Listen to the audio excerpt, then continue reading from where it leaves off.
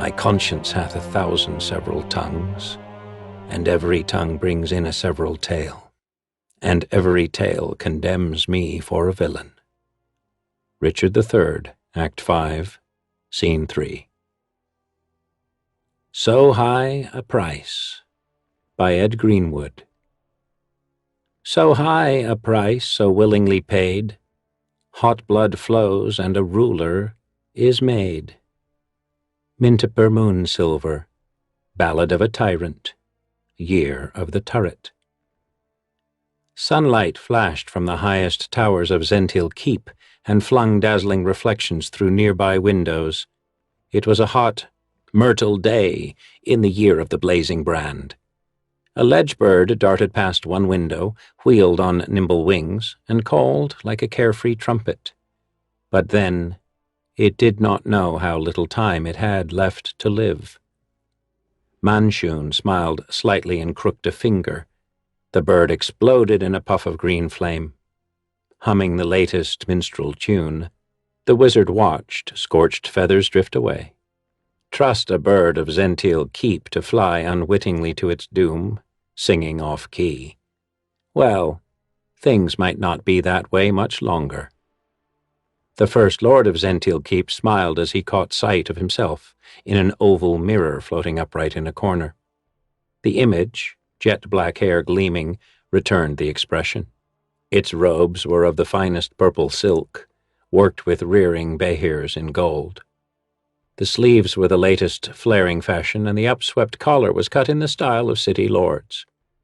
With the faintest of rustlings, Tersel drew a hanging tapestry aside and murmured, "The one you expected is here, my lord." Manshoon signaled for his servant to bring the guest and withdraw, but then to wait unseen behind tapestry. To show he understood, Tersel touched the hilt of the throwing-knife hidden in his ornate belt-buckle. "Arglath," Tersel announced, then bowed out. The cloaked guest moved forward with a strange gliding motion, as if his feet didn't quite touch the floor. "Yes?" Manshoon asked coldly. His guest shrugged off his cloak and replied in tones just as glacial, "I presume you're finally ready to move."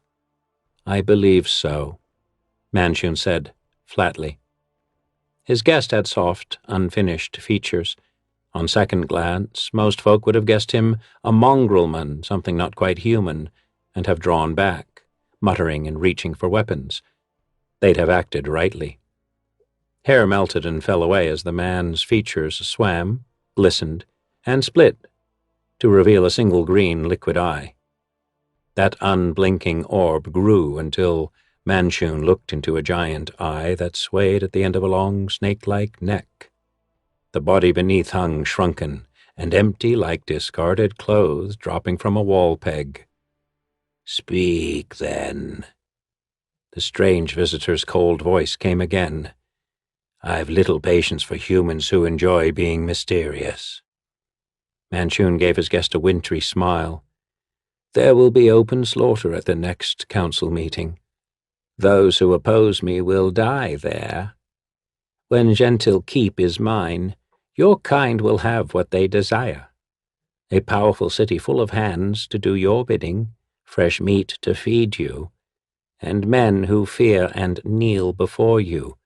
Do not presume to understand my kind so well," the creature responded, drifting slightly nearer. "More than that, Manshoon. Do not presume to understand or imagine that you can command me." Writhing worms of flesh sprouted from its spherical body. A gasp of horror came from behind a nearby tapestry. Then a crossbow bolt burst out of that same curtain, whipped across the chamber, and was driven sharply aside by an unseen magical force just in front of the floating eye.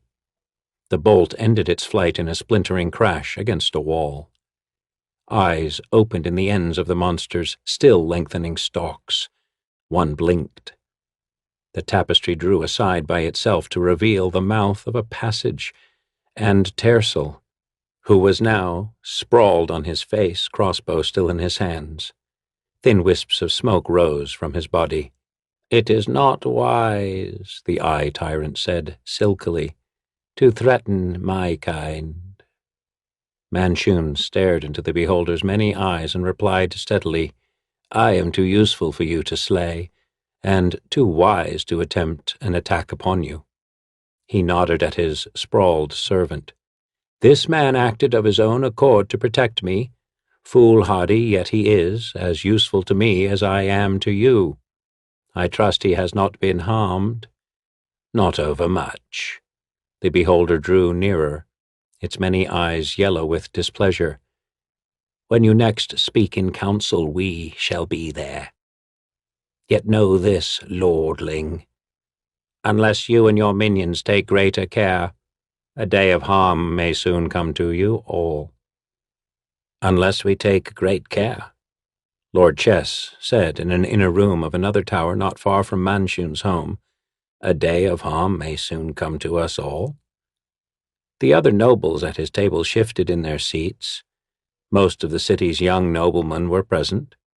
Some hid nervousness by taking flamboyant sips of the Mulhoranden lion wine in their goblets.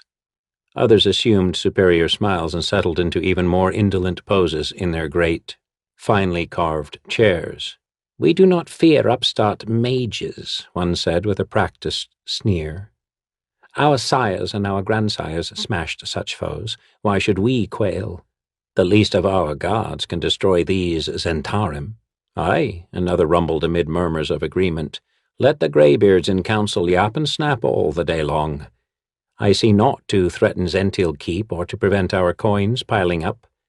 The council responds whenever those dolts in Mulmaster dare another challenge, or a Thayan wizard deludes himself into thinking he's mighty enough to rule us. On most days, the council simply keeps our fathers and the rest of the dotards busy, and keeps their noses out of our affairs." "And just how many affairs have you had, Theron?" one noble asked slyly. "Aye, this 10-day," someone added through the general mirth. Chess frowned. "Have you no care for the snakes in our midst? Agents of Thay, of the dragon cult, even of Sembia and Kalimshan are unmasked every month. Their dagger points are always closer than you credit." "Aye," Theron said, leaning forward to tap the table in triumphant emphasis. "That's the point, Chess. They are unmasked. By the watchful wizards Manshoon commands, and by Fazul's tame priests. That's why we tolerate these haughty longrobes in the first place. They watch our back so we can get on with the busyness of getting rich." "And wenching," someone murmured. "Drinking," another added. "What is this chamber pot spill anyway, Chess?" "The finest Mulhoranden vintage," Chess said dryly. "Not that you'd recognize it, Nar." Nar spat on the table. "That for your pretensions. My family's as old as yours." "And as debauched," Theron murmured. Chess smiled thinly. "You do well to enjoy your ease while you can, lords. 'Tis a precious luxury, lost if just one of our foes decides to make war on us." Theron leaned forward again, his eyes cold. "I do enjoy it, and I shall. Every luxury has its price, but our ease costs us only the blood of a few fool altar-kneelers and higher swords from time to time. That's a fee I'll pay willingly. Save your veiled threats. The Blackrin name is a proud one, and one I'm always ready to defend." Twinkling points of light burst forth around his hand. They coalesced into an ornate scepter whose tip pulsed and glowed. A noble sighed. "Oh, put it away, Theron. You're always trying to prove how battle-bold you are, and showing instead your utter lack of subtlety. We've all got one or more of those. You think yourself the only one in Zhentil Keep with wits enough to carry magic, when we must all hang our blades by the door at feasts?" Another noble scratched the untidy beginnings of a beard and added, "Aye, and if you ever use it, Blackrin, 'tis the blood of one of us that'll spill. Then the blood feud'll begin again. That is too high a price for the liking of the council. They'd probably put you in beast shape to spend your days as a Patrol hound, north of Glister, for the few days before you met death." He leaned forward, uncrossing glossy-booted legs, and added, "Enough hard words. More wine, Chess. And tell me of the maid with green hair you were with last eve. I'd not laid eyes on her before. Where have you been hiding her?" Chess smiled as a silver tray bristling with bottles and decanters rose from the polished wood in front of him and floated slowly down the table. "Yes, her hair was green last night. The Shadow Sill, she's called. One of Manshoon's mages. So don't even think of wenching her, Eldar. She could slay us all with one wave of her hand." "And that, they run," Nair said dryly, "would also be too high a price for your liking." A well-fed man in robes of the latest, slashed, counterfolded Kalashite finery spoke for the first time that night. "I have been long away," he said, "but word has spread far of the Zhentarim. Dark wizards, ruthless mage slayers who gather ever more mighty magic. I would know more. Tell me plainly what befalls in our city. What lies ahead that you fear?" Lord Chess sipped at his wine. "Manshoon, leader of these Zhentarim, has become First Lord of the Council. He plans to do much more than chair the debates of squabbling merchants. He speaks of Zhentil Keep as his, as if he were king over it." More than one noble laughed in derisive dismissal, but Chess held up a quelling hand. "Manshoon is a mage of power. He's gathered wizards great and small who think as he does. He's slain or driven out many of the mages who might oppose him. These Zhentarim work together. Think on that, my lords, and consider how you'd fare if 20 came to your feast, drank less than they pretended, then attacked you with spells." There were dark murmurs. Chess looked around grimly. "Worms, you may think them, but they can slay us all. Have you not noticed how many of our great lords, even our last battle lord, are ill and keep to their beds? Old age, aye. But what if they're being helped to their graves? Before you scoff, consider. Spells may not slip past all the expensive wards and amulets we wear, but there are other ways. I know Manshoon well. We grew up together. He is a master of slow, wasting poisons that deal gradual death and raise no alarm. He killed his parents thus to gain their gold." Chess set down his goblet, and his voice grew more urgent. "Each day the Zhentarim grow more haughty. I fear they'll seize power soon, using spells to sway the council. Manshoon must act before the council approves the opening of the wizard school that the Beldenstones are sponsoring, which will draw independent mages by the score to our city. And final approval of that is to come when the council next meets." "Ah, enough of this fear talk," Theron snarled. "We've heard you spout this before, Chess. How can any wizard, even a band acting together, break the spell shields and the priest's scrutiny? Those black robes grow rich by keeping all of us striving against each other. Priests don't like rivals. They'll slap these Zhentarim into the dust as soon as the mages dare to act openly." "Think you so?" Lord Chess leaned forward. "What if I told you Manshoon meets often with the most powerful of the priests? Aye, Fazul, the master of the Black Altar himself." Shocked silence fell, and Chess added with more calmness than he felt, "It is the impartial priest's vigilance that keeps council meetings free of spell deceit. Mayhap that is only a fancy tale." He reached for his goblet again, bejeweled fingers trembling. "There's more, isn't there?" Nair asked, eyes on his host's face. Lord Chess nodded. "Tercel tells me Manshoon meets with someone more powerful in magic than he, someone he keeps secret from High Priest Fazul. You've heard rumors of beholders prowling the city by night? He looked around at the silent pale faces. "Now are you afraid, my lords?" He drained his goblet and added, "As the next council meeting is on the morrow, it may be too late to do anything but be afraid." The beholder bit down, blood spattered, and a suddenly headless body twisted and flopped like a landed fish. Lord Rorst Amandon, Battle Lord of Zhentil Keep, passed a hand over his scrying crystal. The bloody scene faded.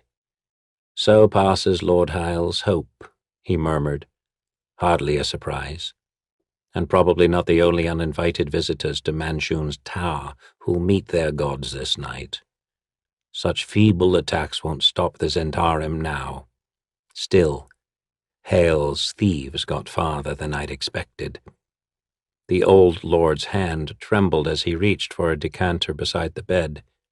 As always, Etreth was there to put a drink into the palsied grip. Possession of a scrying crystal that could pierce spell shields meant death if either the city's priests or wizards learned of it. But Lord Amandon was past caring. He lay on his deathbed and knew it. By the time Manshoon's poison had been detected, its ravages had gone too far in his aged body for magic to mend. The most expensive sages knew no antidote once the poison took hold. The First Lord had been thorough, enough, at least, to slay Lord Amandon. The old warrior looked wearily around his bedchamber, gazing at his favorite broadsword and the portrait of his wife, dead and gone these 7 years. He might join her before morning, whatever befell the mad wizard's schemes. "I can wait no longer, Etreth," he muttered. "My body fails. I can barely drink without your aid now." Looking up, he saw bright unshed tears in his loyal servant's eyes. Rorst turned his head away, moved. Years they'd been together, as he led the armies of Zhentil Keep to rule Thar and the northern coast of the Moonsea with brutal efficiency, something he was less and less proud of as the years passed. He'd never noticed the gray creeping through Etreth's hair, and the man's mustache was white. The battle lord sat up, cushions tumbling. "The time has come," he growled. "I have one last command, good Etreth. Go and summon the one I told you of." "Now, Lord? And leave you? What if—" "I'll do without," the Lord said firmly, "until the one I must deal with is here. Go, Etreth, for the honor of the Amandons." He set down his goblet. It clattered in his trembling hand. Rorst frowned down at it, then raised fierce eyes. "Go," he said roughly, "if you care for me at all." The old servant stood looking at him a moment, turned with what sounded like a sob, and hurried out. Rorst Amandon glanced at the darkened scrying crystal and wondered if he'd last long enough to see this final battle through. His eyes wandered to Dezil's portrait, drank in her familiar painted beauty, and turned again to the scrying crystal. "I am a man of the sword," he reflected with a wan smile, itching to be part of the fight until the very last. The well-oiled door to the chamber's secret exit closed behind the last guest, and Lord Chess sat alone. A full goblet rested forgotten before him as he idly turned a plain ring around and around on his finger. Nothing short of an angry god could stop Manshoon now. The First Lord was as powerful in sorcery as he was a master of strategy. He'd be ruler of Zhentil Keep before the snows came. That would have been unthinkable only a year ago, with all the wily, battle-hardened nobles of the keep between the arrogant mage and mastery of the city. Then old Yorltar had named Manshoon his successor as First Lord. Under magical compulsion, many thought. Within a 10-day, many of the proudest nobles, those who had no love for the upstart First Lord or commanded strong magic, fell ill. No cause could be found, but the tavern rumors carried the truth. Now those same taverns housed talk of the Zhentarim slaying rivals openly, and when the uproar began, Manshoon was supposed to have some secret weapon to wield, one beyond the spells of his ever-growing band of gutter wizards. The moneyed among the workaday Zents fiercely opposed every plan and deed of the swift-rising Zentarum, but that mattered little. The merchants learned early there was no safety to be bought after one opposes a magic wielder. As for the rest of the populace, well, the rabble never played much of a role in politics, apart from being swayed to one cause or another by well-staged public spectacle. Not much different from the other folk of the Heartlands, really. The ring Chess had been turning gleamed and caught his eye. He regarded it thoughtfully. The plain band had cost him his best hire swords. He'd paid very expensive assassins to kill them after they'd refused to part with it. But it was worth the blood fees and the loss of their service. He wore it constantly these days. Manshoon wasn't the only one in the keep with secret weapons. Chess could call forth a loyal dragon, from the ring, whenever the need might come. That might be as soon as tomorrow, he thought grimly as he reached for his goblet once more. "We've been foes more years than I can remember," Lord Amundsen said, rising. His guest had arrived, swiftly indeed. Sweat from the effort of standing sprang out on the old lord's brow. A moment later he felt himself borne on unseen hands back to bed, to settle once more among the cushions. The pain and trembling eased, but all his will could not entirely stifle a whimper. "Be at ease, Lord Amundsen," said his guest, standing cloaked in shadow. "Greeting me should not bring ye death." The old lord raised an eyebrow. "Merkel stands ready at my door. 'Tis why I sent for you. I need Manshoon stopped, but not slain. When and how?" "As soon as the next high sun, I fear. At the meeting of the ruling council. A meeting so guarded by spells that my approach would call forth all the mages, priests, and almsmen Zhentil Keep can muster." "There is a way in," Lord Amundsen replied. "Take the shape of a being who is expected, and you'll be free to enter." "I smell a trap." "Aye," Amundsen said. "There is, but not for your skin. Certain secret names I've learned, coupled with your power, can entrap a being to its death. I give you my word. As Battle Lord of Zhentil Keep, and as an Amundsen, I mean no attack against you." "I believe ye," came the voice from the shadows. Lord Amundsen sighed. "You show more trust than most in this city these days." "Lack of trust is a more widespread problem than ye may think, Lord," was the dry reply. "Now, these secret names." At the heart of the high hall of Zhentil Keep was a vast echoing room. Usually it stood empty.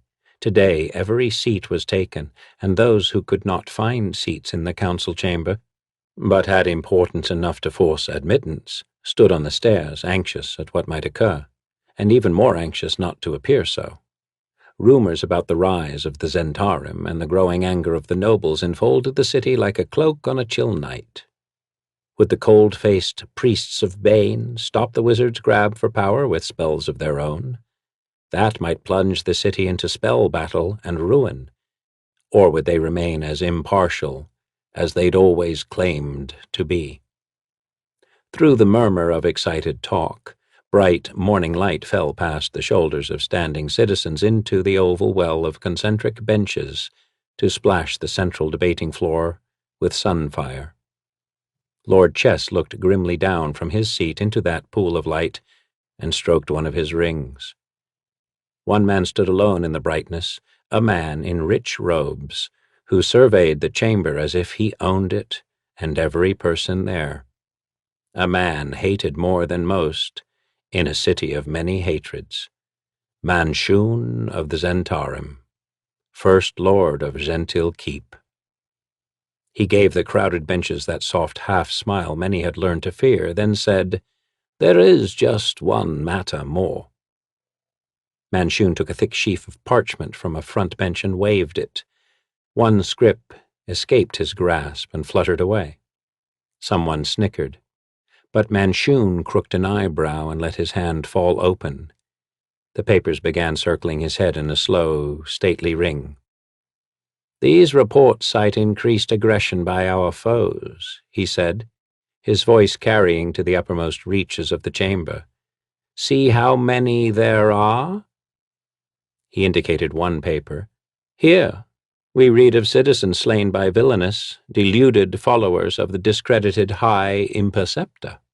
He pointed at a group of parchments. "There we read of unfair fees and taxes heaped upon our merchants by no less than 7 cities of the Dragon Reach." Manshoon's finger moved again. "Or perhaps you'd prefer to report of open assaults on our caravans by the brigands who style themselves the Cult of the Dragon." The First Lord spread his hands. "Is this not monstrous? Should we not sharpen our swords and ready our spells?" "No," someone replied flatly from the middle benches. There was a murmur of laughter. Manshoon let it run its course and die. "Yet there's more, much more. The survival of our very city is at stake." "It always has been," someone called. "Aye, show us something new to back up those old words." Manshoon replied, "Very well. Look all, look well." He waved a hand and stepped back. The debating floor darkened. Motes of light winked and sparkled in that magical gloom, swirling suddenly into the ghost form of a robed man. The stranger sneered, then raised one hand to shape an intricate gesture. A soundless bolt of lightning lashed out from that hand into the upper benches. Counselors cringed back, and then gaped, as images of 3 Zentarum wizards well known in the city suddenly appeared among the benches. These ghost mages hurled back magics of their own. The harmless shadows of sparking, slaying spells flashed and leapt. Manshoon stood calmly in the midst of their silent fury and said, "I call on the High Priest of the Black Altar." Fazul rose and bowed gravely. His flowing red hair and mustache stood out like frozen flames against the dark splendor of his robes. Manshoon asked in loud, solemn tones, "Are these images false?" Fazul held up a gem that filled his fist and glowed with magical radiance. He peered through it at the spell phantoms, then shook his head. "No, these images record what truly befell." He bowed again and sat down. "Behold," Manshoon said, triumphantly pointing at the image of the stranger phantom, "a red wizard of Thay." He surveyed the dumbfounded counselors and added, "Confronted, as you see, in this very chamber 2 nights ago." Silent spells splashed and grappled. Sudden green flames raced up the red wizard's limbs. The struggling man's flesh dissolved in the inferno until only black writhing bones remained. The watching counselors saw those bones collapse into ash. In the hushed silence that followed, Manshoon's voice carried clearly. "Saw you the scroll at his belt?" The smoking image faded as he waved at it, but many counselors nodded. "I recognized it," the First Lord said grimly, "and checked our records chamber. The naval treaty we recently signed with Thay is missing. We are defenseless against Thayan piracy, but the concessions we surrendered to get that agreement are still lost to us." Manshoon raised his arms and voice together as he looked around at the benches. "And this is but a piece of paper? What if the wizard had come with killing spells seeking your money or your throat or your children to sell into slavery?" There was an excited, angry buzz as counselor looked to counselor. Manshoon let it grow into a roar, then waved for silence. Zhentil Keep needs strong guardians against such perils. You saw the bravery and skill of 3 Zhentarim with your own eyes, preventing the destruction of this hall, or worse. I can keep this city safe with more stalwart, loyal mages such as these, but I need your permission to do so." He stepped forward grandly, so sunlight outlined him. "I must have the right and the power to defend you." Then Manshoon continued more quietly. "I must be free to train and equip forces to properly defend our city. I must have the authority to whelm and direct them in emergencies. I move that the formal powers of the First Lord of Zhentil Keep, my powers, be so increased." The chamber erupted. Red-faced old nobles pounded fists on their benches and bellowed, "Never!" There were shouts of "Tyranny!" and others of "Well said!" There were also cries of "Let the Lord speak!" and "Wisdom at last!" From out of the tumult, somewhere in the upper benches, came the wink and flash of a dagger spinning end over end through the air. Manshoon calmly watched it come. At the last instant after most counselors had seen the whirling blade, the First Lord waved his hand and muttered a word. The blade blossomed into a small shower of sparks and was gone. Fazul Chembrel rose, dark robes swirling. His voice was loud and level. "From chaos and strife can only come harm. Whatever is decided here, we must have order in this city and the rule of law." He surveyed the hall slowly and sternly before he added, "We have heard a proposal of some controversy, and seen the clear urgency behind that proposal. Let us put this matter to a vote. Let this council decide. Now." One old nobleman protested. "Matters of import shouldn't be decided in haste. This is not well done. This council never speaks or acts hastily." High Priest Fazul answered coolly, "Daggers are never thrown in this council chamber either." He folded his robes around himself with dignity and sat down. A young lord rose and shouted over the angry talk that followed, "Let us have a vote. Something must be done, or we all waste our time here." There were supportive cries of, "A vote, a vote." Most seemed to come from the benches where wizards sat. Manshoon nodded. "A vote has been called. Will any other councillor speak for it?" "I speak for it," cried an excited young noble in the upper benches, to be answered by a slithering of hisses. Manshoon's voice silenced them all.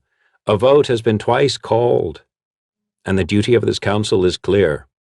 Let us vote." Fazul stood again.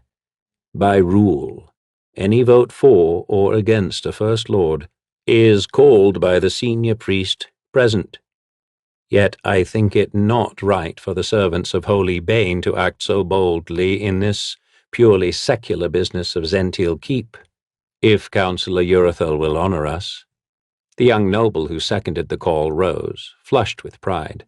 "The First Lord asks this council to increase his powers and those of the Zhentarim he commands. Who stands in support of this request?" Here and there around the chamber councillors came silently to their feet. There were not many. Urathel counted them twice, including himself, and called the count, 19, to Fazul, who confirmed it. Less happily the young noble drew breath and said, "Let all against the request stand to be counted." Benches scraped and echoed all over the chamber. Urathel counted and called 46 councillors. Fazul bowed. "The count is correct, and has Bane's blessing. The request is den—" "Wait!" The strong, sour voice of Lord Fandom cut across the High Priest's words. Fazul bowed, surrendered the floor with a gesture, and sat down. The senior noble, known as a loud opponent of the Zhentarim, struggled to his feet. He was trembling, and his solemn face slipped into fleeting contortions several times. His hands clutched at his bench for support. I think we are too hasty, and have voted with our hearts, with too little regard for the safety of fair Zhentil Keep. It irks many of us, myself included." Fandim's eyes grew wild, and he gabbled for a moment before his voice cleared. "Irks us, I say, to see one so young making what some see as an arrogant, dangerous grab for the scepter of absolute rule over our city. And yet, if we set aside our anger, what he proposes is only sensible. Have we not seen the perils lurking in the shadows of this very hall? Have we?" The noble's face twisted and spasmed again. His body jerked about as if buffeted by unseen hands. He passed trembling fingers over his face and sat down. I cannot say more," he mumbled. "Magic!" a counselor shouted suddenly. "Somebody's using magic on Fandim. Magic! Through the spell shields! Aye, Zhentarim magic!" A Zhentarim wizard rose angrily. "I resent that charge. Will the High Priest examine Lord Fandim? I am confident no spell will be found upon him." Fazul rose and bowed again.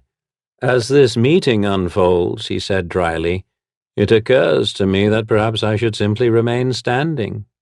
There were chuckles amid the growing tension. Again Fazul peered through the glowing gem to seek out any trace of sorcery, and frowned. "I find no magic," the High Priest said firmly, "but there is something." He crooked a finger, and a small flask rose from the breast of the hunched lord's robe, sparkling as it drifted smoothly into the air. All could see the potent wine within. "Ah," Fazul said amid a spreading ripple of laughter. When the mirth had diminished, he let the flask sink back and said delicately, "Lord Fandim seems in some emotional distress, but his deep feelings for the safety of our city are clear, and from the wisdom of more years than most of us boast, he has called for a revote." The Zhentarim wizard, who'd denied the presence of magic, sprang to his feet, voice triumphant. "I move a revote proceed." Councillor Urathel almost fell over his feet as he rose to shout, "I speak in support." Fazul bowed again. A revote must now occur. Manshoon sat silently at his front bench, smiling a little. His gaze never left the face of the sweating Lord Fandim. From his high vantage, Lord Chess saw a little glow in the First Lord's eyes, and was sure. Magic. He leapt to his feet. "Enough, Manshoon, and all of you Zhentarim. Let all foul magic be left outside this hall. The councillors of Zhentil Keep must deliberate with clear wits." Manshoon turned his burning gaze from Fandim, who fell back senseless in his seat, head lolling, to Chess. The nobleman felt a sudden heaviness tearing at his mind. He gasped, then roared in fury as he felt his tongue thicken and words come unbidden into his mouth. The First Lord smiled at him as cruelly as any cat cornering his prey. Chess glared into that mocking smile as he struggled against his own muscles. The lesser rings of protection on his fingers smoked, flared into tiny blue flames, and burned away. The searing pain cleared his senses. Desperately, Chess drove his arm up. It moved slowly, as if coming from a great distance, to stare at the one ring still on his hand. It flashed. Sudden golden radiance swirled in the air over the central well of the high hall. It spun ever brighter until the stunned councillors saw it had become a large black dragon, vast and scaled, its head like a gigantic horned snake. Mighty wings clapped. Once. The wind of that wing beat smashed many men flat against their benches. The dragon hissed, loud and angry. Acid foamed and bubbled at the edges of its jaws, and the chamber was suddenly full of the eye-watering stink of its breath. Men screamed. The dragon turned its snake-like head, terrible hunger and mirth in its eyes. With its tail, the worm casually smashed a counselor and his bench into a bloody heap of pulp and splinters. That crash was answered with a ringing like angry bells as the tall windows of the chamber shattered, and true nightmare descended on the council. The dragon whirled, gleaming scales shifting. 3 orbs, black against the bright sunlight, drifted into the chamber through the broken windows. Eye stalks writhed as each dark sphere looked down with a single unwinking central eye. A large, many-toothed mouth split one sphere in cruel laughter. "Behold us!" a counselor shrieked. "The rumors were true," another shouted. "The Zhentarim are in league with beholders." All across the chamber, counselors and citizens shrieked and scrambled over benches in a frantic rush to flee. The dragon roared and spat a smoking plume of acid at the foremost beholder, but the air suddenly filled with glowing rays, which lanced out from the beholder's many eyes. At their touch, the acid hissed into smoke. Lord Chess felt Manshoon's mind attack falter and fade. The noble flung himself under his bench and tried to reach the dragon's mind to turn its fury on the First Lord before Manshoon could work worse magic. The dragon's will was clear and hard, far mightier than the nobleman's. Bent on destroying its many-eyed foes, the dragon ignored his silent commands. Chess growled in exasperation. Across the hall, Zhentarim mages came to their feet. They boldly ignored the dragon's lashing tail and used the panic to follow their own dark plot. Triumphant sneers twisted their faces as they hurled balls of fire and bolts of lightning at the keep's proudest and most powerful nobles. Many lords snatched out magical rods and wands of their own, striking back with fury. Overhead, the dragon roared in pain, writhing as many rays stabbed at and through it. Smoking wounds appeared all over its body, raining hot blood down on the men fighting below. Swords and knives flashed as men slashed and grappled along the benches.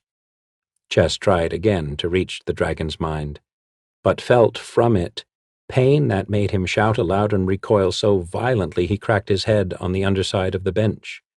When he recovered his senses, he settled on drawing his slim ceremonial sword. A Zhentarim mage hurried past.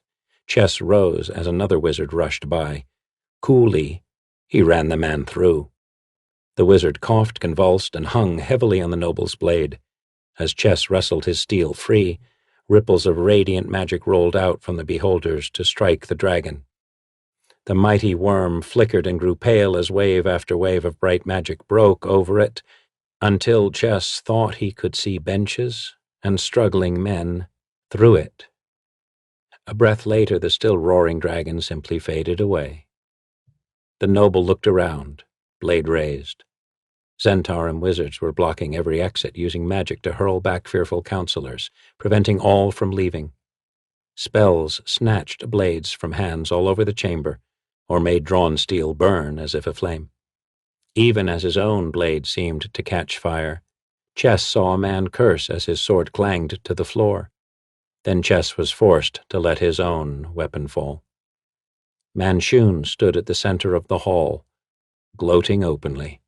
The wizard's grin was wide as his gaze took in the moaning and the fallen. Then the First Lord glanced up at the 3 beholders. His triumphant smile slid suddenly into open-mouthed astonishment. The beholder Manshoon knew as Arglath had turned, and rays lashed from its eyes to rend its 2 fellows. One eye-tyrant burst, spattering stunned priests and mages below with its gore. The other spun through the air, torn apart and blazing, to crash down in ruin on a cluster of vainly shouting Zhentarim wizards. The treacherous beholder floated slowly across the chamber.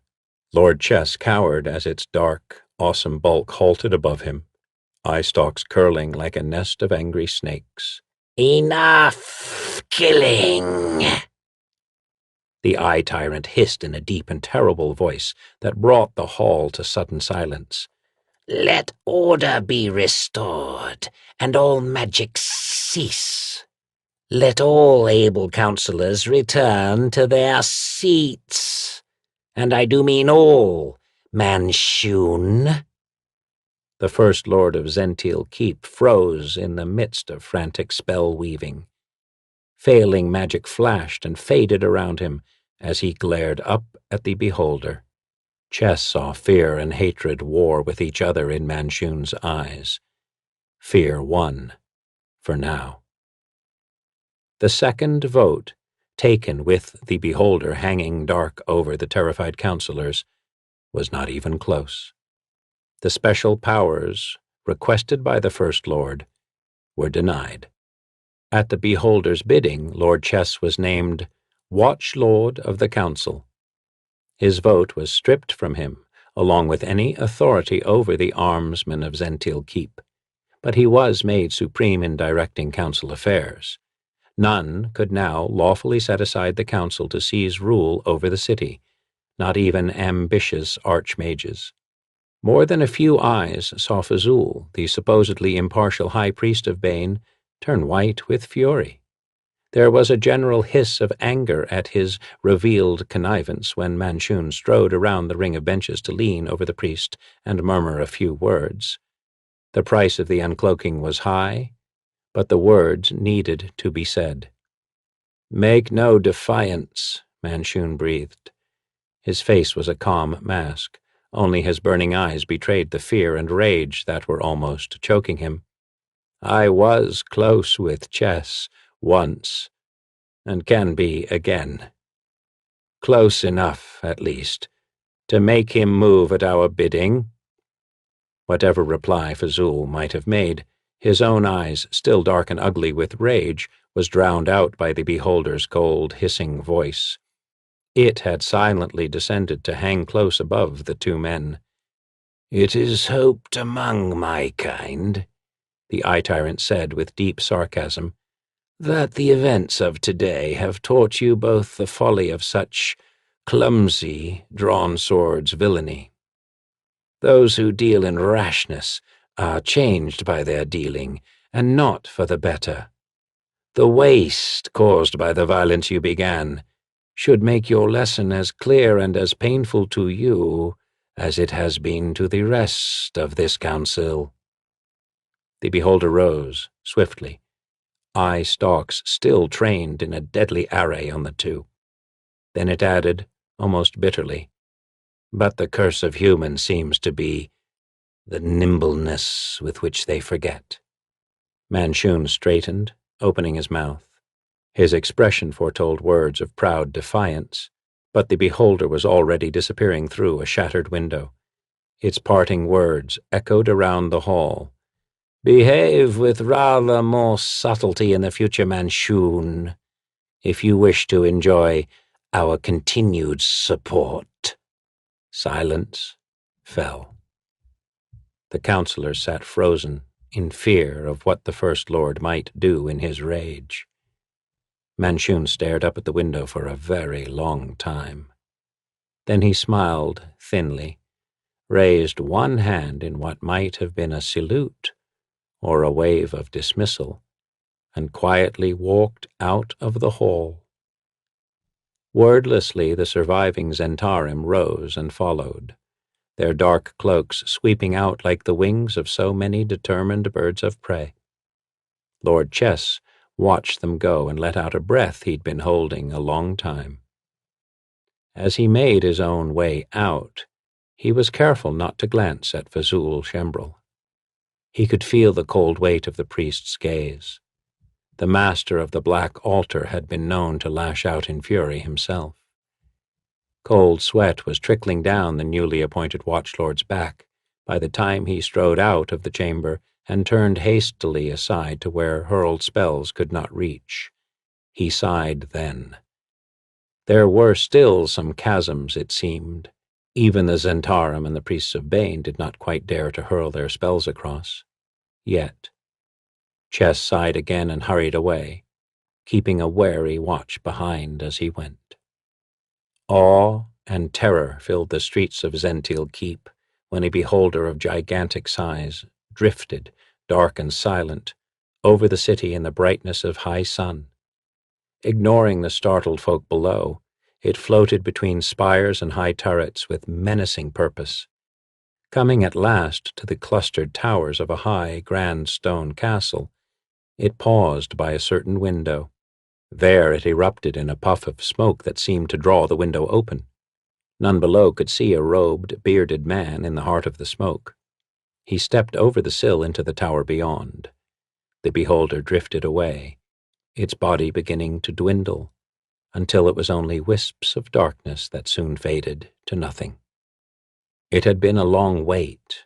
Lord Amandon was breathing raggedly as the high window of his bedchamber squealed open and the chill north breeze slipped in. The surface of his scrying crystal misted over. Etrith started forward, sword drawn, when he met the challenging gaze of a white-bearded old man who stepped through the window and strode down empty air. "Well met, Rost Amandon," the newcomer said in a voice both dry and deep. "Welcome, Elminster," the old lord managed to gasp. Etrith came to a halt open-mouthed. Only then did he remember he held a sword. Elminster looked at him and, in tones that were not unkind, said, "Put that toy away." Lord Amandon struggled to speak. "I've no time left to waste words. That was well done, Lord Mage. You kept your word, my price is met. I'm glad I lived to see the bargain sealed." Elminster bowed. "I shall keep my word in times to come. This I swear. Neither Fazul nor Manshoon shall die in my hands or spells, however much ill they work." He bowed. "My payment, as agreed, for the names you gave." Etrith stared from one old man to the other. Lord Amandon nodded. "I do not want Manshoon dead, whatever he may have done to me," he said. "Zhentil Keep needs a strong leader against growing foes, but I did want him held back from becoming a tyrant, ruling over a city twisted into little more than a fortress." His breath faltered. For a long moment the nobleman struggled to gather strength, and then spent it in a shrug. "So, even evil old men can be of use to you, eh?" "Aye," Elminster said, watching the battle-lord with something rather like sadness in his eyes. "I salute ye, lord. It has been an honor to do battle against ye all these years." Lord Amandon lay back against his pillows and said faintly, "And now I fear it is ended, Elminster." He turned his head to look into the eyes of his servant one last time. "Farewell, Etrith. Have my thanks, and all my wealth." Then his gaze swept across his broadsword to the portrait of Lady Amandon. Elminster's eyes followed.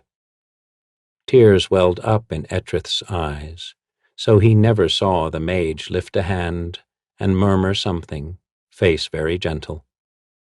A moment later, the slim, demure lady in the painting seemed to turn, recognize her lord, and smile. The painting glowed as she stepped out of it, a figure outlined in faint white fire, face radiant with welcome as she extended loving arms to her lord. "Desil," Lord Amandon quavered, tears in his voice. "Oh, Desil." He raised his wasted arms with surprising speed, reaching for her. As she came to him, the old nobleman struggled up from the bed to meet her, and fell, headlong, crumpling to the carpets without a sound. The radiant figure hung above him for a moment, looking down with a smile before fading away. Etrith made a convulsive movement toward his lord, then looked at Elminster. They both knew Amandon was dead. "Lady Amandon," Etrith said, weeping. "Oh, the gods are merciful. She—" The faithful servant froze and brushed away his tears. "'Twas thou conjured her up," he said slowly. "Why? Why help one who stood against you down the years?"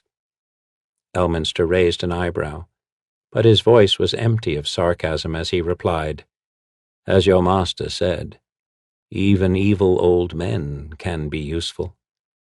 Thy lord was useful to me as well as to his city, and as we old men know, if long years are to be ours, debts must be paid."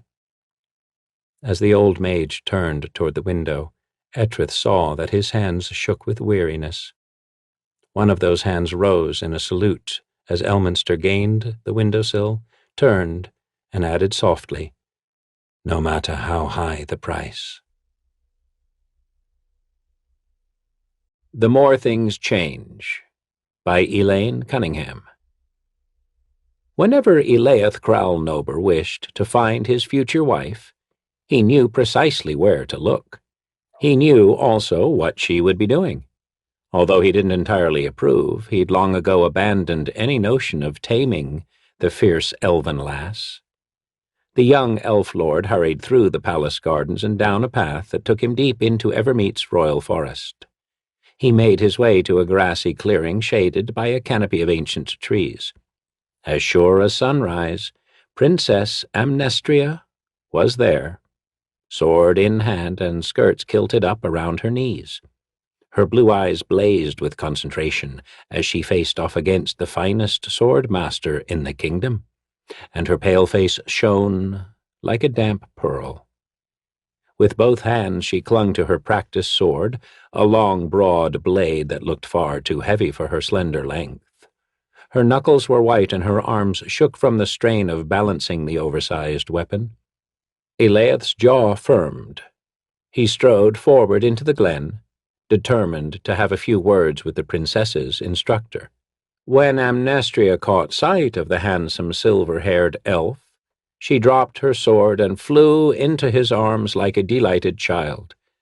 Eliath caught the elf maiden and swung her off her feet in an exuberant spin, delighting in the playful mood she always invoked in him. Theirs was an arranged marriage, but in this, as in all things, Eliath considered himself the most fortunate of elves. He was extremely fond of the princess, and justly proud of the brilliant match. Even without her royal lineage, Amnestria was remarkable. She possessed rare spirit and inner fire, a pragmatic intelligence and unusual perceptivity. Her beauty was not yet in full flower, but already minstrels had begun comparing her to Hanali Selenil, the elven goddess of love. She had blue eyes flecked with gold, and the rarest hair color among moon elves, a deep, vibrant blue that the poets likened to spun sapphires. Her features were delicately molded, her form exquisite. Amnestria was the very embodiment of moon elven beauty. Yet something about her often struck Eliath as too human. That was the only word for it. Despite her merry nature, the princess displayed the intensity of purpose and singular focus usually associated with that vigorous, short-lived race. Battlecraft was her passion, and she divided her spare time between her sword master and the war wizard who tutored her in battle magic. Remembering the source of his ire, Eliath set Amnestria down and prepared to castigate her swordmaster. The older elf, however, had discreetly slipped out of the clearing and was heading down the forest path, sympathy and nostalgia etched on his angular face. Amnestria noted his departure and wrinkled her nose. "My teacher is deserting me before I'm ready to stop," she said. "Let's have a match." "The princess does not fence with the captain of the king's guard," Eliath said in the patient, gentle tone he used rather frequently with the girl. She dimpled and her eyes mocked him. "You're just afraid that I'll best you, and then father will turn your job over to me. The guard exists to protect you, my dear princess, not employ you. No member of the royal house has ever served in the ranks, and you're not likely to change things," he reminded her. "The king has too much regard for tradition." Amnestria responded with an inelegant snort. "Tell me something I don't know." "You misread me, Damia. Eliath said earnestly, using an elven endearment directed to sweethearts or children. I meant no disrespect to the king. Of course not, Amnestria sighed heavily, but her dancing eyes still teased him. That would be hoping for too much. What do you mean? His tone was sharper now. You're a dear, Eliath, but sometimes I worry for you. She paused, reflecting. It's the hardest thing to explain, she mused. Make an attempt, he requested, coolly. You're always so proper, and you follow the rules as if they were graven in alabaster. Amnestria broke off, clearly at a loss for an explanation. Her slender hands milled in small circles as if she could create an air current strong enough to draw out the right words. You're such an elf. Of course, Damia, he agreed, a little amusement creeping back into his voice. What else would I be? But don't you ever think about all this? She persisted with the earnestness of the very young. Her slender hand traced an arc in the direction of the nearby palace, the wondrous moonstone castle that was the very heart of Evermeet. I've never heard you wonder why, or question, or challenge anything. You just do whatever's expected, and you do it better than anyone else. You're the consummate elf, she repeated. Her natural effervescence asserted itself, and the golden lights in her eyes danced like giddy fireflies. An elf's elf, the very epitome of elfdom, she elaborated, then bubbled over into giggles. With another lightning change of mood, the girl snatched up her sword and whirled on her betrothed. Fight with me! The words were half request, half demand. Eliath made her a formal bow. But, Your Highness, is that not what we are doing? The glint of humor in his amber eyes belied his words, and Amnestria let out another peal of laughter. I suppose we are. She struck a pose, straight out of an ancient illustrated tome. Sword tip resting on the ground before her, one elegant hand extended. My lord, let us make peace. You are my silver knight, and I your only love, she said, mimicking the courtly language of an elven legend. Responding in kind, Eliath bent low over her hand and pressed it to his lips. With a sudden flash of insight, he realized that despite her light-hearted game, Amnestria spoke simple truth. He loved this child woman with all his heart. He averted his eyes from her frank gaze, lest he reveal emotions she was not yet ready to comprehend. For Amnestria's sake, he tucked away the pang and the joy of this revelation, hoarding it like a red dragon guards its dearest treasure. Why are you practicing an ancient fighting technique? He asked, turning the conversation to the subject dearest to her heart. Are you performing in an historical masque for the midsummer entertainments? No, this is swordcraft, not play, she told him in a stern voice. Then why? Her dimples flashed again. You've met my great-aunt Thasitalia. Yes, he said flatly. The elf woman was a free sword who'd traveled widely, debasing her ancient moonblade by lending her skills to anyone who could offer gold and adventure. The mercenaries' tales enthralled Amnestria, and Eliath considered Thasitalia a bad influence on the restless princess. Still, he had to give the elf woman credit. Moonblades were rare and so powerful that few could wield them. As the last in his family line, Eliath stood to inherit such a blade from his grandsire. He considered this his greatest honor, a mark of his heritage no less cherished than the elven princess he loved. Thasitalia made me her blade heir, Amnestria announced, holding out both hands to him. Now we will each have a moonblade. Isn't that marvelous? It is, indeed, he said with genuine warmth, taking her hands and giving them a little squeeze. We'll need to have scads of children so we can choose the strongest among them as blade heirs, she said in a matter-of-fact tone that brought heat to Eliath's cheeks. Seeing this, the maiden rolled her eyes and dropped his hands. She arranged her face in a lugubrious pose and intoned, It is not seemly to speak of such matters, Your Highness, in a wicked imitation of Eliath's precise, mellifluous tones. But anyway, she continued in her own voice, Thazitalia told me to start practicing with a two-handed grip and a heavy sword. Her Moonblade's magic adds unusual speed and power to the strike, and she says that I must develop strength and quick reflexes, or I won't be able to control the sword. So, you're in training, preparing to inherit a Moonblade. Of course. Aren't you? Smiling, Eliath touched the shoulder of the white uniform of King Zior's elite guard. The insignia there proclaimed his rank, and finely wrought pins attested to his expertise in a number of arts and weapons. All my life I have prepared. Directly across the street from Waterdeep's southernmost docks stood a ramshackle barn of a tavern, optimistically named the Tumbled Wench. The tavern was frequented by sailors and dockhands, free swords in search of adventure, merchant captains, bored local dandies, and bemused travelers from 100 ports and a dozen races. Local wisdom had it that the Tumbled Wench wove as good a picture of Waterdeep as a visitor was likely to get, a chaotic tapestry of splendor and squalor. Exotic smoke filled the air with fragrant haze, and business deals mingled with bawdy laughter in cheerful cacophony. Wealthy merchants and noble folk with a taste for gritty adventure bumped elbows with low-rent escorts and tattered street people. The prospect served the needs and tastes of all. For a few coppers, patrons could eat their fill or drown their miseries. Efficient barmaids bustled about, with trenchers of seafood stew and tankards of foaming ale. More expensive libations were available, and the kitchen would roast herb-stuffed fowl to order, but patrons seldom lingered.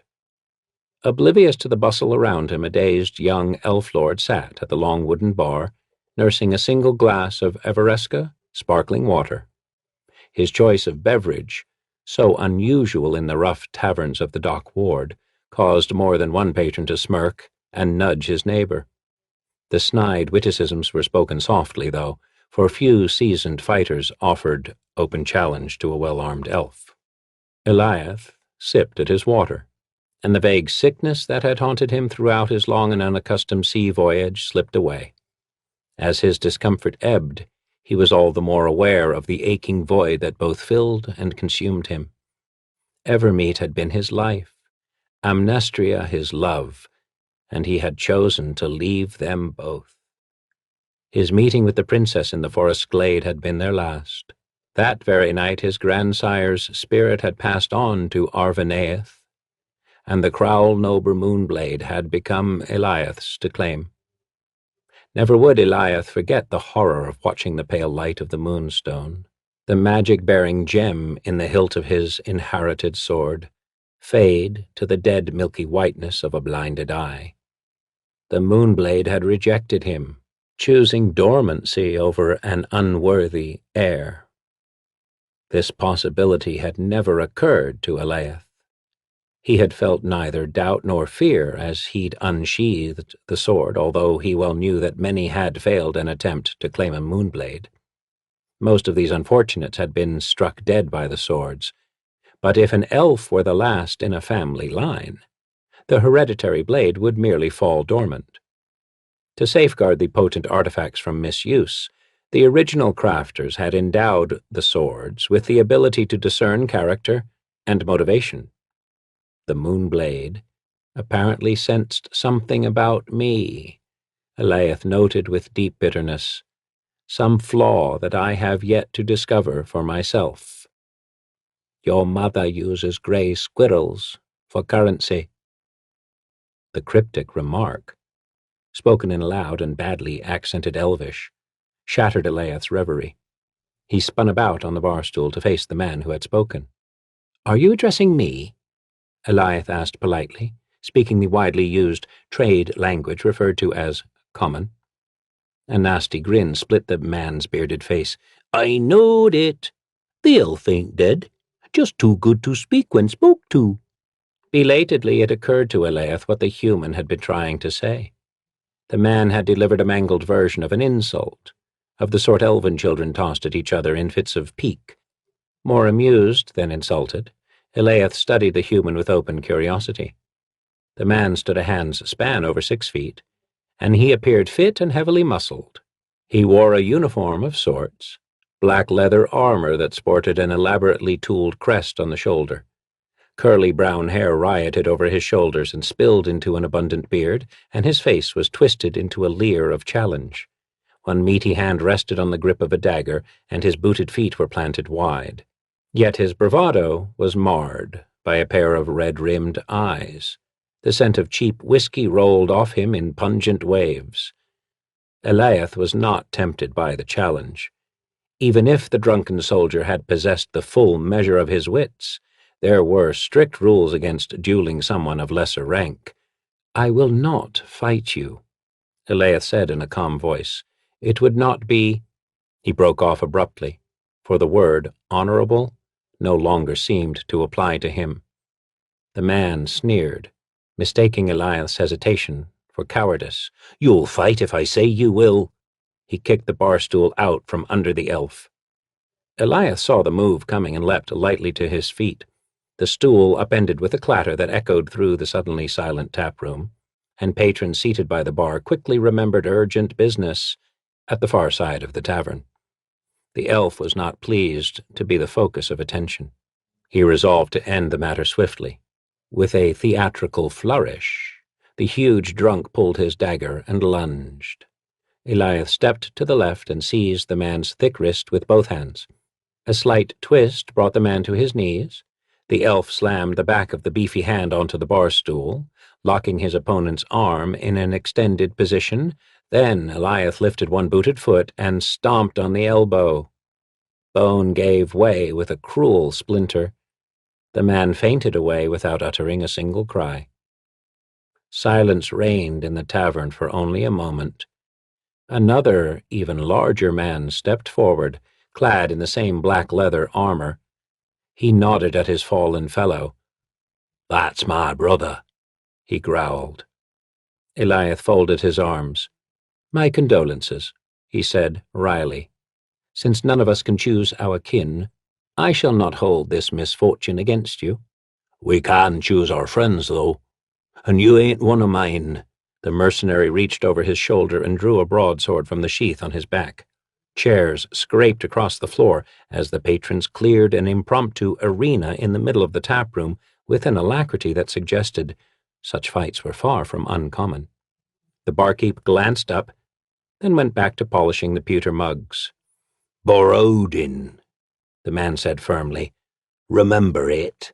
That's the name of the man who's going to kill you." He raised his weapon in challenge. Eliath reached for his sword, but hesitated when his fingers touched the lifeless moonstone. Borodin marked this hesitation with a derisive snort. Something snapped within the elf's heart. Stooping, Eliath pulled the sword from the fallen man's belt. The weapon needed a good oiling and sharpening, for the sword was blunt and the edge visibly pitted. Eliath studied it for a moment, then pointedly raised an eyebrow and met his opponent's glare. "This should do," he said. His tone conveyed utter contempt for both the weapon and his challenger. Borodin swung his sword high for a sweeping cut. The blade hissed downward as he lunged. Instead of the satisfying clash of steel on steel, though, the fighter heard a dull thud as his sword cut a leg from an upended bar stool. An instant later he plowed heavily into the bar. Mugs scattered with a mocking clatter. The elf was simply not there. Eliath had danced aside with uncommon grace and speed. For good measure he smacked Borodin's backside with the flat of his borrowed blade. Guffaws echoed throughout the tavern. Borodin whirled and delivered a backhanded slash. Eliath parried the blow easily, but he was startled and jarred by the power of the attack. He could not match the man's size or strength, but the elf had the advantage of technique and speed. With practiced grace, Eliath spun his blade outward in a lightning-fast circle, flinging Borodin's sword arm wide. In the same movement he pulled a dagger from his belt and stepped in close. The point of the dagger bit into Borodin's throat, and cold amber eyes promised death. Then with a deft downward flick, Eliath slashed open the leather lacings of the man's jerkin. He leapt back, tucking the dagger into its sheath, and in a gesture of utter contempt, he lowered his sword arm to his side and beckoned for Borodin to attack. 10 coppers on the elf, shouted a gravel-voiced sailor. Other patrons joined in, making wagers and laying odds. The man advanced, his bearded face crimson but set in determination. With his initial rage spent, he fell back into a more disciplined fighting style. At one time, Eliath noted as he parried the blows, the man had been well trained. By the elf's standards, however, Borodin possessed neither finesse nor imagination. Eliath easily anticipated and met every strike. By honor and custom, he should have ended the matter at once, for his opponent was clearly outmatched. Yet Eliath continued, openly taunting the man with his superior skill. The elf was driven by a cold anger he'd never known he possessed, an icy temper that numbed the pain in his own heart. For the first time since he'd left Evermeet, Eliath could put aside his sense of disgrace and failure. With cruel humor and stunning swordcraft, he played the fight out for the amusement and delight of the rough patrons. As the minutes ticked by, Borodin's mighty sword arm slowed and his breathing grew labored and raspy. Finally, he could take no more. He fell to his knees, and then his forehead met the floor with a resounding thud. Several of his mates came forward and pulled him to his feet. They staggered out into the night with their burden, running a gauntlet of mockery. A roar of approval and laughter engulfed the tavern, and Eliath found himself in the center of a back-slapping throng. A plump, red-bearded man, also wearing the tooled leather uniform, offered to buy the victorious elf a drink. "After all," he said, as he dangled a small leather purse in front of Eliath's face, "you won the money for me. The name's Rix, by the by." The friendly overture struck Eliath as odd behavior indeed, but he accepted the offer and followed the man to the far end of the bar. At Rix's signal, the barkeep handed them each a tall, narrow glass filled with a thin liquid, as golden as honey. "What is this?" "Fire wine." The soldier winked and slurped at his drink. "Bottoms up." Eliath took an experimental sip. The pale liqueur had none of the subtlety or complexity of elven spirits, but it was nearly as powerful. He drained the glass with dark pleasure. The fire wine filled his mouth with a dry, bitter heat. His new companion gaped, then guffawed. "Never trust a man or an elf until you've seen him fight and drink," Rix said cheerfully. "And on both counts, you're surely not to be trusted." He craned his neck and shouted at a knot of black-clad fighters near the tavern door. "Xander, sign up this elf. Tonight, mind you, or the whole lot of us will quit." One of the men broke from the group and made his way toward the bar. With a mixture of puzzlement and deep interest, Eliath watched his approach. Xander was a man of middle years, in the prime of his strength. He was slender and tall, with skin the color of polished teak. Wavy black hair plaited into a single long braid, and mocking black eyes. He walked with sinuous grace, but Eliath noted a military bearing and air of command. The elf could recognize a leader in any guise, and he rose to his feet in an instinctive gesture of respect. Xander studied the young elf lord for a long moment. "A good recommendation, Rix. Tell Malcolm to give you twice the usual finder's fee by my command. Now off with you. I need to speak with our new recruit." The red-bearded mercenary picked up his glass and strolled off, grinning broadly. Xander took the seat Rix had vacated and gestured for Eliath to resume, the one beside it. The bewildered elf sank onto the bar stool. "You wish me to join your regiment?" "Regiment? Oh, that's priceless." Xander's white teeth flashed in a smile of genuine amusement.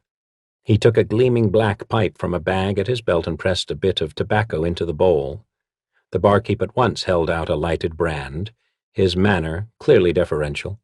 Xander puffed for a moment, then leaned casually against the bar. "I'm the leader of the mercenary band.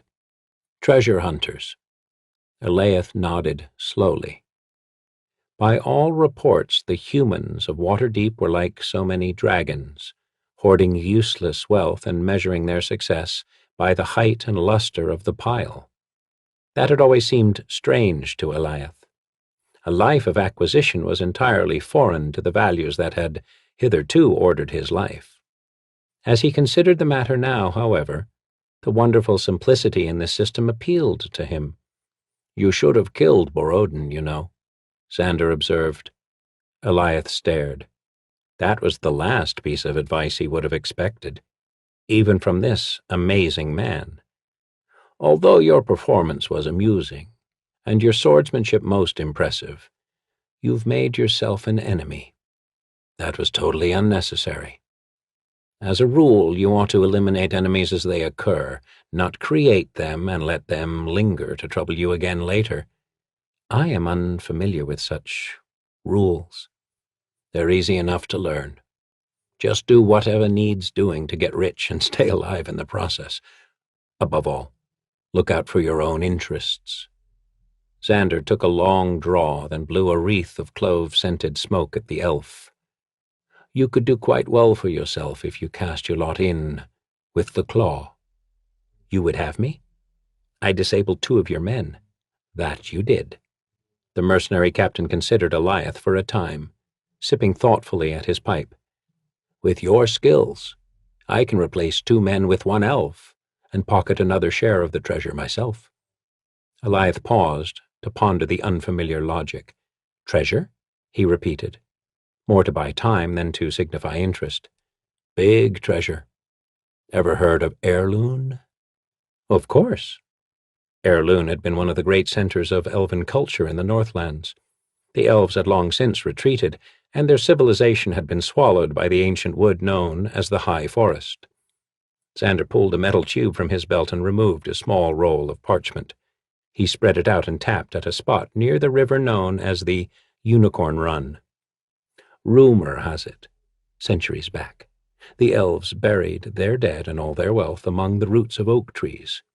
Your good friend, Borodin," Xander paused and tossed his head toward the tavern door, "found a stand of ancient oak surrounding a circle of stones. When he pulled the moss off the foot of the stones, he found these markings. We copied them here on the map, and later paid a priest of Lathander to translate them." Xander traced the runes scrawled along the bottom of the parchment. "According to this, Borodin found a burial site." "Tomb robbing?" The elf thought with a touch of horror. His dismay must have shown in his face, for Xander lifted one black eyebrow in inquiry. Elias' thoughts whirled. The life Xander offered him was as far from the peace and discipline of Evermeet as anything the elf could imagine. No traditions, no rules but expediency, no goals but power and wealth. The elf nodded slowly as the new mode of thinking began to take root in his mind. "Borodin's an even bigger fool than I took him for. Your hired priest was not much better. These are runes of protection," Eliath said, tapping the curving symbols. "The standing stones in the oak tree are guardians. The actual gravesites would be much deeper in the forest." "You could find the true site?" Xander asked. "It might be that I can," the elf said tentatively. "But if I am to join your ranks, I must know more about the life you lead." "What's to know? Just do what you're told and don't spend much time wondering why." Eliath recoiled, for the mercenaries' advice was an uncanny echo of the words Amnestria had spoken at their final meeting. The life that Eliath had lived on Evermeet felt as distant as a forgotten dream, but it seemed that some things remained the same. As Amnestria had so perceptively noted, he could do whatever was expected of him, and do it better than anyone else. Eliath leaned back in his chair and returned Xander's steady, cynical gaze. "If I am to replace 2 men, I expect to receive 2 full shares of the treasure." An approving smile split the mercenary's dark face. He gestured to the barkeep, who produced 2 new glasses of fire wine. Xander lifted his glass to the elf in a silent salute. Eliath raised his own glass and tapped it against his new employer's, in a manner he had seen among the fighters.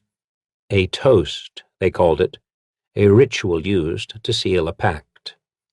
The elf drained the fire wine in one long draught. As the golden liquid seared his throat, Eliath willed it to burn away his past as well. Many years passed, and Eliath seldom thought about Evermeet or pondered how vastly his life had changed since he'd left. He could not help but do so now as he faced the two women seated in his lavish study. One was his daughter, the other should have been. Eliath studied Azariah, his blade heir and only child. The proper elf maiden sat with downcast eyes. Her golden hands were demurely folded in her lap. She had been raised on Evermeet as a ward of the royal court, and was everything Elias once had been. This was her first visit to Waterdeep, and her confrontation with her father's dark reputation had visibly shaken her. Although Azariah tried to hide it, she was also daunted by Arelyn Moonblade, the half-elven woman beside her. Arelyn waited calmly for Eliath to speak, all the while regarding him with Amnestria's gold-flecked blue eyes. He had known the half-elf for years, and had observed her with a mixture of admiration and longing. Arelyn was a fierce, stubborn woman who had made her mother's Moonblade her own. She had inherited Amnestria's beauty and spirit, and a certain wisdom that the elven princess had once tried to share with Eliath. It was this that prompted Eliath to entrust his daughter's training to her. He had endured much to restore the magic to the family's Moonblade. Azariah's heritage, her success, was more important to Eliath than his next breath. Yet, as he studied the beautiful elven maiden and reflected on all the qualities she embodied, he realized that there was not so much difference between his old life and his new. Granted, he had amassed tremendous wealth and a well-earned reputation for treachery and cruel humor.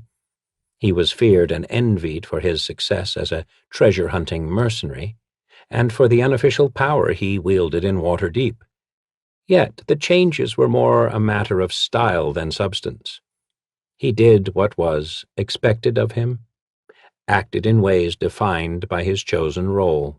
And, as Amnestria had noted that afternoon on Evermeet, he did it better than anyone. Eliath no longer wondered why his Moonblade had rejected him those many years ago. The elf handed Arelyn a tightly rolled scroll. This is a history of the Craulnober Moonblade, its wielders, its magic. This is what Azariah must know. Teach her the necessary skills.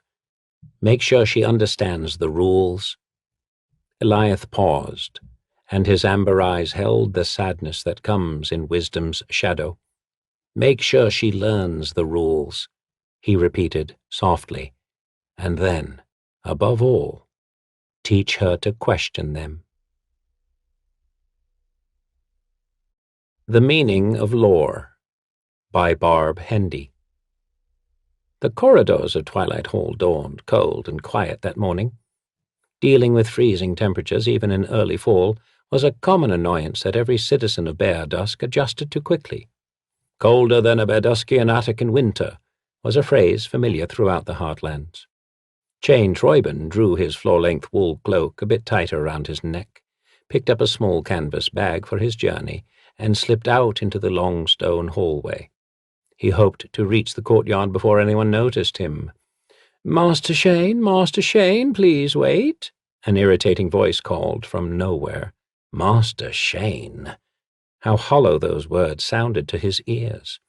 To be such a talented priest of Ogma among a score of inferior lawmasters was to be less than nothing. To be a perfect rose obscured by a vast bundle of red carnations meant oblivion. Clutching his bag, fingers twisting in a hidden expression of frustration, he turned and smiled. "Yes, Triska, you needn't shout. I am here." Running toward him, up the stone corridor, panting with lost breath, came Triska, the pudgy apprentice of Master Minstrelwish. Rolls of flesh jiggled beneath the young man's burlap robe, making him appear even more ridiculous than usual. Please, he paused and gasped for breath. The others have been waiting. You must help screen 2 new applicants for the guard. Have you forgotten? Forgotten? Chain's smile melted into a bland look of brotherly patience. He pulled his hood back, exposing a mass of burnished red-gold hair and a smooth, narrow face. He knew well that his handsome features made most of the apprentices feel inferior. Of course not, but I have been called away to Raishios for diplomatic reasons.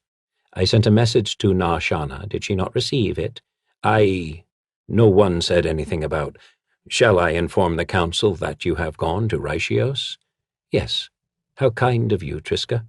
Please tell them I will be back to Twilight Hall in a few 10 days. I've booked passage on a caravan. The river is too treacherous this time of year. Pulling his hood back up, Chain left the rotund apprentice, staring in confusion after him. Once the tall priest reached the courtyard and found his saddled horse waiting, he smiled again. Raishios was situated along the trade routes between Cormer and Waterdeep, a day's ride north of Subar. The newly established boom town bustled with life and colour. Though still somewhat primitive in its architecture and inhabitants, the small city exhilarated Chain, filled as it was with smoke-scented trading shops and citizens seeking a fresh start. Until recent years, warring nobles, along with roving bands of goblins and orcs, had given rise to chaos as each fought for control of Raishios. But one powerful lord and his followers managed to crush all other factions and bring about a fear-induced peace. As the city flourished, opportunities surfaced for those with the courage to seize them.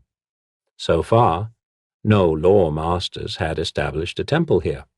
Seated in the dining hall of the victorious Lord Tilo of Raishios, Chain felt a sense of urgency tickling the tiny hairs of his forearms. While the city as a whole appealed to him, this one room expressed all the qualities he found so desirable. Rich scents of mulled wine, spiced meats, warm whole nut bread, stale sweat, leather, and exotic perfume drifted comfortably into his nostrils. Closing his eyes for a moment, he listened to the sounds of laughter, music, clanking steel from mock fights, and toasts to good health. He raised his eyelids again and focused briefly on a silver bowl brimming with a bright array of fruit. So much wealth here, and so few who knew how to use it. His mouth watered, but he did not hunger for the taste of food. Warriors, wealthy merchants, and barbarians, at least to Chain's perspective, occupied every chair. A wide array of humans, elves, dwarves, and gnomes surrounded him. It was not the mix that differed from that of the Twilight Hall. It was the feel and mood and code of dress. There were no minstrels here. No law masters, no bards, no teachers of any kind. And for once, all gazes drifted to him. Here he was no perfect rose, hidden behind a dozen other nondescript flowers. The people of Raishios were thorns in the truest sense. Here he was truly appreciated. "How is your lovely high lady, Celeria?" Lord Tilo asked politely. By the gods, Chain thought. Look at him sitting there in chainmail armor with food in his beard, trying to make pleasant conversation. She is well and sends her greeting. Everyone who knew anything of Bear Dusk was well aware that High Lady Celeria had little to do with the governing of her city. She relied on the mages, thieves, bards, and lore masters of Twilight Hall to govern it for her. "Then why have you requested an audience?" Tilo continued. "Does some other matter need my attention?" This was the crux of the matter, the heart of Chain's lie. He had not been called to Raishios for diplomatic reasons. He had written to Lord Tilo a few 10 days past, requesting an audience. This hand must be played carefully. Tilo may have possessed the manners of a Shadowdale goat, but he was no fool. "I am concerned, my lord," Chain began, "about the state of education in your vast city." "Education?" "Yes. There are no churches here, no law masters to teach the knowledge of Ogma. You don't appear to even possess a bard who might teach your people music, art, or ancient history. Does this not concern you as well?" Jane noticed a pretty dark-haired merchant's daughter hanging on his every word. Perhaps she was interested in the conversation. Perhaps she was simply overcome by his charm. He enjoyed the company of women, but only if they were completely enamored of him. Pursuing a romantic challenge held no interest whatsoever. He liked to be adored. "What are you suggesting?" Lord Tilo asked. "Suggesting? Why, nothing. The recent past of Raishios has been colored by bloodshed. Now that you have brought order and justice, should not the next logical step be education? What will become of your people without music and history?" The lines of Tilo's wide forehead narrowed. He had once been a warrior. Now he was a strong leader, and the welfare of his city took precedence over all else. "Yes, I see truth in your words. Should I bring in law masters and bards, teachers, to set up churches and schools?" Jane smiled his warmest smile, turning his face toward the candlelight to make his smooth skin glow softly. "A brilliant idea, my lord. If you would, let me look into this matter for you. Perhaps a few members of Twilight Hall would be willing to relocate for the chance to undertake so worthy a challenge." "Good." Tilo's gaze shifted to a dwarven mock fight that appeared to be growing less mock each moment. "Do that for me, Master Jane. I appreciate your counsel." Jane sipped his mulled wine as though the exchange meant nothing to him, but his heart beat fast beneath the tan cloak he wore. The lord had expressed a mild interest at best, but a mild interest was all Jane needed. A servant laid half a roasted pheasant on the lore-master's plate. Unlike those around him, he cut into it carefully, making certain the bird's juices did not soil his sleeves or spatter his neighbor. A caravan on its way to Iriaibo arrived in bare dusk late into the night, 9 days later. The bards, mages, and thieves of Twilight Hall paid no heed to the passengers on the incoming wagons, only the supplies they carried. They had no idea that one of their own traveled in the heart of the clamor. Jane kept quietly hidden between two wagons, having exchanged his tasteful cream robes for leather breeches and a heavy black tunic. He told no one of his arrival. He told no one on the caravan his true identity.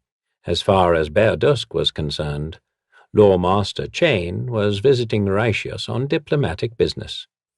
As the horses and wagons began to separate near the marketplace to park safely for the night, Jane turned his mount down a side street and headed for the city's west end, the seat of law, temple to Ogma. The very thought of the temple filled him with anticipation. Long ago, scores of ancient books had been spirited inside those sacred walls. Centuries-old texts of legends and lore waited for him like glittering jewels in a consecrated mine. The temple's overseer was a gnome called Bransulidin Miroto, a former rogue and wanderer who now guarded one of the largest collections of ancient and rare texts that Jane could ever desire. And what did Mirotor do with all his wealth? He simply locked it up like some sad old man hoarding coins under a mattress. A familiar litany tripped through Jane's thoughts. Knowledge is power. Power is wealth. Wealth is adulation and respect. That sorry gnome knows nothing of possibilities. He deserves to die. A not-so-charming smile twitched at the corners of Jane's lips. How would Tilo reward a lore master who knew more archaic history than any other priest on the continent? What would he pay to keep such a prized scholar within the walls of Raishios? Yes, in Raishios, such a lore master could have anything he desired.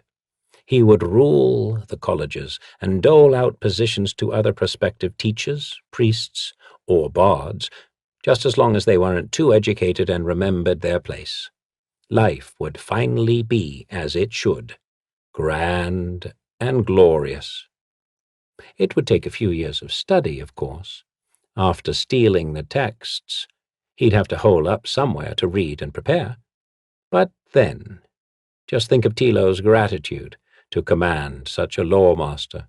So much preserved knowledge would be at Chain's fingertips. He would soon be worshipped as the right hand of Ogma. No other position could offer so perfect an existence. His mouth began to water again.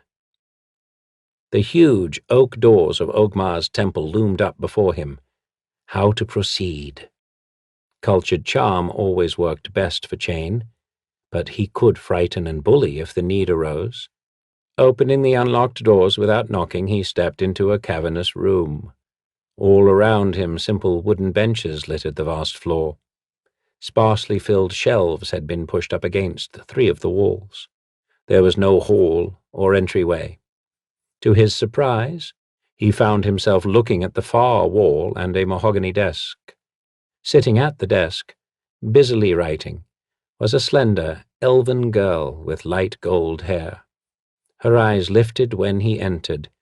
"Welcome," she said softly. Chain cursed under his breath. All the stories he'd heard portrayed Mirator living alone. He could not leave any witnesses alive to testify of his presence in the temple, so this unfortunate girl would have to die as well.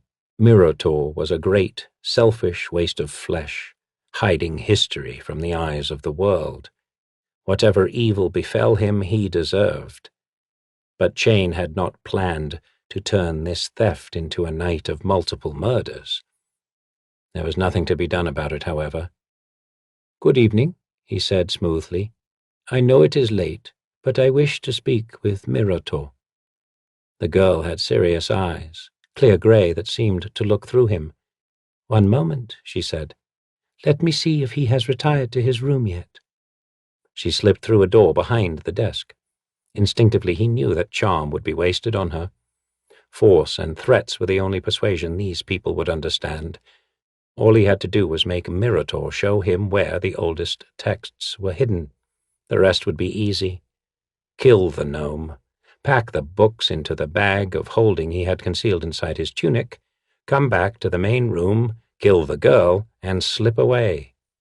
The dagger in his boot should be enough to silence them. The door opened again and the girl stepped out, followed by a white-haired gnome apparently dressed for bed. Not sure what he expected, Chain felt almost amused.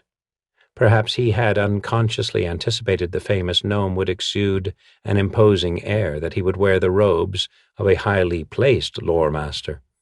Instead, Mirator wore an emerald-green nightshirt and purple silk dressing gown with a bright red nightcap whose pointed top hung down past his shoulder. "Can I help you, son?"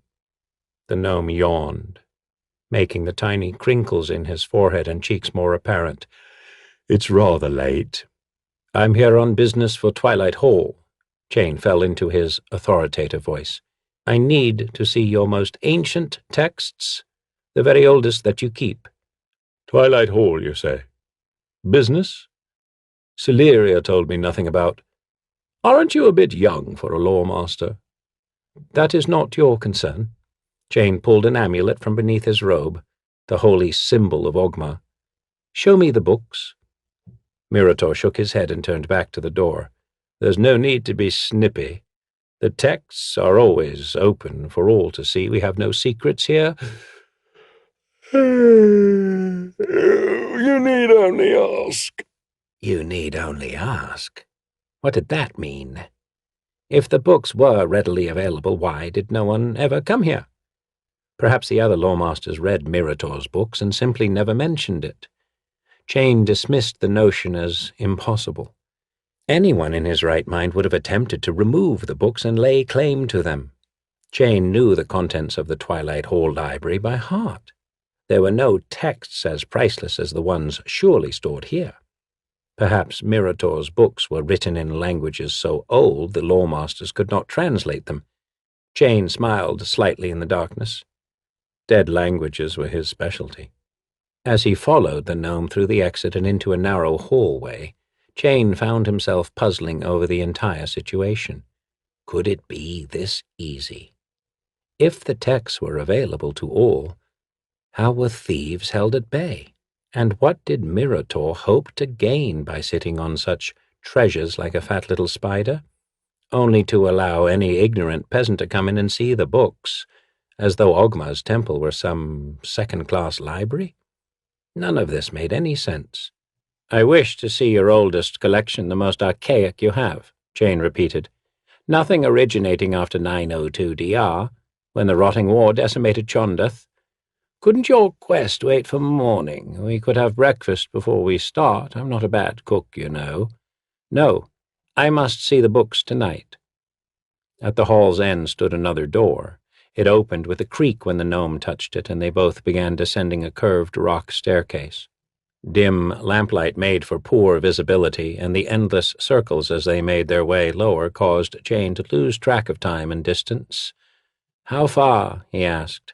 "Not far now, almost there." But the descent continued. Farther down, the lamps were replaced by thick candles flickering in iron holders on the wall. For all Jane's frustration, at least the temple itself met his expectations. Hidden corridors, rock staircases. Perhaps this was how the foolish gnome kept his texts safe. Such a downward journey into the darkness would frighten an ordinary thief to death. But theatrics meant nothing to the ambitious priest. It would take more than a few cobwebs to make him lose his bearings. He was a bit disoriented, but certainly he could find his way out again. "Here we are," Mirator said, finally. He stepped off the bottom landing into a corridor. "Just a few more paces. Most of the well-read texts are upstairs where the light is better. Almost no one asks for these anymore. Probably because they are written in dead languages only a skilled lawmaster would comprehend," Jane answered, finding it difficult to keep contempt from his tone. "And you find those dead texts the most desirable?" "Of course. They are like jewels and wine. The older, the rarer. The rarer, the more precious. I would have thought you'd figured that out years ago." "That depends on your perspective. I often find value to be somewhat subjective." "Then you are a fool," Jane thought. He followed the gnome down another stair, 6 steps, curving to the left. They passed through a cobwebbed entryway and into a dusty room. Upon stepping inside, euphoria filled Jane's breast, and he sighed aloud. "I knew it would be like this." There weren't even shelves, simply stacks and stacks of leather-bound texts resting one atop the other. Scores, possibly hundreds, filled his eyes. Tales of heroic quests and dark deeds. The roots of Faerun's history. Gazing at one stack directly in front of him, he noticed runes along the spines of several texts glowing soft blue. "Wards," he whispered. Those books were to be avoided. His ultimate goal had always been attaining a high position among the priests of Ogma through knowledge of lore alone. He knew little of magic. Spellbooks aside, plenty of other treasures surrounded him. Bindings of forest green and charcoal gray shone out in the darkness with a brighter intensity than any glowing runes, texts of long-forgotten myths and truths. He would translate and memorize them all, then teach stories that no one had heard in a dragon's age. People would stare at him in wonder. He would be revered and adored. "Are these the most ancient in your temple?" he asked, reaching down as if to scratch his leg. His fingers brushed the knife's handle. No one answered. "Mirator?" He turned, but found himself alone. Where had the gnome gone? Perhaps he assumed Jane wanted time alone to read. It did not matter. He could find his victims upstairs without much trouble and silence them later. He touched the spine of a faded brown cover and chills ran up his arm. Worn symbols rather than actual words had been etched deeply into the leather by some craftsman of a bygone era. Perfection. He picked it up and turned to the first page. Inside, he discovered yellowed pages much better preserved than the cover. The symbols were a form of hieroglyphics once used in the old empires of the south, Mulhorand and Untha. He recognized the mark for barbarians, and his excitement grew. Could this be an account of ancient wars? He envisioned himself standing before a crowd in Lord Tilo's dining hall, candlelight reflecting off his red-gold hair, recounting tales 1,000 years past. Pulling the enchanted bag from inside his tunic, he placed the book carefully inside and began paging through another. Anything he could read too easily was discarded as too accessible. He wanted only the elusive, only the ones no other lore master might already possess. After exhausting the possibilities in this room, he planned to move on to the next. There was no telling how many treasures lay hidden in the temple, and his bag allowed him to take as much from Mirator as he pleased. Although he'd never studied magic in detail, Jane found some of its creations quite useful. Thinking again about the elven girl, upstairs he was struck by a pang of something akin to guilt. "Ogmar may be annoyed at first," he whispered, "but he'll cave in when he sees what a perfect rose I really am." After he'd pillaged the first pile of its priceless tomes, Jane tried to move to a new stack. The bag's weight jolted him to a stop. The books were heavy, quite heavy. How could this be? After he had placed only 14 in the bag, it was nearly full and difficult to carry. The enchantment should have allowed him to fill it forever. But peering inside, he saw that his magic bag was working as if it were nothing more than an ordinary sack. Mirator might be more clever than anticipated, Jane mused. Perhaps he had placed wards against magic on the library. Even for a strong man like Jane, 14 of the oversized books made a formidable burden. Would he have to settle for this paltry haul? He stared down in frustration. 14 texts of the most ancient lore on the continent was still enough to fulfill his dreams. Or perhaps he could make a second trip after killing the gnome and the girl. The vault had not been hard to find. Yes, that was the answer. Make a second trip, possibly a third. After all, he did have a horse waiting outside. Rising, he turned to leave. Then he saw that all 4 walls of the room contained exits. Strange, he hadn't noticed them before. From which one had he entered? The many stacks of books made direction difficult to remember. "Mirator, I am ready to leave now," he called. Nothing. Had he come into this room from the entrance to his left? Yes, that must be it, the door to his left. Gathering his bag over one shoulder, he walked out into a familiar hallway. Or was it familiar? Fat, flickering candles in rusted holders still cast their dim light against the walls, but this could be any hall in the temple. These dirty grey stone walls probably stretched out through the entire underground. Jane's dilemma fled his mind as something painfully cold touched his arm. He jumped a pace down the corridor. "Who's there?" The hall lay empty. But then Jane felt invisible icy fingers again trying to grip his shoulder. Burning cold drained his strength, and he scrambled backward, jerking the books along the ground. Jane had always thought himself above such base emotions as fear, but for the first time in his memory, he was afraid.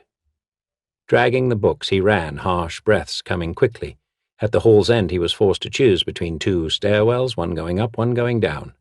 Perhaps I've outrun the thing, he thought, but when he glanced behind him, a horrified gasp escaped his lips. Grayish-white shapes were slowly forming, taking shape. To his despair, 2 separate faces and bodies materialized into the hazy outlines of human form. They had teeth. Their hollow eyes were hungry. "Wraiths! Mirator!" Jane called. "Come guide me out. I am ready to leave." A high-pitched keening from one of the wraiths answered him. The other hissed in hatred and floated forward at an impossible speed. Jane bolted up the right stairwell. He was usually a swift runner, but the weight of the books slowed him. He had no silver, no spells, nothing to fight the undead. "Mirator, you little wretch," Jane hissed. "Simply cutting your throat will be too kind." A cold jerk on Jane's collar made him lose his footing. The wraith was right behind him, fighting for a hold on his tunic. He knew if the creature got a solid grip on his flesh, its very touch could kill him. He swung out desperately with the books. Perhaps the thing was corporeal enough to be swatted away.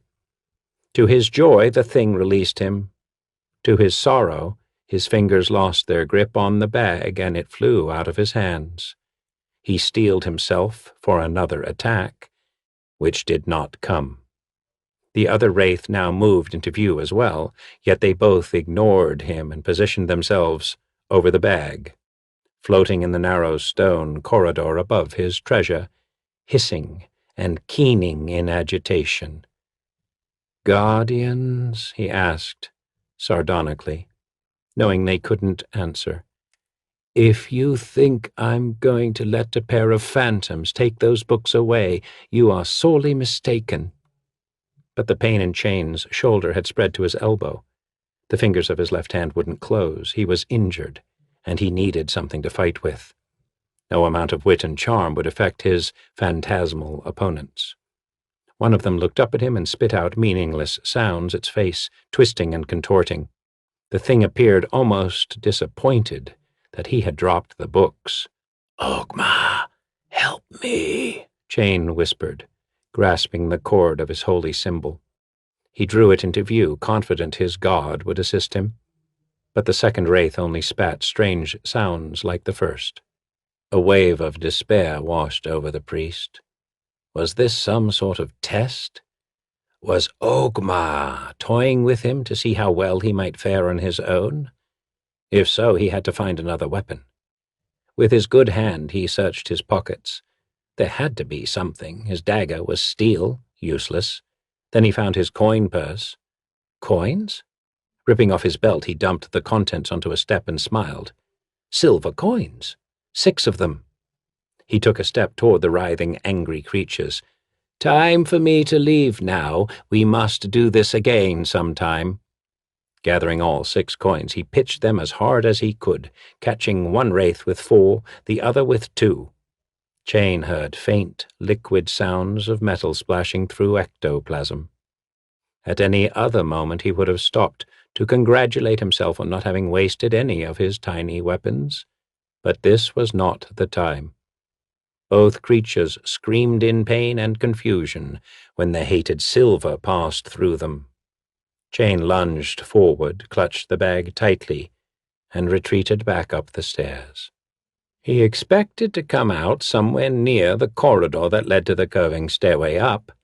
Instead, he found himself in another, small, square room filled with dusty, stacked books. 4 exits marked the walls. "Am I back where I started?" he thought. At the same instant, a hateful keening filled his ears. A labyrinth! That wretched gnome! Back! The way out has to be back the way I came. No, that was impossible. The wraiths were coming from behind. All lore-masters were taught survival skills in regard to mazes and labyrinths. Chain let his mind seek out those half-forgotten lessons. Left. Always turn left, never panic, or you will be lost. He leapt into action, running always upward and to the left. He concentrated on what Mirator's throat would feel like as his windpipe cracked. The keening grew closer. Then it stopped. So did Chain. "Where are they?" he groaned inwardly. "Have they given up? No, that would be too easy. More likely they're trying to trick me into slowing down." Chain broke into a jog. Each time he fell out of a flight of stairs into a room or a corridor, he turned left and scrambled up the next staircase. The maze had to empty out somewhere above ground sooner or later. Hope soothed his trembling heart when he realized how sensible he was. Nothing could stop him now. Then the rage-filled keening began again, only this time it came from ahead of him. How could they have gotten in front of me? Fear and uncertainty crawled back into his spine. This could not be the end of so perfect a priest, to die like a rat in some mad gnome's maze. Standing dead center in a narrow corridor, Chain looked at the upward-bound stairwell about 10 paces ahead. There were no doorways in the hall behind him except for the one to the stairway at the end. He was loath to turn back. Moving up and left seemed to be the only viable plan. Wailing, the first wraith boiled out of the entryway and came straight toward him. In the dim torchlight glowing off the wall, he could make out its hideous expression of both insane hunger and fierce protection. He knew it could smell his warm blood and longed to drain him of life. With no other choice, he threw the bag forward. It landed a few paces from the bottom step. "Here, take it," he said in angry, bitter defeat. "Take your master's precious books, but you won't have me." The creature stopped over the books and glared at the lore master as though, for an instant, the sacrifice did not matter. But the undead did not leave its post. It continued hissing and spitting over Chain's discarded treasure. The pain in his left arm had now spread into his shoulder. Going back down lower into the labyrinth would probably mean death. He panted to catch his breath. "Get out of the way," he said. Pulling his silver holy symbol over his head, Chain felt a stab of regret. Ogma would understand. The situation had grown desperate. Drawing his hand back as if to throw, he repeated, "Get out of my way!" The wraith raged and keened, but as Chain hurled the symbol, the thing dodged to avoid the blessed metal, leaving just enough room for Chain to slip past into the stone stairwell. He hoped the other one had called off the chase and disappeared. But the guardians were no longer his main concern. His left arm was paralyzed, and thirst made breathing painful. His lips were beginning to dry out from the lengthy chase. What a fool, what an absolute fool he had been, thinking he could waltz into a temple of Ogma, murder its overseer, take its treasures, and then just stroll back out again. He brought no real weapons, no water, no food. King of lawmasters, indeed. If he didn't find an exit soon, he would be king of skeletons. The stairs and corridors stretched on endlessly. Chain shivered and sweated at the same time. After a while it seemed he traveled in circles, and the rooms began to look the same, or perhaps they didn't. Perhaps he only imagined they did. How far had he traveled? It seemed like miles. But he couldn't be sure if it was merely a floor or two. Icy discomfort in his shoulder was turning into agony.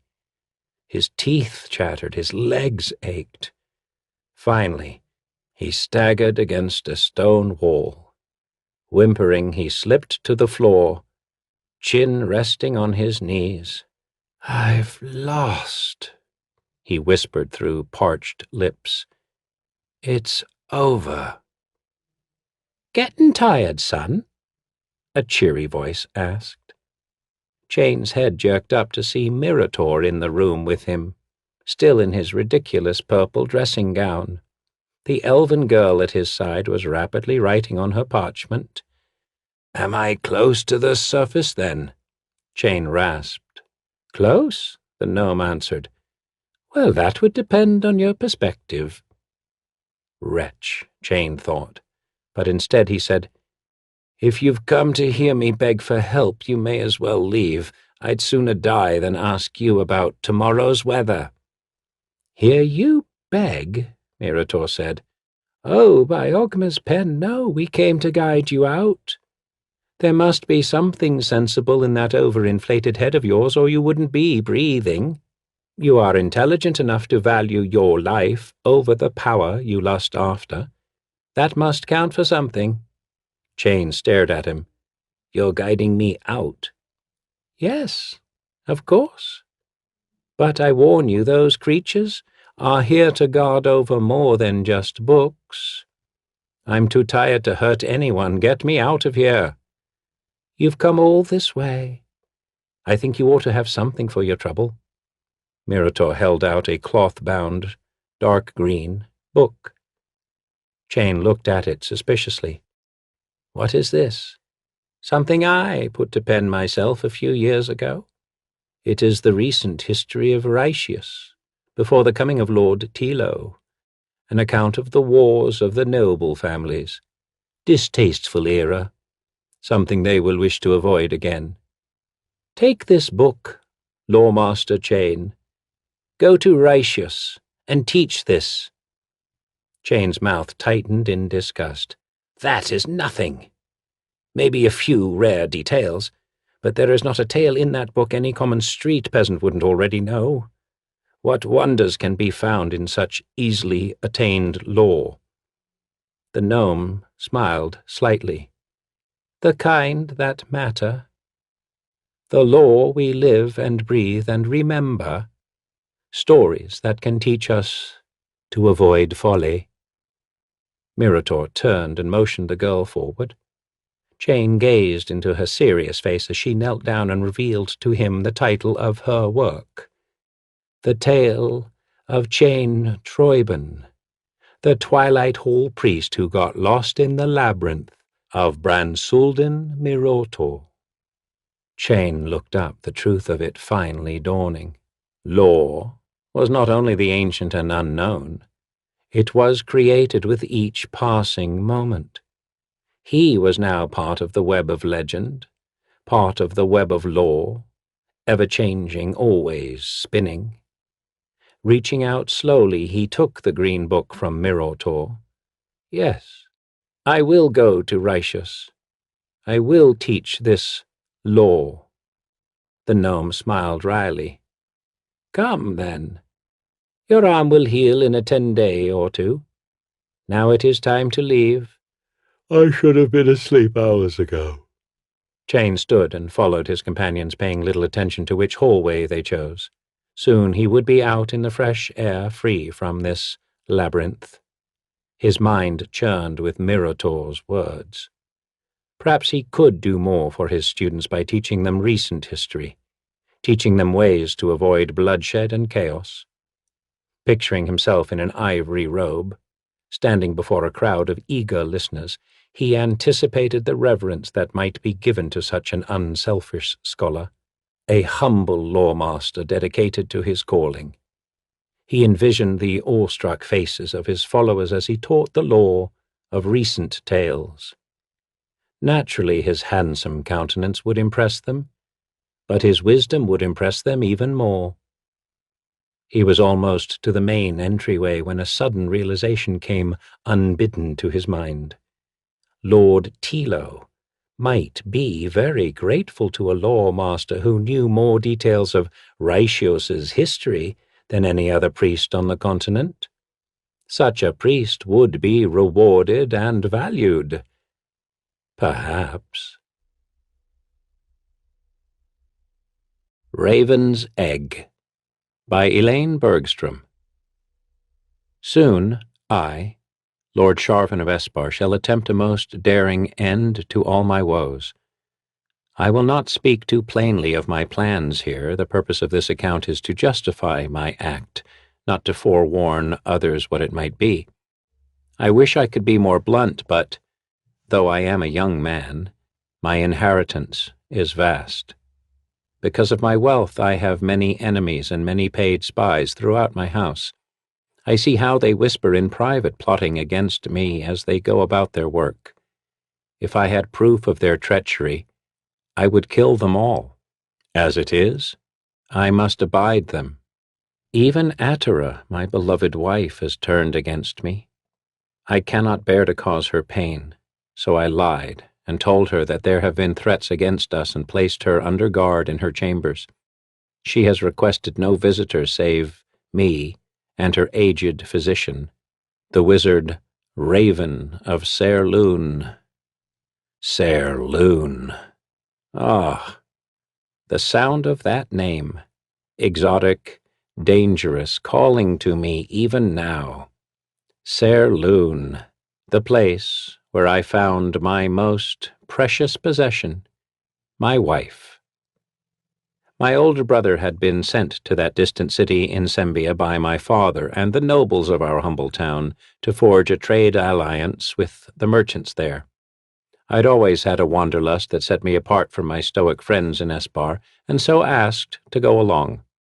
I had expected father to refuse. He agreed readily. I rejoiced, but during the long journey east I began to understand his indulgence toward me all too well. Gwendith, my brother, was to inherit the family estate. I could manage one of our smaller holdings, but would always be dependent on his charity unless I made a fortune of my own. If I did not, I was expendable. As we rode into the city, I saw its wealth and its poverty. Pickpockets stole almost openly from rich merchants in the crowded streets, ignoring the example of less skillful thieves, whose rotting bodies hung from the city walls to feed the crows. Nobles sported knives and swords with jeweled hilts, and even the grimiest street urchin carried a simple blade. Indeed, our first stop was to purchase daggers and swords. It galled me that Gwend had to make the purchase for me. I said as much as we sat in the back of a dark, smoky tavern, washing down spicy sausages with the golden local ale. "No matter. I'll make my fortune soon enough in a city such as this," I commented. "Soon enough," Gwend echoed and chuckled, a sound I knew too well. "What is it?" I asked. "What have you been plotting?" "Not me, brother. Father has. He wants you to take a wife here in Sarloon." "A wife?" I stared at the tavern wenches, as drunk and foul-mouthed as the patrons. Where will I find a wife in a place such as this? "Father's already found her," Gwend said, then covered his ears in anticipation of my angry explosion. Shock stole all thoughts, all words I might have said. "Father says that her dowry is huge," Gwend added. "The greater the dowry, the uglier the bride," I reminded him, and we laughed together. "You'll get to judge her soon enough," Gwend said. "You're meeting her tonight." "And if I despise her?" "Her father hasn't announced the match. More for her sake than yours. She may despise you just as easily as you might her, you know." I doubted that, but nonetheless I was thankful when Gwend bought us each a bath. We changed into our best clothes and went to meet my arranged bride.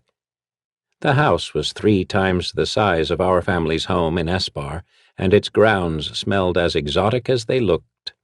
The iron fence around the house and gardens was delicately wrought with sharp points at the top, as much for beauty as to keep out intruders. The ironwork pattern repeated in the railings of the balconies and in the tall, thin spires of the house. A castle fit for fairies, I thought. Its interior did nothing to dispel that whimsical idea. The high, arched doorway opened into a sun-drenched courtyard where pots of tall, lacy ferns shaded cages of songbirds and a bubbling fountain. A servant dressed in white and with a tall turban on his head separated Gwend and me. Gwend would go speak to the father. I would remain in the courtyard. "My mistress will be here soon," the servant said as he left me.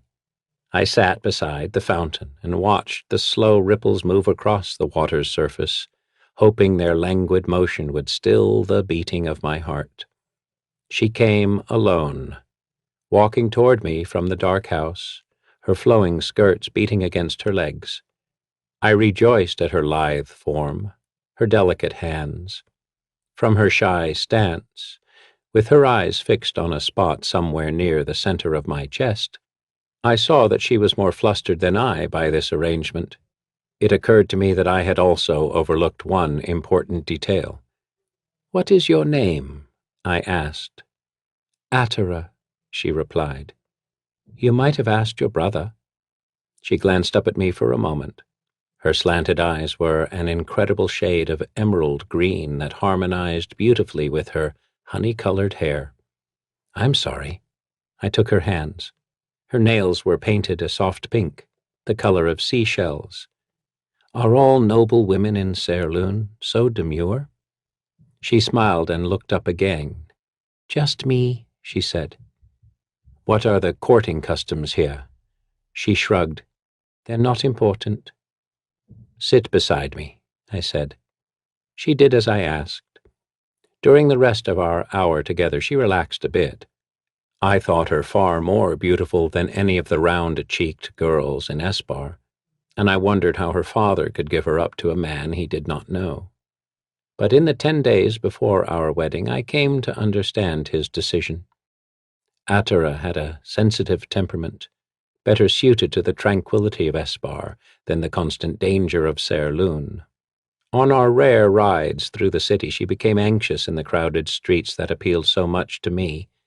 She also gave all her coins to the crafty urchins who, dodging my discreet kicks, managed to attract her attention. Before we wed, I promised her that we would settle in my father's country. I did not say precisely when. For though I loved her city more. Serloon was a cesspit of avarice and greed, but there were fortunes to be made there. Soon I had established contacts among the thieves and assassins of the city. My family's caravans moved untouched, and my own enterprises prospered from the information and protection I bought. I increased my wife's dowry 5-fold within a year. The earnings had their price. I acquired a dueling scar on one cheek that gave my face a sinister look. My sword arm was slashed and broken in a brawl. It healed badly, and I lost much of its strength. Finally, I was set upon by thugs who left me for dead. The men who found me unconscious behind a stable knew me well, but after the beating they could recognize me only by the half-moon ring on my finger. Before they returned me to my wife, they had the wisdom to demand a reward. Because of this, days passed before I was brought home. By then the wounds on my face had begun to fester, and a fever had taken hold of me. I could see little but the tears on Atera's face as she held my hand. I also saw a gray-haired, dark-eyed man who laid compresses on the worst of my wounds and muttered some words in a strange tongue. The pain increased, bringing me relief of unconsciousness. When I woke some days later, Atera sat at my side. As soon as she saw me looking up at her, she embraced me. "Raven tended you," she said when I asked about the man. "Raven? The wizard?" I replied incredulously. "He calls himself a necromancer, but is skilled in healing arts above all others. He's been my friend for as long as I can remember. Now he's proven himself my friend again." She held a mirror in front of my face. My wounds were nearly healed. I doubted they would scar. I sent for Raven and thanked him sincerely. "How could I not help you?" he replied. "I am oath-bound to do the bidding of Atera and her family. Even without an oath, I could do nothing to cause that child harm." He smeared a sweet-smelling ointment on my wounds and promised to return later to see how I was. After that, we talked often. I found him to be powerful and willing to teach his skill. I'd always had a fascination for magic and the might it imparted, so I went to my father-in-law and asked to have Raven put in my employ. "I intend to send him to Espar with you when you go," he responded. "He's been Atera's physician and friend for so long that I wouldn't want her to leave my house without him." I smiled. Though I still held out the promise of Espar to him as to Atera, I had no intention of keeping it. Power, wealth, and now vengeance were foremost on my mind. My spies soon learned the names of the men who had attacked me. My assassins were quick and deadly. As for the jealous merchants who had paid to have me assaulted, Raven devised a fitting poison, one that caused oozing sores that healed slowly, leaving deep and painful blood-red pockmarks. They died by their own hands soon after. Ah, the intrigues of Serloon. Such a magnificent city, so magnificently suited to my tastes. But some months later, fate determined that I would have to go home. My father died. My brother soon followed. With Raven and hired guards to protect my fortune, I reluctantly brought my bride to Espar. I found the land much changed. True, the fields were as green as always, the forests as dark and thick, but beneath the plodding rhythm of Espar's sleepy life, I sensed evil, hiding just out of sight. an evil as deadly as any in Sealun. The local nobles were curious about my life in Sembia and anxious to meet Atera. In the first days after we came home, we were invited to a homecoming feast held by my neighbor, Lord Romuald. Romuald had been an old friend of my father's. I had grown up with his children and spent many happy hours roaming his lands. Nonetheless, I felt an instinctive wariness. There were plotters everywhere, I reminded myself. With a beautiful wife and vast wealth, I was a prime target. As I entered Romuald's house, I heard the whispers of the other guests. I thought at first that they were commenting on the beauty of my bride. Later I realized that they whispered about me. I had been scarred and my arm maimed, but I sensed that their muttering meant more than that. I stood aside from the others, saying little while I watched protectively over Atera. She moved among them like a kitten full of trust and happiness. In the month that followed, I kept up my guard at the local festivals and remained tight-lipped about my business. As I expected, once everyone realized they would learn nothing of value from me, Atera and I were silently ostracized. Only Lord Romuald and his wife Lordrel invited us back to their estate. At our second meeting, I bluntly asked Romuald why he felt such concern for me. "Concern?" Romuald laughed. "I recall your childhood well, Sharvan. You were always one of my favorites. I am pleased to count you as a friend." "Good," I responded. "Atera has been so lonely here." "May I speak bluntly?" Romuald asked. I nodded. "You changed much in Sealun. I'm not speaking of your wounds, either, for a man's face means nothing. Your bride is lovely, and everyone speaks well of her. But if you wish to gain acceptance, you must be less suspicious of your neighbors. You've been gone some time. People are wondering what you are hiding to make you so nervous." "I hide nothing," I retorted. "You gave me leave to speak," he reminded me gently. "This is a peaceful land, Sharvan. These are simple people. Remember that." He wanted me to think so. Indeed, for a time I tried to take his advice. I understood his motives soon enough. We exchanged breeding cattle to strengthen our herds. His appeared healthy, but as soon as they mixed with mine, my herd fell ill with a strange disease. Mine died. His were less ill and recovered. I sent an angry note to Lord Romuald. He came immediately and rode my fields with me. I kept up with difficulty, using my good arm to guide my horse. Eventually he pointed out clumps of spear grass on the edges of the fence lines. "Have your field hands move your herds more often, so they stay clear of that weed," he said. "It slowly poisons an animal if too much is eaten." "Your cattle didn't die," I reminded him. "Speargrass is a mild poison. My ranges are clear of it, so the poison wouldn't have built up in them. Still, I can't be certain the grass was the cause, so I'm willing to bear some of the loss. Come pick another dozen cows from my herd." "And have the fever kill the rest?" I railed inwardly. To him I stiffly replied, "I'd rather settle in coin." "You'd be wiser to rebuild your stock," he began, then, seeing the resolution in my expression, became resigned. "Perhaps you weren't meant for the country life," he said wearily, and agreed to all my terms.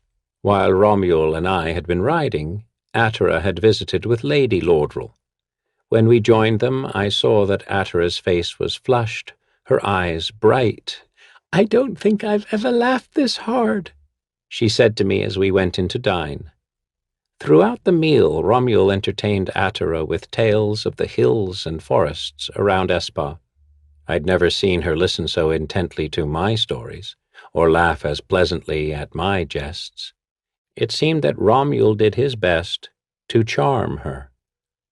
I mentioned this to Raven the following night. "Old men long for youth," he said. However, I have never heard Atera speak of Lord Romuald as anything more than a friend, or of you as anything less than a well-loved husband. What Romuald feels may be equally important." Raven did not reply. He was right to be silent. This was a matter between me and my wife. I confronted her in the morning. She appeared genuinely distressed by my suspicions. "Lord Romuald and his wife are the only people we ever see," she retorted. "They've been kind to me. I think highly of him, but nothing more." "Are you certain that's the only way you think of him?" Atera did something quite unexpected. She slapped me and stormed from the room. I heard her call for a servant. Some time later, I saw her ride off alone, galloping north, through the fields on the bay mare she had brought from Saarloon. North, the direction to Lord Romuald's lands. The money from Lord Romuald arrived just after high sun, along with a note inviting Atera and me for yet another visit. Seething at the gall of a man who would seduce my wife under my very nose, I returned to my library and laid the note on the table. Atera did not return until evening. She did not explain or apologize for her absence. That night, when I went to her chamber door, I found it locked. "If that's the way you wish it, stay in there," I bellowed through the door. I ordered the servants to bar it so she could not leave. After overseeing the work, I went to my library. There I fell asleep trying to make sense out of some old and incomplete instructions for turning copper into gold. A strange rustling woke me, as if the pages of the books on the shelves around me had somehow come alive. Even the closed book on which my head rested vibrated at my touch. Fearful of what I might find, I opened it. Bookworms. A dozen of them feasted on the pages of the text, their tiny bodies the same parchment shade as their meal. I shook them to the floor. Their color hastily changed to that of the flagstones, and they scattered as I stomped on them. When I'd killed as many as I could find, I moved to the shelves where hundreds were devouring my other texts. I shook them free of each text, stomping them as soon as they hit the floor. Soon the flags were slimy with crushed bodies. Yet the hungry horde continued its destruction. Words gone, knowledge gone, the power of that knowledge gone. Mere wealth could not repair my loss. "Raven!" I screamed. "Raven, come here!" As I turned back to the shelf nearest the wall, I glanced out the window and saw smoke rising from the stables, servants rushing to beat out the blaze. They were too late. When the doors opened, the fire flared. I heard the whinnies of the horses, the pounding of their hooves against their paddock doors, the cries of the stable hands. If I hadn't problems enough in the library, I would have gone to help. As Raven and I labored to save the books, I saw Lord Romuald's note lying on the floor. When I picked it up, it crumbled in my hand. "Could he have sent bookworm eggs?" I asked Raven. The wizard nodded. Hours later, after we had salvaged what we could, I went outside to see the ruins of my stables. Only 3 mounts had managed to escape the fire. Atera's bay mare was one of them. "Quite a coincidence, don't you think?" I asked Raven as we examined the burns on the horse's left flank. I spoke coldly, finally convinced that all my suspicions were true. "The mare was lucky," Raven responded. "I'm glad for Atera's sake. But suppose it wasn't luck. Suppose Atera is a part of this plot and would not let her mount be harmed," I insisted. He paused before speaking, weighing his words carefully. "Atera loves you. Yet there are ways in which she could be made unfaithful against her will," he said. Ensorcelled. Yes, that must be it. She certainly hasn't been herself since we returned to Espar. I felt suddenly glad I had guards at her door. "Raven, what can I do to end these plots?" I thought of the pockmarked merchants and felt a thrill of excitement I hadn't experienced since Serloon. His words disappointed me. "I am not certain." "Let me consider it," he said. "In the meantime, write Lord Romuald, and tell him you accept his invitation." Of course. I must go see firsthand if he is gloating over my loss. I penned a cordial reply, then took it to Atera. As she read my words, I told her that jealousy had turned me into an idiot. "I could never really doubt you," I said. "Forgive me." Tears came to her beautiful eyes. She embraced me. Our reconciliation was long and satisfying. The visit to Lord Romuald accomplished everything I'd hoped for. He and his wife had arranged a magnificent meal, even hired some local musicians to play through the dinner. I tried to appear relaxed as I waited for some clue as to why the nobleman had become my enemy. I discovered the cause after the meal when he took me aside to speak to me privately. "Before your brother died, we had discussed the sale of your north fields that border my own grazing area. Since your livestock is so decimated and you have no interest in rebuilding the herd, I thought you might want to sell it to me," he explained. Decimated livestock, yes, he'd seen to that. "My father always said land is more precious than gold," I noted evenly. He looked at me oddly. "So it is, but land is a tool, like any other. It has to be used to be of any real value." "I'll keep it," I responded, my tone convincing him I would not reconsider. "Now, if you don't mind, I think Atera and I should leave." "I meant no offense, Sharvan. I'm sorry if you misunderstood me." "No offense was taken. It's just such a long ride back," I responded as pleasantly as I was able. I hid my anger from Atera as well as I had from Lord Romuald, venting it only when I was safely in Raven's chambers. "It's my land Romuald wants," I told him. Raven's long black robe brushed the floor as he paced. I'd never seen him so animated. "That's hardly a surprise. Now we must determine what to do about his schemes." We read well into the night. Eventually I suggested a plan so audacious that no one in Esbar would ever suspect my hand in it. I went to Atera and instructed her to send word to all our neighbors that we were holding a feast and wanted everyone to attend. "Sharvan, thank you," she exclaimed and kissed me. Atera penned invitations all evening and sent the servants out with them in the morning. Most of the estates sent immediate acceptances. While Atera worked with the seamstresses, the cooks, and the house servants, Raven and I read through our remaining books, preparing everything I needed for my revenge. Now we are prepared and the party is at hand. I have written what I can. Later, after I have dealt with my foes and my woes are over, I will finish this account. It is difficult now to write, though the memories of my carefully orchestrated vengeance still burn clearly in my mind, and though it will take some time for me to capture all the events on paper, I will do so. The pigs and fowl for our feast were turning slowly on their spits when I knocked on Raven's door. Inside his room with its scrolls and ancient tomes, its vials of herbs and exotic incense, I claimed the magic he had prepared. I pocketed the love potion for Atera, then held out my hand for the other, darker magic we had discussed. He gave me a tiny blood-red egg, so light it seemed hollow. I looked doubtfully at it. "Are you certain?" "Swallow it whole, as I instructed," he said. "The shell will dissolve inside of you, and the creature will merge with your body." Now that I was actually going to eat the thing, I found myself more concerned about its nature. "What precisely is it?"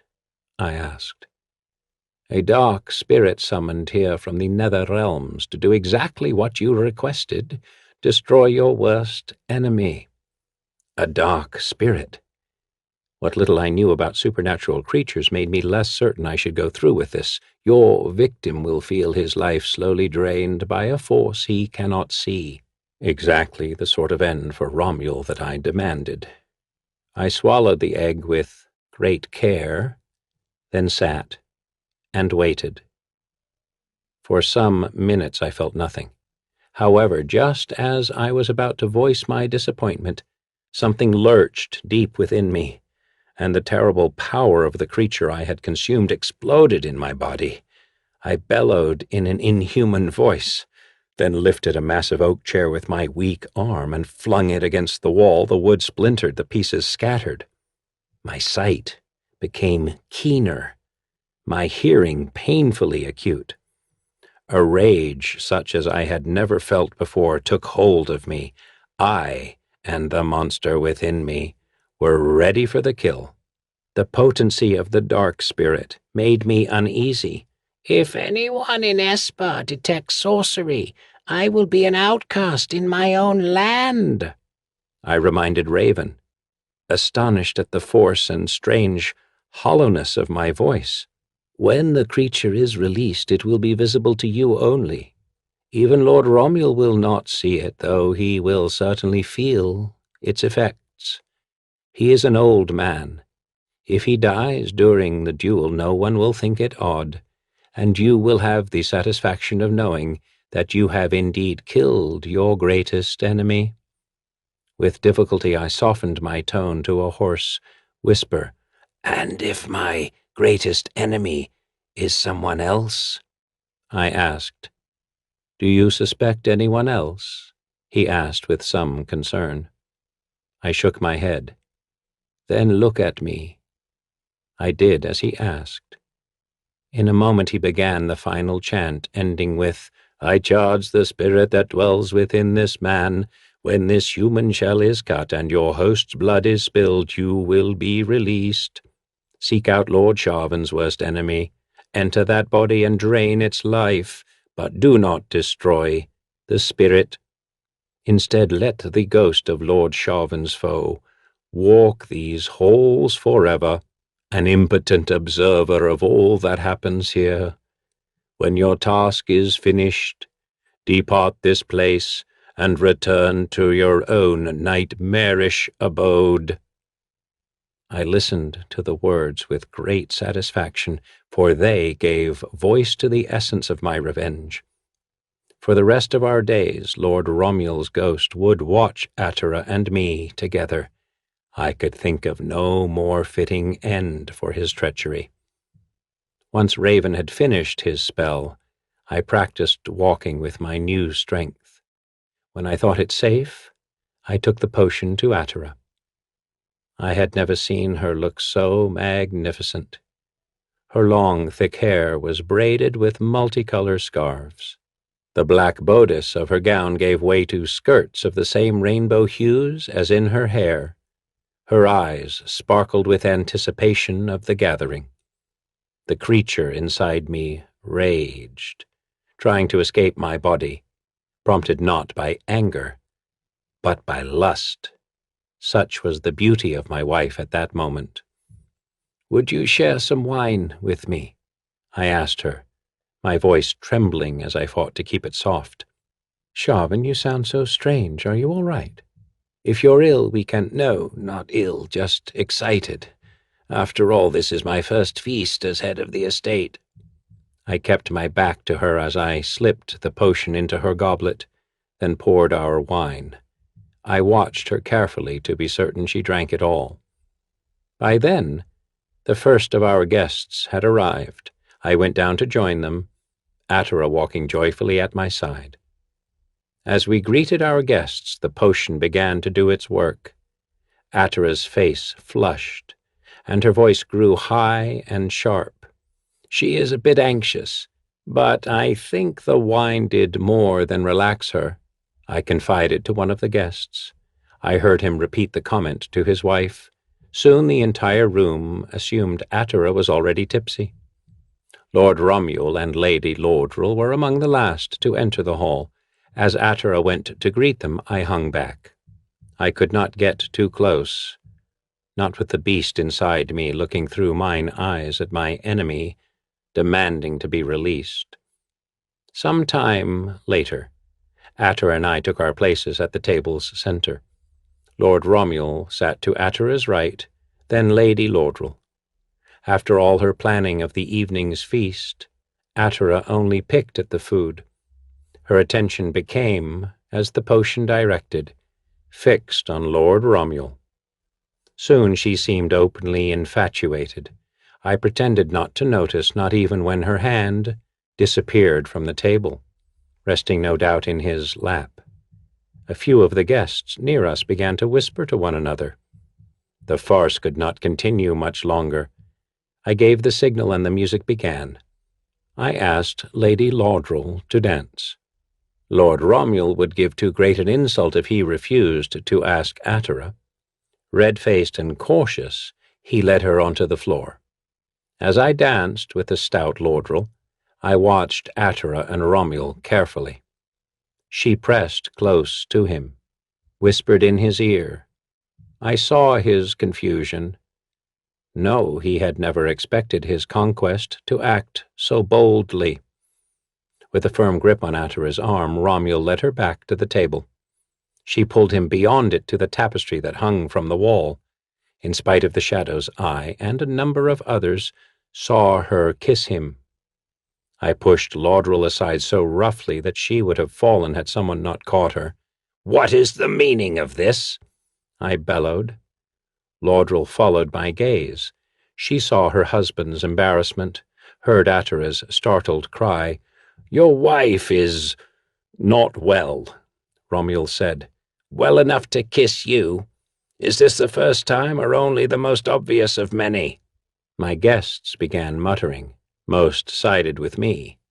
Others, seeing Romuald's confusion, were not so certain of his guilt. Lordrel began to cry. "She is gone from the house far too often, and when she rides, she always heads north," I went on. "To visit me," Lordrel mumbled. Atera, fighting the effects of the potion, nodded. No one paid any attention to either woman. Fine people that they were, my guests were eager for blood to spill. "I demand satisfaction," I said. "I will defend the honor of my wife." I saw his resignation, yet still he attempted to placate me. "Your wife is ill, I tell you, and your sword arm is weak. Isn't there some other way to settle this? Honor will make me strong." I heard the murmur of my neighbors. Most were pleased at my response. Romuald sighed. "Very well, but you must loan me a blade. I brought none." I surveyed the crowd. There must be no hint of treachery in our duel. "Does someone have a blade for Lord Romuald?" 5 were offered. As I expected in one his age, he picked a light, thin sword more geared for fencing than battle. One of the other men offered me a similar weapon. I took it. There would be no accusations of poison when this was done. We squared off in the center of the hall where only moments ago we had been dancing. As metal met metal, I felt the strength of Raven's minion. I could win the battle at any time. Instead, I fought down the urge to attack and moved stiffly, as if the very act of holding the sword pained me. In his youth, Lord Romuald had acquired a deadly reputation with a blade. He had not lost the skill. Were it not for my terrible inner speed and strength, he would have bested me easily. However, he continued to maintain the ruse of reluctant victim, parrying my more deadly thrusts, letting the others reach him. No doubt he hoped I would shed the first blood and, honor satisfied, call off the duel. When I nicked his shoulder, I saw real fear in his eyes. His face was florid and sweat formed on his brow. Exertion could kill the old as easily as a knife. I counted on that excuse. I smiled. "Yes, you fool. Yes, you perverter of my wife, coveter of my lands. Yes, old man, as soon as my skin is cut, you will die." I forced him back to the dining table, then, in a move no one could have expected, I deliberately fell against him. My arm sliced open on the edge of his blade. The shell was cracked. The creature inside me departed with the first drop of my blood, taking all its strength with it. "Have you had enough?" I heard Lord Romuald whisper as I lay at his feet, too exhausted to move, barely able to breathe. I looked up. I wanted to whisper that it would never be over, but words failed me as I saw the thing I had unleashed. Black and formless as the clouds of a deadly storm, its only clear features were its huge red eyes, which smoldered with a predatory light. The creature examined Lord Romuald, standing with his sword lowered, looking less like an enemy than a concerned father who had unwittingly wounded his son during training. It looked at Atera, trembling as she stood at the head of the table, frightened of me, of Romuald, of the strange impulses within her brought on by the potion. I looked at Raven. I think perhaps Raven lied to me. I think he saw the spirit. Its summoning was his doing, after all. And finally, it turned to me. Its expression became one of interest, of need. Raven had said it killed with its touch and the power of its gaze. I tried to look away and found I could not. I tried to move, but was paralyzed. "I'm not responsible!" I screamed. Though I knew I damned myself, I had to say the words. "You were charged to protect me. Now kill my enemy." It obeyed. The blackness of its form rolled over me. A deadly weight pushed down on me. My heart fluttered. My body became cold. "Shavan!" Atera shrieked.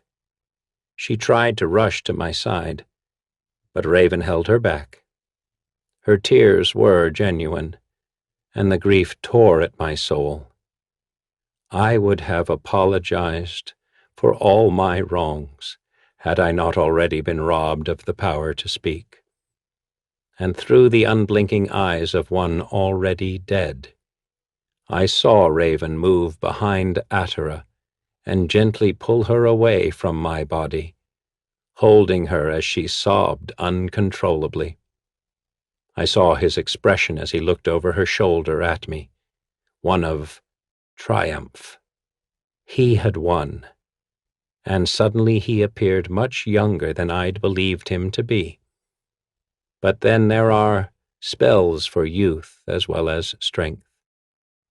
I thought of his remarks to me, and understood their meaning for the first time. Yet, the creature he had conjured for me had done exactly what I had demanded. It had found my worst enemy, and it had killed. Now my spirit remains. Raven required no spells to make Atera love him, though he did give her one to soften her grief over my demise. I do not hate him for that. There are many more valid reasons for hate. I stood in the hall with the other guests and watched him wed my wife. I went into the bridal chamber, and after, with fury to give me strength, I went into the little room where I had studied with Raven. Though it took tremendous effort, I have managed to put pen to parchment and finish this account. Perhaps Atera will one day read it. More likely Raven will find it first and destroy it. If so, I will set the words down again, as often as I must. Even petty revenge is sweet. Raven will never rest easy in my house. The Third Level by R.A. Salvatore. The young man's dark eyes shifted from side to side, always moving, always alert. He caught a movement to the left, between two ramshackle wood and clay huts. Just a child at play, wisely taking to the shadows. Back to the right he noticed a woman deep in the recesses beyond a window that was just a hole in the wall, for no one in this section of Kalimport was wealthy enough to afford glass. The woman stayed back, standing perfectly still, watching him and unaware that he, in turn, watched her. He felt like a hunting cat crossing the plain. She just another of the many deer, hoping he would take no notice. Young Artemis Entreri liked that feeling, that power. He had worked this street, if that's what it could be called, for it was little more than a haphazard cluster of unremarkable shacks dropped across a field of cart-torn mud, for more than 5 years, since he was but a boy of 9. He stopped and slowly turned toward the window, and the woman shrank away at the merest hint of a threat. Entreri smiled and resumed his surveying. This was his street, he told himself, a place he had staked out 3 months after his arrival in Kalimport. The place had no formal name, but now, because of him, it had an identity. It was the area where Artemis Entreri was boss. How far he had come in 5 years, hitching a ride all the way from the city of Memnon. Artemis chuckled at the term, all the way. In truth, Memnon was the closest city to Kalimport, but in the barren desert land of Kalimshan, even the closest city was a long and difficult ride. Difficult to be sure, but Entreri had made it, had survived, despite the brutal duties the merchants of that caravan had given him, despite the determined advances of one lecherous old man, a smelly, unshaven lout who seemed to think that a 9-year-old boy. Artemis shook that memory from his head, refusing to follow its inevitable course. He had survived the caravan trek and had stolen away from the merchants on the 2nd day in Kalimport, soon after he had learned that they had taken him along ultimately to sell him into slavery. There was no need to remember anything before that, the teenager told himself, neither the journey from Memnon, nor the horrors before the journey that had sent him running from home. Still, he could smell the breath of that lecherous old man, like the breath of his own father and his uncle. The pain pushed him back to his angry edge, made him steel his dark eyes and tightened the honed muscles along his arms. He had made it. That was all that counted. This was his street, a place of safety, where no one threatened him. Artemis resumed his surveillance of his domain, his eyes scanning left to right, then back across the way. He saw every movement and every shadow, always the hunting cat, looking more for prey than for danger. He couldn't help but chuckle self-deprecatingly at the grandeur of his kingdom. His street? Only because no other thief would bother to claim it. Artemis could work 6 days rolling every one of the many drunks who fell down in the mud in this impoverished section, and barely scrape enough coins together to eat a decent meal on the 7th. Still, that was enough for the waif who had fled his home. It had sustained him and given him back his pride over the past 5 years. Now he was a young man, 14 years old, or almost 14. Artemis didn't remember his exact birth date, just that there had been a brief period right before the even briefer season of rain, when times in his house were not so terrible. Again the young man shook the unwanted memories from his head. He was 14, he decided. As if in confirmation, he looked down at his finely toned, lithe frame, barely 130 pounds, but with tightened muscles covering every inch. He was 14, and he was rightly proud, because he had survived and he had thrived. He surveyed his street, his domain, and his smallish chest expanded. Even the old drunks were afraid of him, showed him proper respect when they addressed him. He had earned it, and everybody in this little shanty town within the city of Kalimport, a city that was nothing more than a collection of 1,000 or more little shanty towns huddled about the white marble and gold-laced structures of the wealthy merchants, respected him, feared him. Everybody except one. The new tough, a young man probably 3 or 4 years older than Artemis, had arrived earlier in the 10-day. He did not ask permission of Artemis before he began rolling the wretches in the mud, or even walking into homes in broad daylight and terrorizing whoever was inside.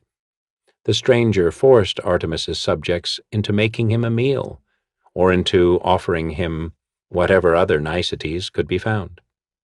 That was the part that angered Artemis more than anything.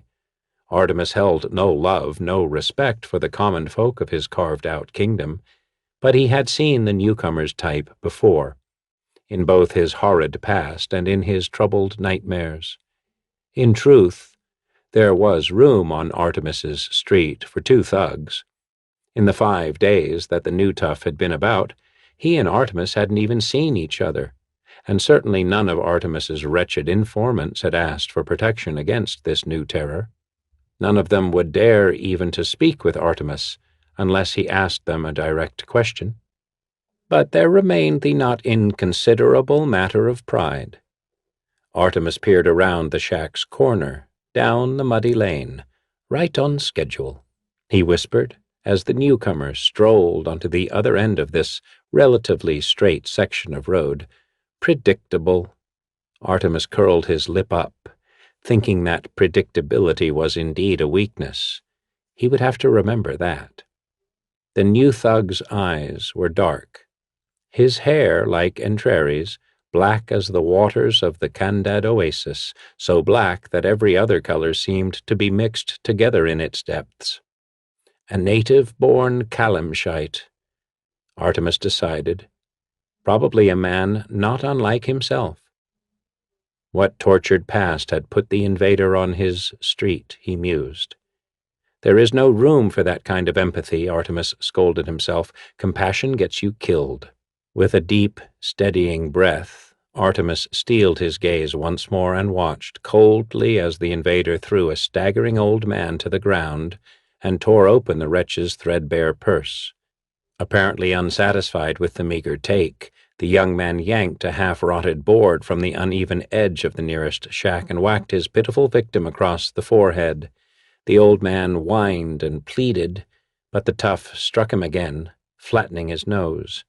He was on his knees, face covered in bright blood, begging and crying, but got hit again and again until his sobs were muffled by the mud that half buried his broken face. Artemis found that he cared nothing for the old wretch. He did care, though, that the man had begged this newcomer, had pleaded with a master who had come uninvited to Artemis Entreri's place. Entreri's hands went down to his pockets, slipped inside, feeling the only weapons he bothered to carry, 2 small handfuls of sand and a flat-edged rock. He gave a sigh that reflected both resignation and the tingling excitement of impending battle. He started out from the corner, but paused to consider his own feelings. He was the hunting cat, the master here, so he was rightfully defending his carved-out domain. But there remained a sadness Artemis could not deny, a resignation he could not understand. Somewhere deep inside him, in a pocket sealed away by the horrors he had known, Artemis knew things should not be like this. Yet the realization did not turn him away from the battle to come. Instead, it made him even angrier. A feral growl escaped Artemis's lips as he stepped around the shack, out into the open and right in the path of the approaching thug. The older boy stopped, likewise regarding his adversary. He knew of Artemis, of course, the same way Artemis knew of him. "At last you show yourself openly," the newcomer said confidently. He was bigger than slender Artemis, though there was very little extra weight on his warrior's frame. His shoulders had been broadened by maturity by an extra few years of a hard life. His muscles, though not so thick, twitched like strong cords. "I have been looking for you," he said, inching closer. His caution tipped observant Artemis that he was more nervous than his bravado revealed. "I've never lived in the shadows," Artemis replied. You could have found me any day, any time. Why would I bother? Artemis considered the ridiculous question, then gave a little shrug, deciding not to justify the boastful retort with an answer. You know why I'm here, the man said at length, his tone sharper than before, a further indication that his nerves were on edge. Funny. I thought I was the one who found you, Artemis replied. He hid well his concern that this thug might be here, might be on Artemis's street, with more of a purpose than he'd presumed. You had no choice but to find me, the invader asserted firmly. There it was again, that implication of a deeper purpose. It occurred to Artemis then that this man, for he was indeed a man, and no street waif, should already be above staking out a claim to such a squalid area as this. Even if he were new to the trade, this course would not be the course for an adult ruffian. He should be allied with one of the many thieves' guilds in this city of thieves. Why, then, had he come? And why alone? Had he been kicked out of a guild, perhaps? For a brief moment, Artemis feared he might be in over his head. His opponent was an adult and possibly a veteran rogue. Entreri shook the notion away, saw that his reasoning was not sound. Young upstarts did not get kicked out of Kalimport's thieves' guilds. They merely disappeared, and no one bothered to question their abrupt absence. But this opponent was not, obviously, some child who had been forced out on his own. "Who are you?" Artemis asked bluntly.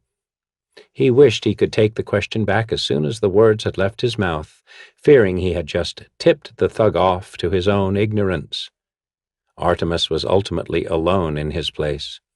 He had no network surrounding him, no spies of any merit, and little understanding of the true power structures of Kalimport. The thug smiled, and spent a long moment studying his opponent. Artemis was small, and probably as quick and sure in a fight as the guild's reports had indicated. He stood easily, his hands still in the pockets of his ragged breeches, his bare, brown-tanned arms small, but sculpted with finely honed muscles. The thug knew Artemis had no allies, had been told that before he had been sent out here. Yet this boy, and in the older thief's eyes Artemis was indeed a boy, stood easily and seemed composed far beyond his years. One other thing bothered the man. "You have no weapon?" he asked suspiciously. Again, Artemis only offered a little shrug in reply. "Very well, then," the thug said, his tone firm as if he had just made a decision. To accentuate that very point, he took up the board, still dripping with the blood of the old man.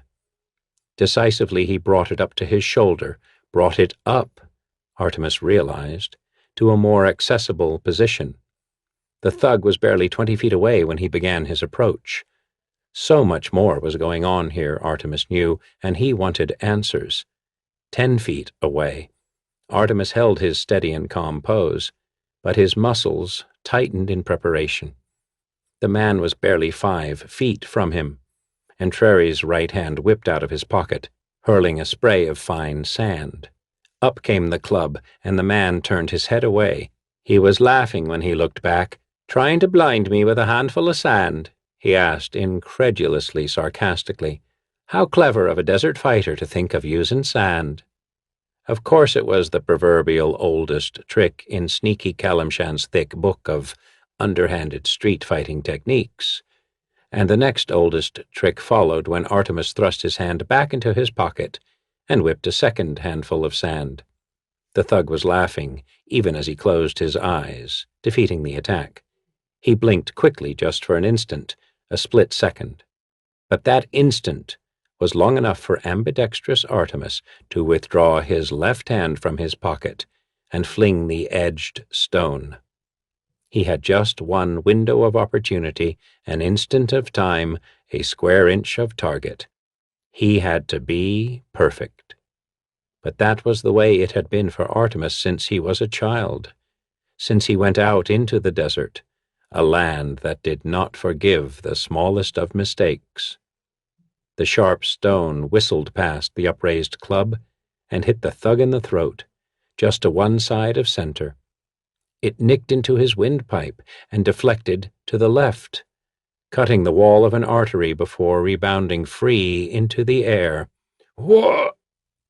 the thug began, and he stopped, apparently surprised by the curious whistle that had suddenly come into his voice. A shower of blood erupted from his neck, spraying up across his cheek. He slapped his free hand to it, fingers grasping, trying to stem the flow. He kept his cool enough to hold his makeshift club at the ready the whole time, keeping Artemis at bay, though the younger man had put his hands back in his pockets and made no move. He was good, Artemis decided, honestly applauding the man's calm and continued defense. He was good, but Artemis was perfect. You had to be perfect. The outward flow of blood was nearly stemmed, but the artery was severed, and the windpipe open beside it. The thug growled and advanced. Artemis didn't blink. The thug stopped suddenly, dark eyes wide. He tried to speak out, but only sputtered forth a bright gout of blood. He tried to draw breath, but gurgled again pitifully, his lungs fast filling with blood, and sank to his knees.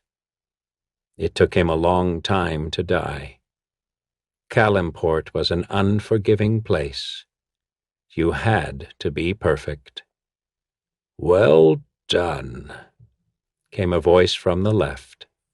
Artemis turned to see two men casually stroll out of a narrow alley. He knew at once that they were thieves, probably guilds men, for confident Artemis believed only the most practiced rogues could get so close to him without him knowing it. Artemis looked back to the corpse at his feet, and 100 questions danced about his thoughts. He knew then with cold certainty that this had been no random meeting. The thug he had killed had been sent to him. Artemis chuckled, more a derisive snort than a laugh, and kicked a bit of dirt into the dead man's face. Less than perfect got you killed. Perfect, as Artemis soon found out, got you invited into the local thieves' guild. Artemis could hardly fathom the notion that all the food he wanted was available to him with a snap of his fingers. He had been offered a soft bed, too, but feared that such luxury would weaken him. He slept on his floor at night. Still, the offer was the important thing. Artemis cared little for material wealth or pleasures, but he cared greatly that those pleasures were being offered to him. That was the benefit of being in the Basadoni cabal, one of the most powerful thieves' guilds in all the city. In fact, there were many benefits. To an independent young man such as Artemis Entreri, there were many drawbacks as well. Lieutenant Theobald's Royaset, the man that Pasha Basadoni had appointed as Entreri's personal mentor, was one of these. He was the epitome of men that young Artemis Entreri loathed, gluttonous and lazy, with heavy eyelids that perpetually drooped. His smelly brown hair was naturally frizzy, but too greased and dirty to come away from his scalp, and he always wore the remnants of his last 4 meals on the front of his shirt. Physically, there was nothing quick about Theobald's, except the one movement that brought the latest handful of food into his slopping jowls.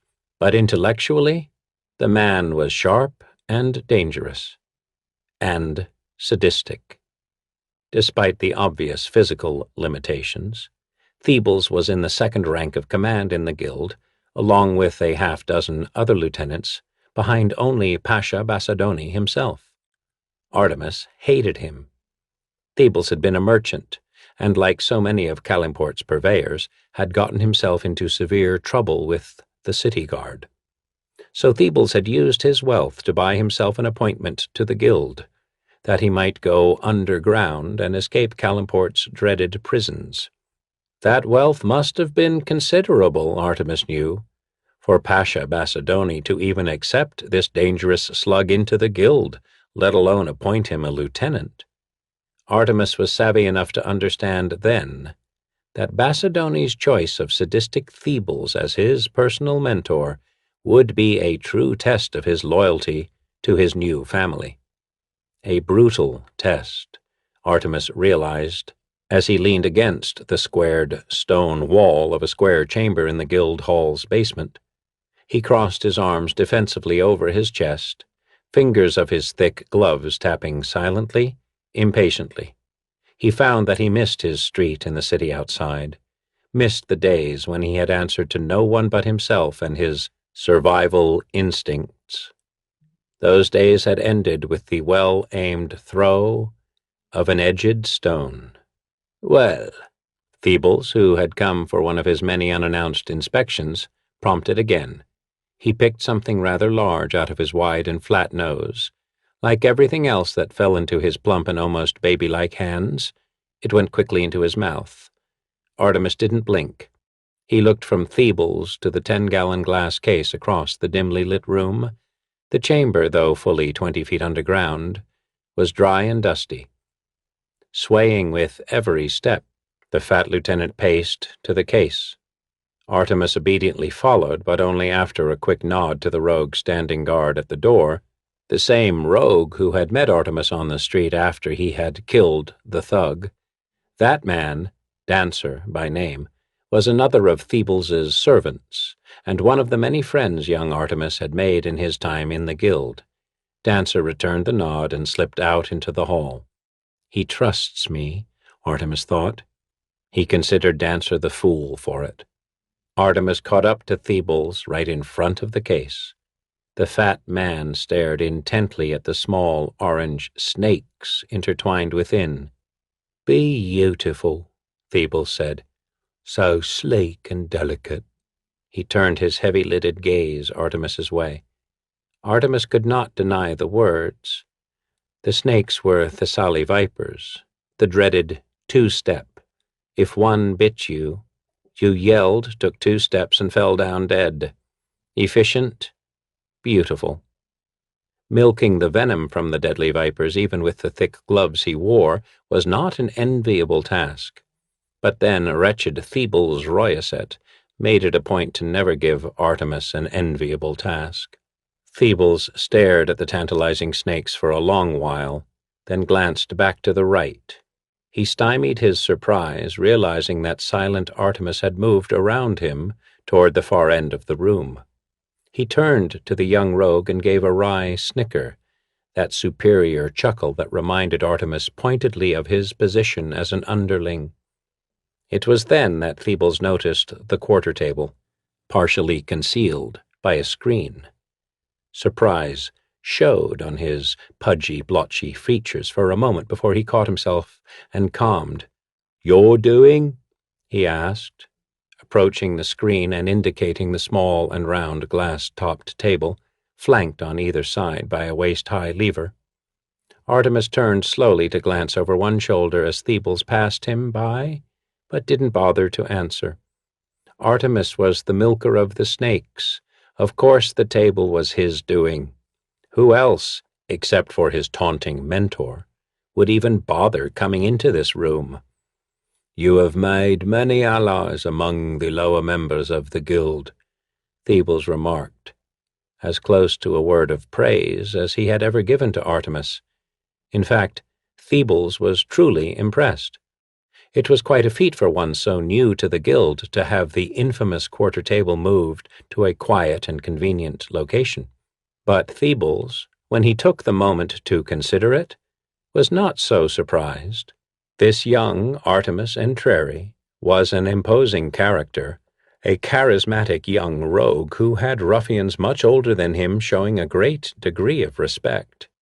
Yes, Thebes knew that Artemis Entreri was not an average little pickpocket. He could be a great thief among the very best. That could be a positive thing for the Bacedoni cabal, or it could be a dangerous thing. Without turning back, Artemis walked across the room and sat down at one of the 2 chairs placed on opposite sides of the quarter table. It was not a wholly unexpected challenge, of course. Thebels had played out similar scenarios several times with the youths under his severe tutelage. Furthermore, young Artemis certainly knew now that it had been Thebels who had sent the rogue out to the shanty town to challenge him. Dancer had told Entreri as much, Thebels guessed. He made a mental note to have a little talk with Dancer when he was done with Entreri. Laughing slightly, the fat man sauntered across the room to stand beside the seated young rogue. He saw that the 4 glasses set in the evenly spaced depressions about the table's perimeter were half filled with clear water. In the middle of the table sat an empty milking vial. "You understand that I am a close personal friend of Pasha Basadoni," Thebels said. "I understand that if you sit down in that chair, you accept the challenge willingly," Artemis replied. He reached in and removed the milking vial. By the strict rules of the challenge, the table had to be clear of everything except the 4 glasses. Thebels shook with laughter, and Artemis had expected no less. Artemis knew that he had no right to make such a challenge. Still, Artemis breathed a little easier when Thebels clapped him on the shoulders and walked about the table. The fat lieutenant stopped and peered intently into each of the glasses, as if he had noticed something. It was a bluff, Artemis pointedly told himself. The venom of a Thessaly viper was perfectly clear, like the water. "You used enough?" Thebels asked with complete calm. Artemis didn't respond, didn't blink. He knew, as did the fat lieutenant, that a single drop was all that was needed. "And you only poisoned 1 glass?" Thebels asked. Another rhetorical question, for the rules of this challenge were explicit. Thebels sat in the appointed chair, apparently accepting the challenge. Artemis's facade nearly cracked, and he had to stifle a sigh of relief. The lieutenant could have refused, could have had Artemis dragged out and disemboweled for even thinking that he was worthy of making such a challenge against a ranking guild member. Artemis had suspected that cruel Thebels would not take so direct a route, of course. Thebels hated him as much as he hated Thebels, and he had done everything in his power over the last 10 days to feed that hatred. "Only 1?" Thebels asked again. "Would it matter?" Artemis replied, thinking himself clever. 1, 2, or 3 poisoned drinks? The risks remain equal between us. The fat lieutenant's expression grew sour. "It is a quarter table," he said condescendingly. "A quarter. 1 in 4. That is the rule. When the top is spun, each of us has a 1 in 4 chance of sipping the poisoned drink. And by the rules, no more than 1 glass can be poisoned. No more than 1 can die." "Only 1 is poisoned," Artemis confirmed. "The poison is that of the Thessaly viper, and only the poison of a Thessaly viper." Artemis nodded. To a wary challenger like the young rogue, the question screamed the fact that Thebels didn't fear such venom. Of course he didn't. Thebels returned the nod and took on a serious expression to match his opponent's. "You are certain of your course?" he asked, his voice full of gravity. Artemis did not miss the experienced killer's sly undertones. Thebels was pretending to offer him the opportunity to change his mind, but it was only a ruse, and Artemis would play along. He glanced about nervously, summoned a bead of sweat to his forehead. "Perhaps," he began, tentatively, giving the appearance of hedging. "Yes?" Thebels prompted after a long pause. Artemis started to rise, as though he had indeed changed his mind about making such a challenge. Thebels stopped him with a sharp word. The expression of surprise upon Artemis's young and too delicate face appeared sincere. "Challenge accepted," the lieutenant growled. "You cannot change your mind." Artemis fell back into his seat, grabbed the edge of the tabletop, and yanked hard. Like a gambling wheel, the top rotated, spinning smoothly and quietly on its central hub. Artemis grabbed the long lever flanking him, one of the table's brakes, and Thebels, smiling smugly, did likewise. It quickly became a game of nerves. Artemis and Thebels locked gazes, and for the first time Thebels saw the depth of his young adversary. At that moment Thebels began to appreciate the pure cunning of merciless Artemis Entreri. Still, he was unafraid, and remained composed enough to note the subtle shift of Artemis's eye, the hint that the young man was quietly watching the spinning glasses more intently than he was letting on. Artemis caught a minute flicker, a subtle flash of reflected light from the table, then a second. Long before Thebels had come to visit, he had chipped the rim of one of the glasses ever so lightly. Artemis had then painstakingly aligned the table and the seat he'd chosen. With every rotation, the tiny chip in the glass would flicker a reflection of the torch burning in the nearest wall sconce, but to his eyes only. Artemis silently counted the elapsed time between flickers, measuring the table's speed. "Why would you take such a risk?" wary Thebels asked, verbally prodding the young man's concentration. "Have you come to hate me so much in the few short 10 days?"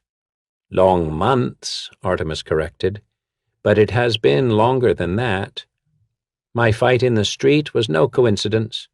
It was a set-up, a test, between myself and the man I had to kill, and you are the one who arranged it." The way that Artemis described his adversary, the man I had to kill, tipped Thebels off to the young rogue's motivation. The stranger in the dusty street had likely been Artemis Entreri's first kill. The lieutenant smiled to himself. Some weaklings found murder a difficult thing to accept. Either the first kill, or the inevitable path it had set the young man on, was not to Entreri's liking. "I had to know if you were worthy," Thebels said, admitting his complicity. But Artemis was no longer listening. The young rogue had gone back to his subtle study of the spinning glasses. Thebels eased his brake, slowing the rotation considerably. The hub was well greased.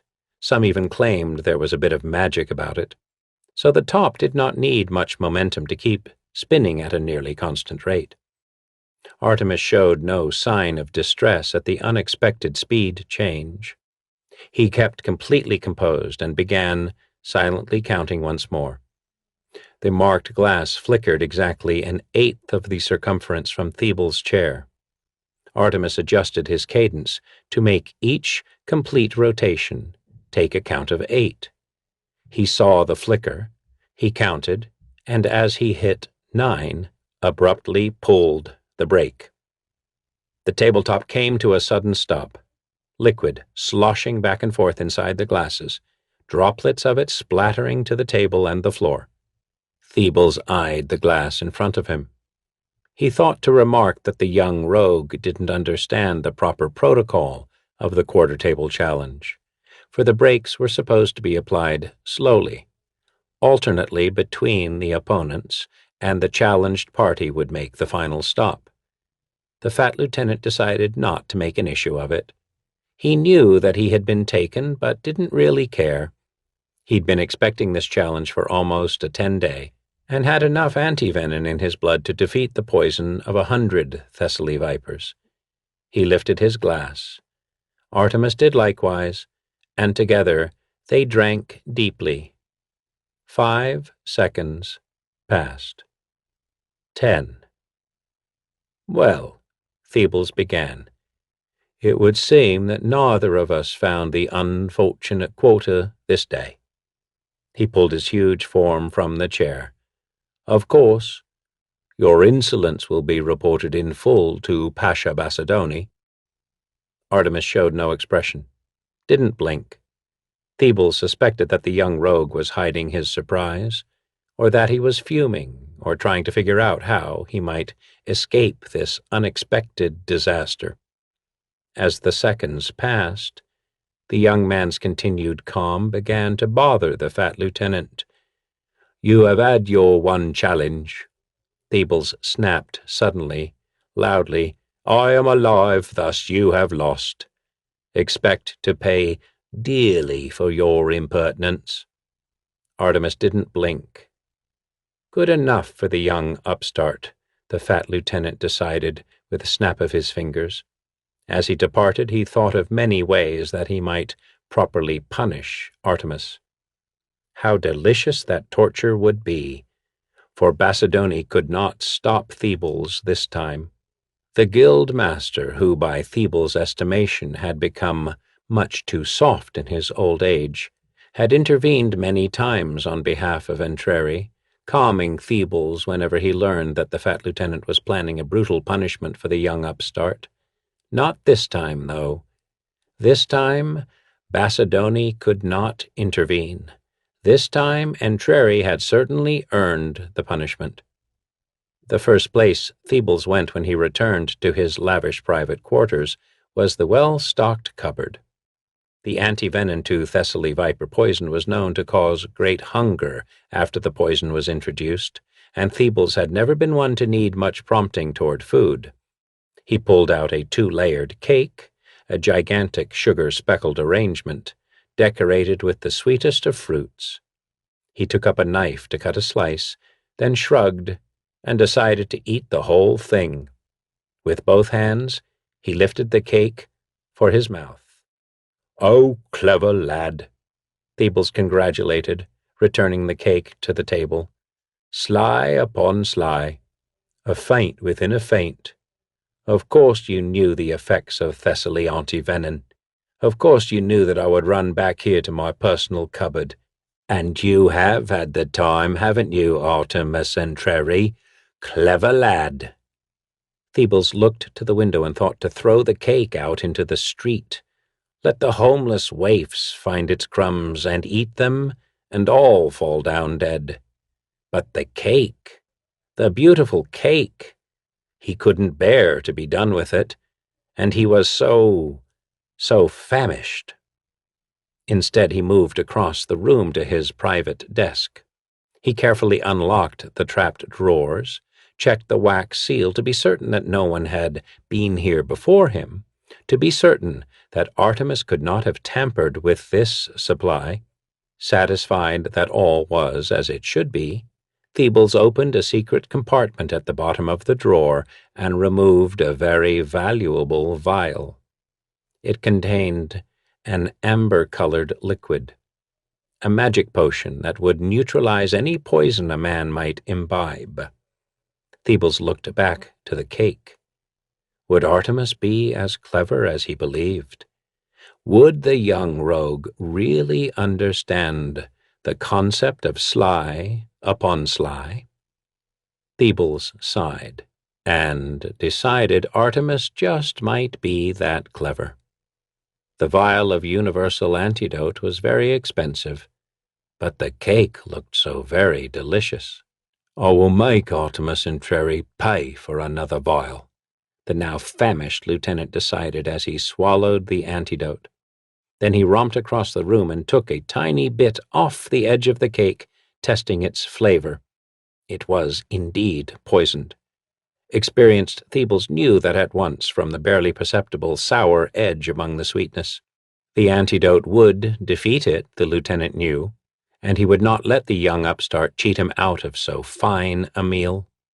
He rubbed his plump hands together and took up the cake, gorging himself, swallowing huge chunks at a time, wiping the silver serving platter clean. Peebles died that night, horribly, waking from a sound sleep into sheer agony.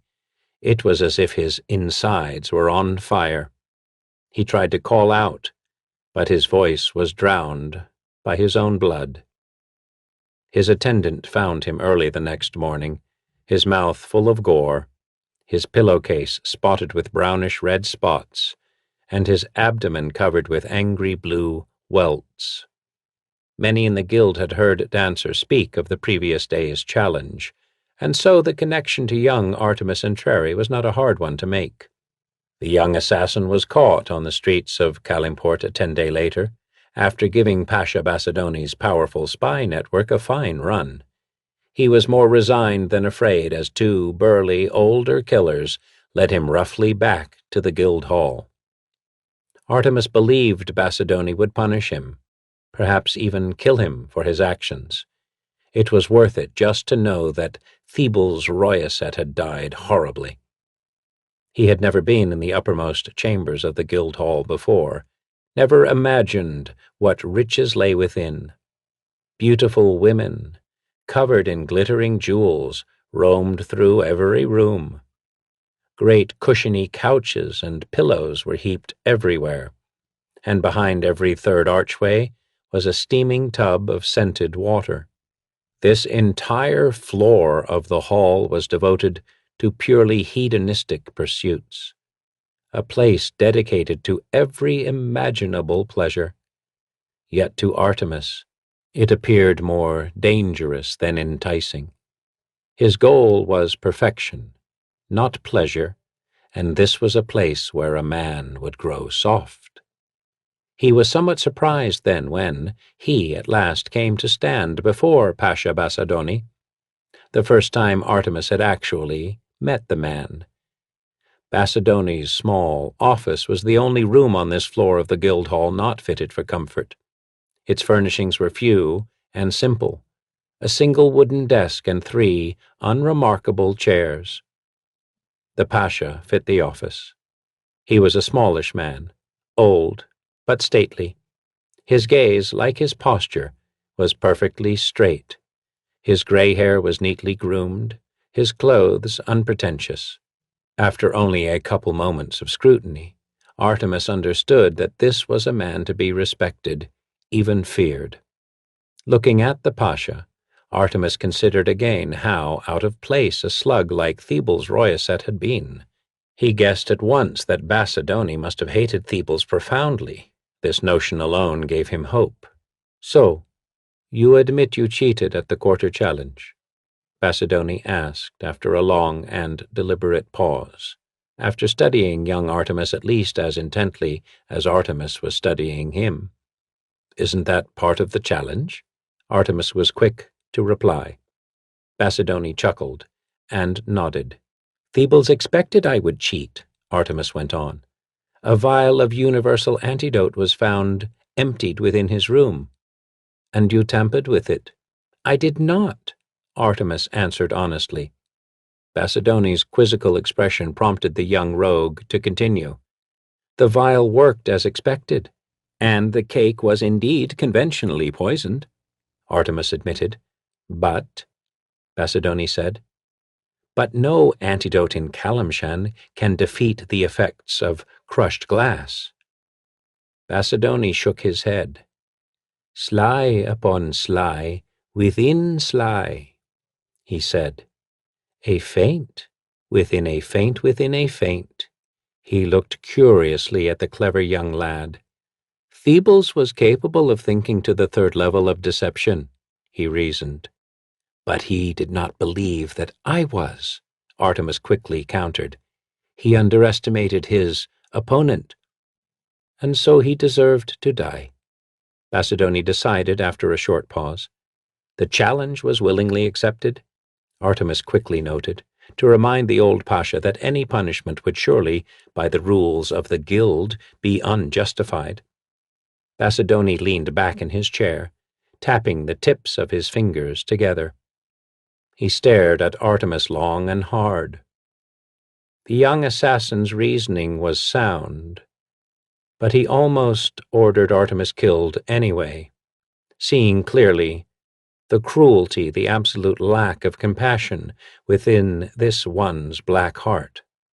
He understood that he could never truly trust Artemis Entreri, but he realized, too, that young Artemis would not likely strike against him, an old man and a potentially valuable mentor, unless he forced the issue. And Basidoni knew, too, how valuable an asset a clever and cold rogue like Artemis Entreri might be, especially with 5 other ambitious lieutenants scrambling to position themselves in the hope that he would soon die. Perhaps I will outlive those 5 after all, the Pasha thought with a slight smile. To Artemis he merely said, "I will exact no punishment." Artemis showed no emotion. "Truly you are a cold-hearted wretch," Basidoni went on, with a helpless snicker, his voice honestly sympathetic.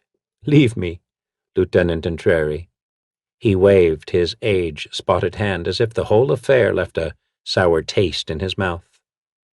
Artemis turned to go, but stopped and glanced back, realizing only then the significance of how Basidoni had addressed him. The 2 burly escorts at the newest lieutenant's side caught it too. One of them bristled anxiously, glaring at the young man. "Lieutenant? Artemis Entreri?" The man's dour expression seemed to say in disbelief. The boy, half his size, had only been in the guild for a few months. He was only 14 years old. "Perhaps my first duty will be to see to your continued training," Artemis said, staring coldly into the muscular man's face. "You must learn to mask your feelings better." The man's moment of anger was replaced by a feeling of sheer dread as he, too, stared into those callous and calculating dark eyes too filled with evil for one of Artemis Entreri's tender age. Later that afternoon, Artemis Entreri walked out of the Basidoni Guild Hall on a short journey that was long overdue. He went back to his street, the territory he had carved out amidst Calimport's squalor. A dusty orange sunset marked the end of another hot day as Artemis turned a corner and entered that territory, the same corner the thug had turned just before Artemis had killed him. Artemis shook his head, feeling more than a little overwhelmed by it all.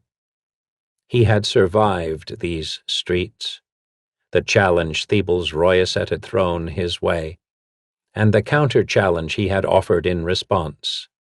He had survived, and he had thrived, and was now a full lieutenant in the Basidoni cabal. Slowly, Artemis walked the length of the muddy lane, his gaze stalking from left to right and back again, just as he had done when he was the master here. When these had been his streets, life had been simple. Now his course was set out before him among his own treacherous kind. Ever after would he need to walk with his back close to a wall, a solid wall that he had already checked for deadly traps and secret portals.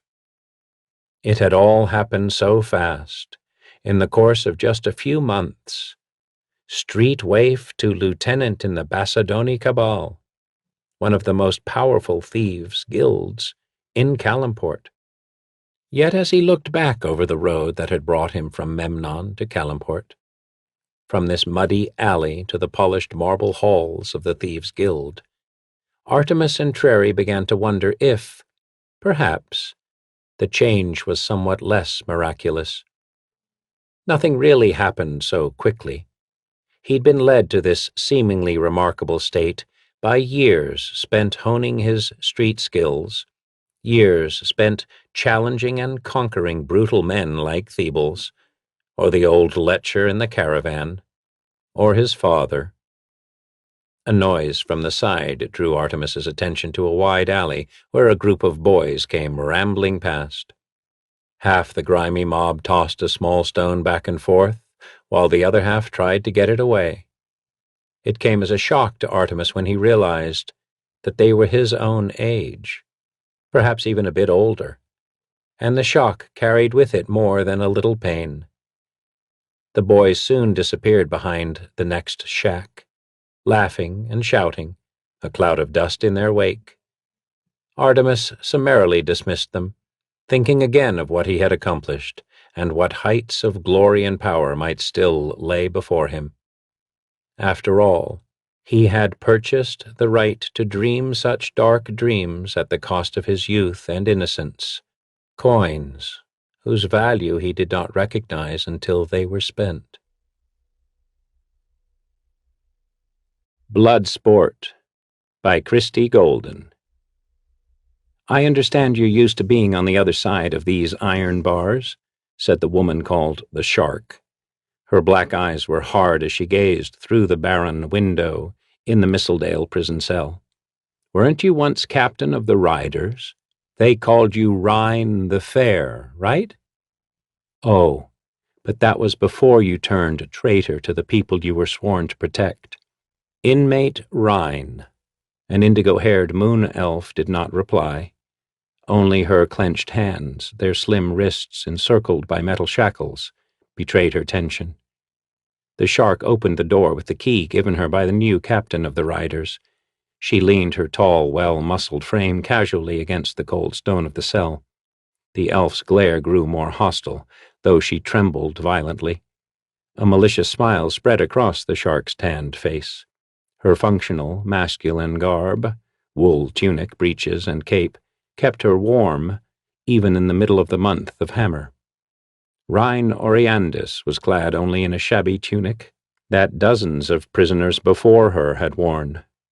Her skin, pale as that of the quarry the Shark had been summoned to hunt, was covered with goose flesh. The Shark knelt and brought her tawny face within an inch of Rhine's. It's all come out, Rhine. I want the vampire. I don't care what lies you've heard. He deserved to go free. Ah, you elves do protect your own, don't you? The Shark's lips curled in a sneer. I've never heard of an elven vampire before. I'm looking forward to this case. Race had nothing to do. It had everything to do with your actions, the Shark interrupted. What you forgot is that this creature is not an elf any longer, and therefore did not deserve your misplaced protection. He's a vampire. They are things of purest evil. They know no race, and the only thing they deserve is a stake through the heart. Give me the information I want, or I'll simply take it from you. Rhine's eyes remained steady. Torture me all you like. I won't break. I wouldn't be so sure.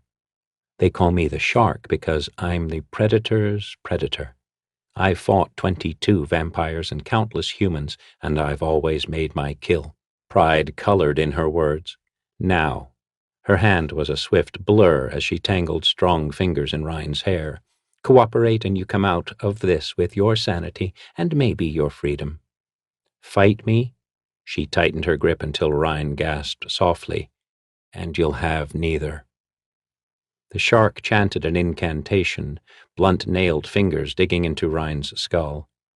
Rhine arched in pain, her shackles rattling furiously, but she could not resist. The Shark's spell tore open the elf's mind. The woman's emotions had obviously been confused by the vampire's magical charms, for she saw him as a being devoted to good rather than the monster he was. The Shark had probed other minds in this manner before, and always, in the victim's memories, the blooder was a veritable saint. The Shark concentrated on the elf's appearance, his name, his destination, even as Rhine tried frantically to secret the information. In her weakened condition, Rhine could not bear the mental violation. Her mouth opened in a soundless scream, then unconsciousness claimed her. She's luckier than she knows, thought the Shark. Had she resisted further, the struggle to protect the vampire would have destroyed her sanity. Triumphant, the Shark released her hold on Rhine. On a whim, she tossed the keys within the elf's reach. Rhine might revive and free herself before her captors realized it. Maybe she'd escape. Maybe they'd kill her. It didn't really matter. The Shark slipped the hood of her cloak over her head and vanished, thanks to the cape's enchantment. With hardly a thought, she walked out of the small prison and past the 2 guards. Her horse was waiting for her behind the jail, out of sight of the guards. Quietly, she mounted. Snow muffled the hoofbeats as the Shark headed toward Mistledale's single main gate. The idiot guards there noticed nothing. According to Rhine, the monster wanted to return to Evermeet, the elven homeland. The shark snorted with contempt. Did the bludder actually think he could cross water? No. He'd be stranded along the Sword Coast, probably in water deep. He already had a 3-month head start. She'd have to ride hard to catch up with him. The shark turned her mount westward, toward the place that was becoming known as the City of Splendors, and kicked the animal savagely. The hunt was on. A bawdy song spilled out of the Orc's Head Inn. The shark, clad in demure feminine attire and appearing deceptively fragile, entered the noisy tavern. She brushed snow off her cape as she observed the noisy, slightly drunken crowd, then unobtrusively seated herself in a shadowed corner. The bludder wasn't here yet, but her sources had assured her he would make an appearance tonight. She had only been seated a moment when a pretty young barmaid plunked a foamy tankard of ale in front of the shark. The girl was small but full-figured, with a tumble of golden curls cascading down her back. "On the house tonight," the barmaid explained. "Shallan Lathcooley." The girl gestured to an extraordinary handsome youth surrounded by merry companions. "Is to be wed tomorrow afternoon. He's buying drinks for all, in memory of his lost bachelorhood." "Well, to Shallan and his bride. He seems to be a popular young man," ventured the shark, hoping to draw the barmaid into conversation. Perhaps this Shallan knew the bludder. "Oh, he is indeed. Friendly as you like, and talented. Crafts the prettiest baubles this side of ever meet, so they say." "He's a pretty bauble himself, isn't he?" joked the shark. Before the girl could answer, the door opened and the barmaid's eyes lit up with pleasure. The shark followed her gaze, and her own eyes flashed in excitement. A slim figure entered, carrying a large crate. He leaned on the door to close it behind him. Though he wore a gray cloak over his blue tunic, his shoulder-length hair was uncovered, brilliant wheat gold dusted with snowflakes. No hood shadowed his fair features and bronze skin. His eyes perused the scene with subtle caution, a furtiveness that the shark recognized. The silver gaze settled on her for a moment, then moved on. Her elven vampire had arrived. She watched him intently as he moved gracefully to a spot near the door and set down his crate. Unobtrusive as he was, Shallan spotted him. "There you are," the young man cried happily, extricating himself from his less sober companions. "Kira told me to talk you into coming to the wedding tomorrow." "I'm afraid I cannot," replied the elf. The Mistledale folk hadn't exaggerated when they described the bludder's voice as sweet like music. "But this might take the sting out of my refusal." With a small dagger, he cut the rope that had secured the crate and pulled out a small statue. Carved of soft pine, the figurine was a mere 8 inches high, but the moment the elf brought it into the light, all eyes were upon him and his work. Balanced in his golden palm was a miniature of Eliath, Our Lady of Joy. Her long hair flowed about her, merging into her swirling dress as she danced in sheer delight. One hand was raised, palm flat, while the other one curved around her body, following the drape of her garb. "Her hand is empty, but there's a little hollow right here," the elf pointed out. "Fill it with a jewel that has a special meaning for you and Kira. Our Lady of Joy will stand in my stead at your wedding tomorrow." Shallan's blue eyes were wide and sparkling with tears. The shark's own eyes narrowed. How easily tricked they were, all of them. Rhine, Shallan, and probably that little barmaid as well, judging by her reaction to the elf's entrance. Like the vampire who had made it, the gift was beautiful, but surely also dangerous.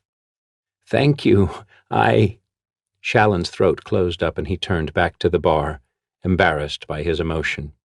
"Too much ale," quipped a friend.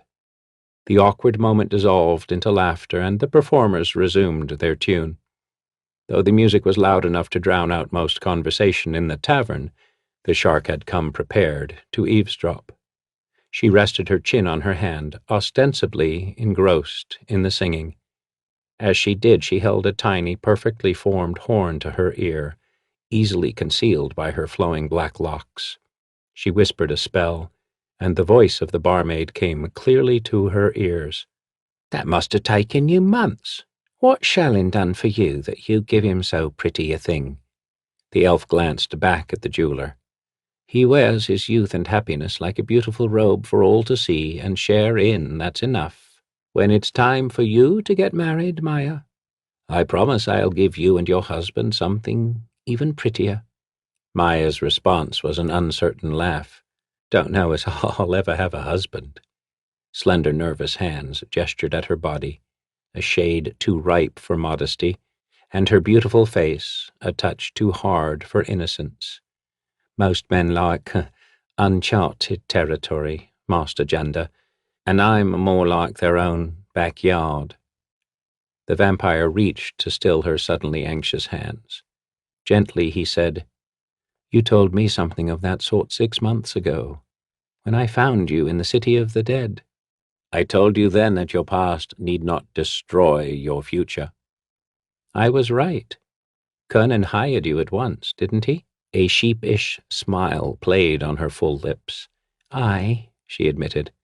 "But, Master Jander, none of these people know what I am." Her voice dropped to a near whisper. The elf's teasing expression grew more solemn. "You're wrong, Maya. They know what you are. They don't know what you were, and that no longer matters." "You think so?" "I know so." As Shallon had been a moment earlier, Maya seemed close to tears. She blinked them back and allowed herself a true smile, revealing the purity of the beauty that lurked behind the hard facade. "You'd charm the very birds off the trees," she laughed, trying to lighten the mood. "Just as he's obviously charmed you," the shark thought with a slight sniff of contempt. "Charmed you into being his next meal." Maya left to refill the mugs of the celebrants, and the elf turned his attention to his wares. He carefully emptied the crate of at least a dozen small carvings, turned it over, and spread his cloak over the makeshift table. The shark's heart beat faster with anticipation. What she was about to do next was risky, but it was part of the deadly game she loved to play, needed to play. She rose and went to meet her quarry. The vampire glanced up as her shadow fell across him. The shark noted, as if she needed further proof, that the undead cast no shadow of his own in the flickering lamplight. "Your work is impressive." She met the vampire's gray eyes evenly. There hadn't been a bludder yet that could charm her, but she enjoyed the danger of flirting with the possibility. To her disappointment, this golden vampire didn't even try. He merely continued placing his carvings on the crate. "Thank you. Do you have your own shop here in Waterdeep?" "I find it more congenial to work during the day and visit different taverns at night." "I'll bet you do," the shark noted silently. She ran a finger along the hull of a tiny, incredibly detailed elven sailing vessel. "People are freer with their money when their throats are wet, I would imagine." He chuckled politely. "Perhaps they are. Do you like that piece?" "I do, but I don't have enough with me to buy it tonight," the shark replied, feigning disappointment. "Could I come to your home tomorrow and purchase it then?" "I value my privacy when I work," responded the vampire, a touch too swiftly. "I'll be back tomorrow night. Shall I keep it for you?" "I have an engagement, but I'll send one of my servants for it." "Who should she ask for?" "Janda Sunstar," the elf replied. "And you are?" "Shakira Khazar." "Thank you for holding the peace for me." "Standard business practice." "I hate to lose a sale," Jander answered. There was a strange expression in those silver eyes, and the shark felt vaguely uneasy. She had done something wrong. She had gotten careless somehow. The thought was like a slap in the face. She smiled, hoping to allay his suspicion, and was relieved when he returned the gesture with the artless, seemingly genuine smile she had seen him use with the others, his friends. Still, she felt his eyes boring into her back as she left. Once outside, the shark crossed the street and slipped into an alley. After making sure she had not been observed, she drew the hood of the cloak over her head. Woven and ensorcelled by her own hands many years ago, the cloak not only made her invisible, but also disguised the aura produced by her body heat, something vampires could see. The snow-speckled wind was strong, but she maneuvered herself so that it blew directly in her face. Though she was now invisible to the eyes of blooder and human alike, she was not about to risk being betrayed by her scent.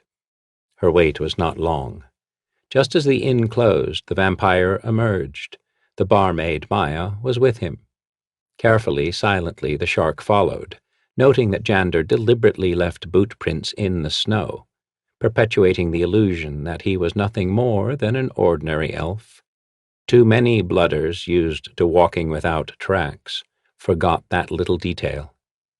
Maya and the vampire chatted quietly as he escorted the girl to her home, a single room atop a tailor shop. The shark waited for the inevitable. The stupid girl, hypnotized by the creature, would invite him in. Of course he would accept, then drink his fill. That was the way it worked, and the shark never interfered. She knew from a particularly harrowing experience in Suzail that it was unwise to startle a feeding vampire. Her expectations were fulfilled. Casually, Maya invited the vampire inside as if she had done so often. Courteously, the blooder accepted. The shark waited with practiced patience, ignoring the cold. Eventually the vampire emerged, descended the stairs, and turned to stride down the street, still taking care to leave footprints. The hunter followed, slightly puzzled. Rather than assume the form of a bat or dissolve into mist, Jander chose to retain his elven shape and simply walk the distance. He seemed tense, though, and repeatedly glanced over his shoulder. He thinks someone's following him, she realized suddenly. How could he know? The shark's mind raced back to the incident at the inn, and she finally recognized what she had done to arouse the blooder's suspicions. She had not asked the price of the carving. Shame and fear rolled over her, bringing hot blood to her invisible face. Idiot, her mind screamed silently. How could she have jeopardized herself so? Her carelessness could have cost her life, and might still. At that instant, Jander paused to look squarely at her just for a moment. The shark's heart lurched. But no, he hadn't seen her. The blooder turned and continued on his way. At last he stopped in front of a small stone cottage near the city's outskirts. It wasn't until Jander removed a key and unlocked the door that the shark understood, with some surprise, that this was the vampire's home. The wooden shingles and door were solid and in good shape. Beneath the shuttered windows stood the winter skeletons of rose bushes, carefully pruned and planted in neat rows. With a final anxious glance around, Jander carefully knocked the snow from his boots and went inside. The shark tasted disappointment like ashes in her mouth. What kind of challenge was a vampire who planted rose bushes? How could she prove herself against so feeble a foe? Surely something as exotic as an elven vampire ought to push her to her limits, test every bit of cleverness and skill she possessed. She almost felt that she could walk in right now and dispatch the creature without breaking a sweat, but her earlier carelessness tempered her resentment. She would come back tomorrow and kill him. It would be easy, she knew, yet she still needed to devise a backup plan just in case something went wrong. With a final, disgusted look at the cozy cottage that was home to a vampire, she turned and retraced her steps to town. There was one more thing to do tonight. Protected from all eyes by her magical cloak, the shark arrived at the blooder's cottage the following afternoon. The vampire's domicile was part of a small row of houses, which all seemed vacant at the moment. Shallan Lathcooli's wedding, held at the other end of Waterdeep, had indeed drawn a huge crowd. With speedy efficiency, the shark picked the lock and slipped inside. Closing the door behind her, she allowed her eyes to grow accustomed to the darkness, then looked around. On this, the ground floor of the two-story building, she saw nothing sinister, apart from the shutters that were nailed closed and coated with pitch to seal out sunlight. There was a large workbench with the woodcarver's tools neatly organized. Half-formed carvings sat patiently on shelves. Where they were not covered with shelving, the walls bore lovely paintings and tapestries. In one corner, carefully preserved, was a suit of mail, a sword, and a shield. Relics, no doubt, from the vampire's days as a living being. The stone floor was strewn with fresh rushes. Small squeaking sounds came from behind a curtain toward the back. Senses alert, the shark moved forward carefully and drew back the curtain. Dozens of rats milled about in a large pen. She watched them carefully for a few moments, aware that sometimes such simple beasts could be controlled by vampires. But the rats behaved in a perfectly ordinary fashion. Wrinkling her nose at the smell, she let the curtain fall. "Between meal treats?" she said softly. Most blooders kept something of the sort on hand. She checked the wooden floor for any hidden doors, but found none. The shark frowned, puzzled, and glanced at the ladder that led up to the upper floor. Most undead liked their lairs cool and dark, below ground if possible. The shark shrugged. Upstairs, downstairs, it made no difference to her. Soundlessly she climbed up to the small loft.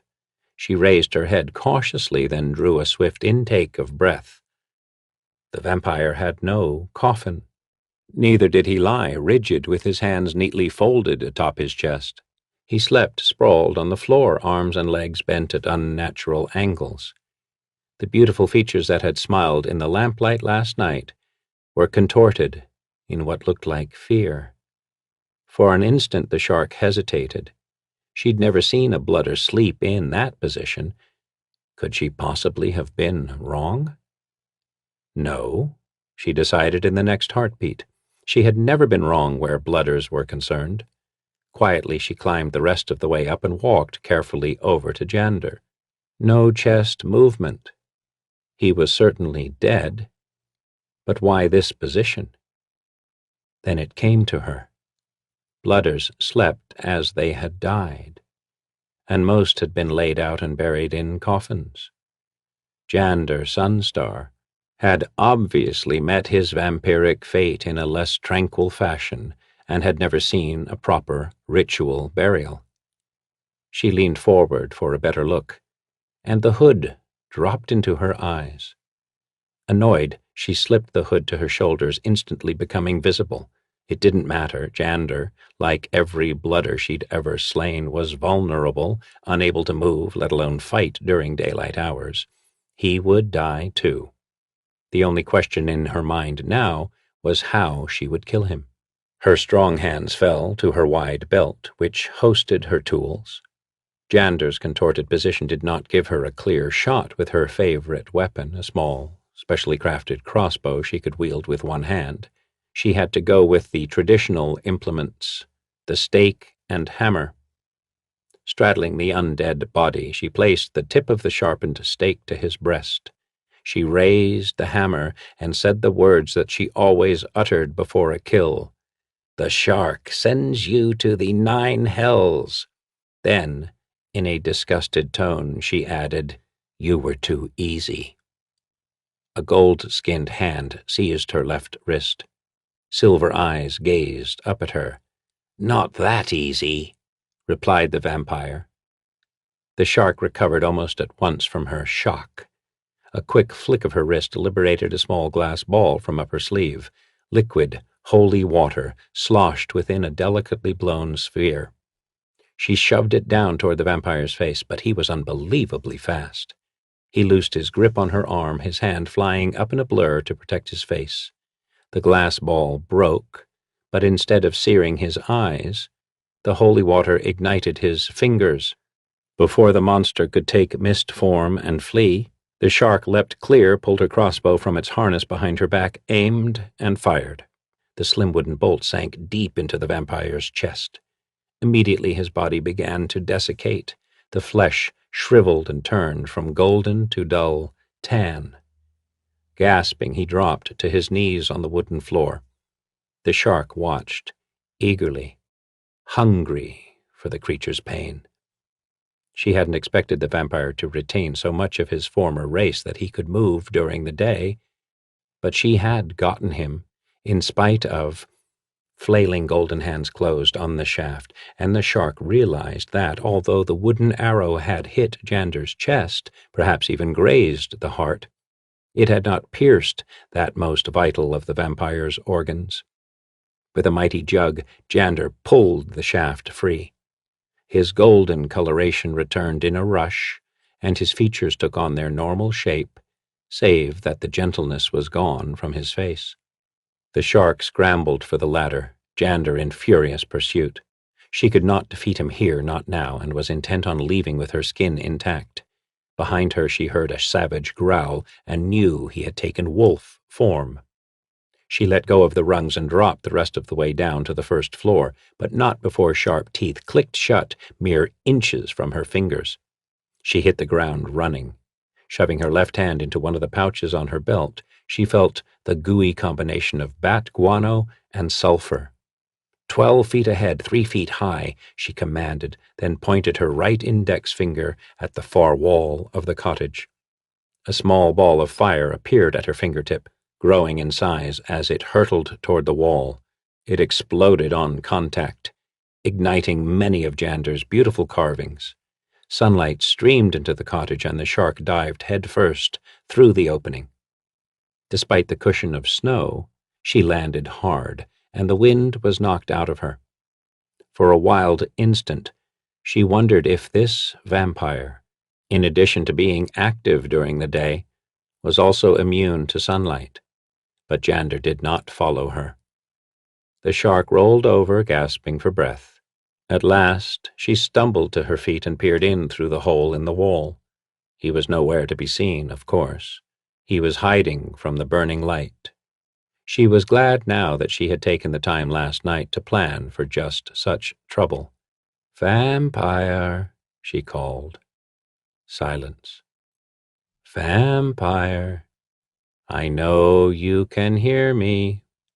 I hear you." The same voice as last night, melodious, but this time laced with pain and anger. The sound gave her pleasure. He had surprised her up in the loft. Now she had a surprise for him. "I have Maya." Silence, then. "You lie.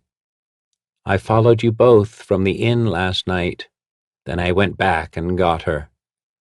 A low groan was her reward, and her pleasure grew. "Don't hurt her. Please. She's innocent.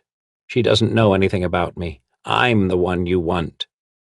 The sounds of movement came from within. I'll come out." Alarms sounded in her head. "No!" she cried with more emotion than she had intended. She'd fallen for that trick before. Let a vampire volunteer to die in the sunlight, only to discover that the blooder was also a mage who could cast a sphere of darkness about them both. Unconsciously, her hand went to her throat, touched the healed scar there. She'd been bitten, but she'd won, and had learned a lesson about the treacherous nature of vampires. But if this blooder were acting, he was quite the thespian. The shark heard real pain in his voice. "Why would you want to do that?" she asked. "What is Maya that you would surrender yourself?" She wanted to hear his answer, but she kept alert for any attack. From inside, Jander said softly, "She's lovely, and I appreciate beauty." The shark snorted. "So you were simply admiring her beauty last night in her room?" A pause, then, "She is untouched. I visit her each night. I'm teaching her how to read." Untouched is hardly the term I'd use to describe a two-copper whore, and as for reading, what she did to survive does not concern me. Anger thrummed in the rich voice. What she is now, and what she might be, is what I care about. She is eager to learn. I want to help. You want to help, not kill. Is that right? Someone once gave me a chance to atone for my past. How can I not do the same for Maya? The shark couldn't help it. Her amusement grew until she actually laughed aloud. He couldn't possibly expect her to believe such a wildly preposterous story. You are most entertaining, Master Elf, but I remain unconvinced. If you truly wish to ensure Maya a pleasant future, you'll follow through on your offer.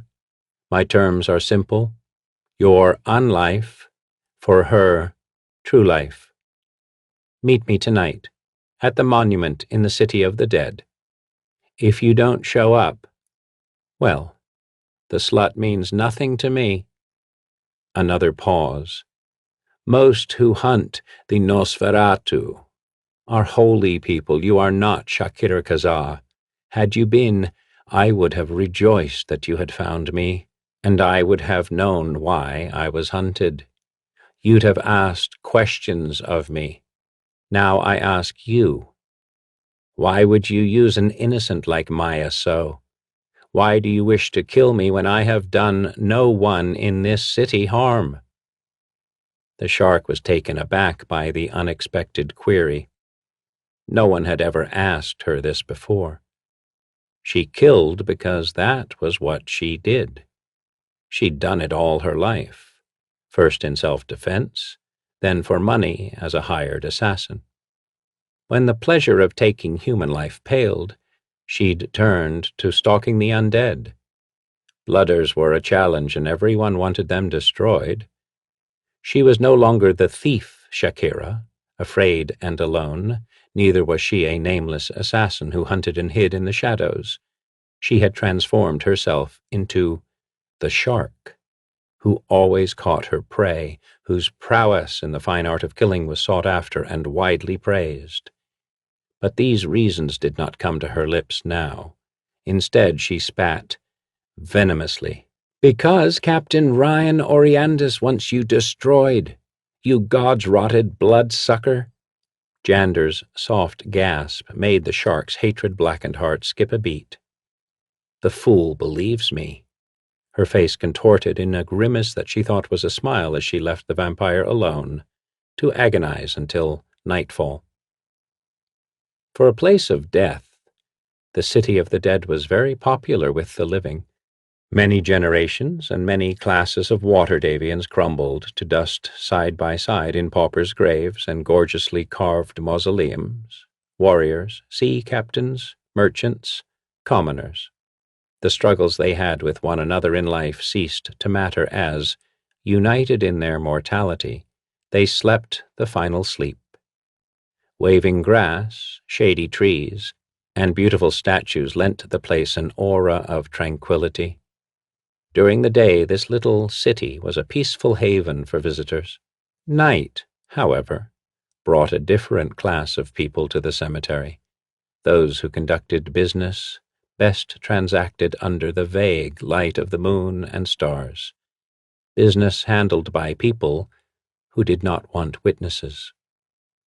The centerpiece of the city was a giant monument erected only a few years past. Designed to pay tribute to the original settlers of Waterdeep, the statue was a gorgeous work of art.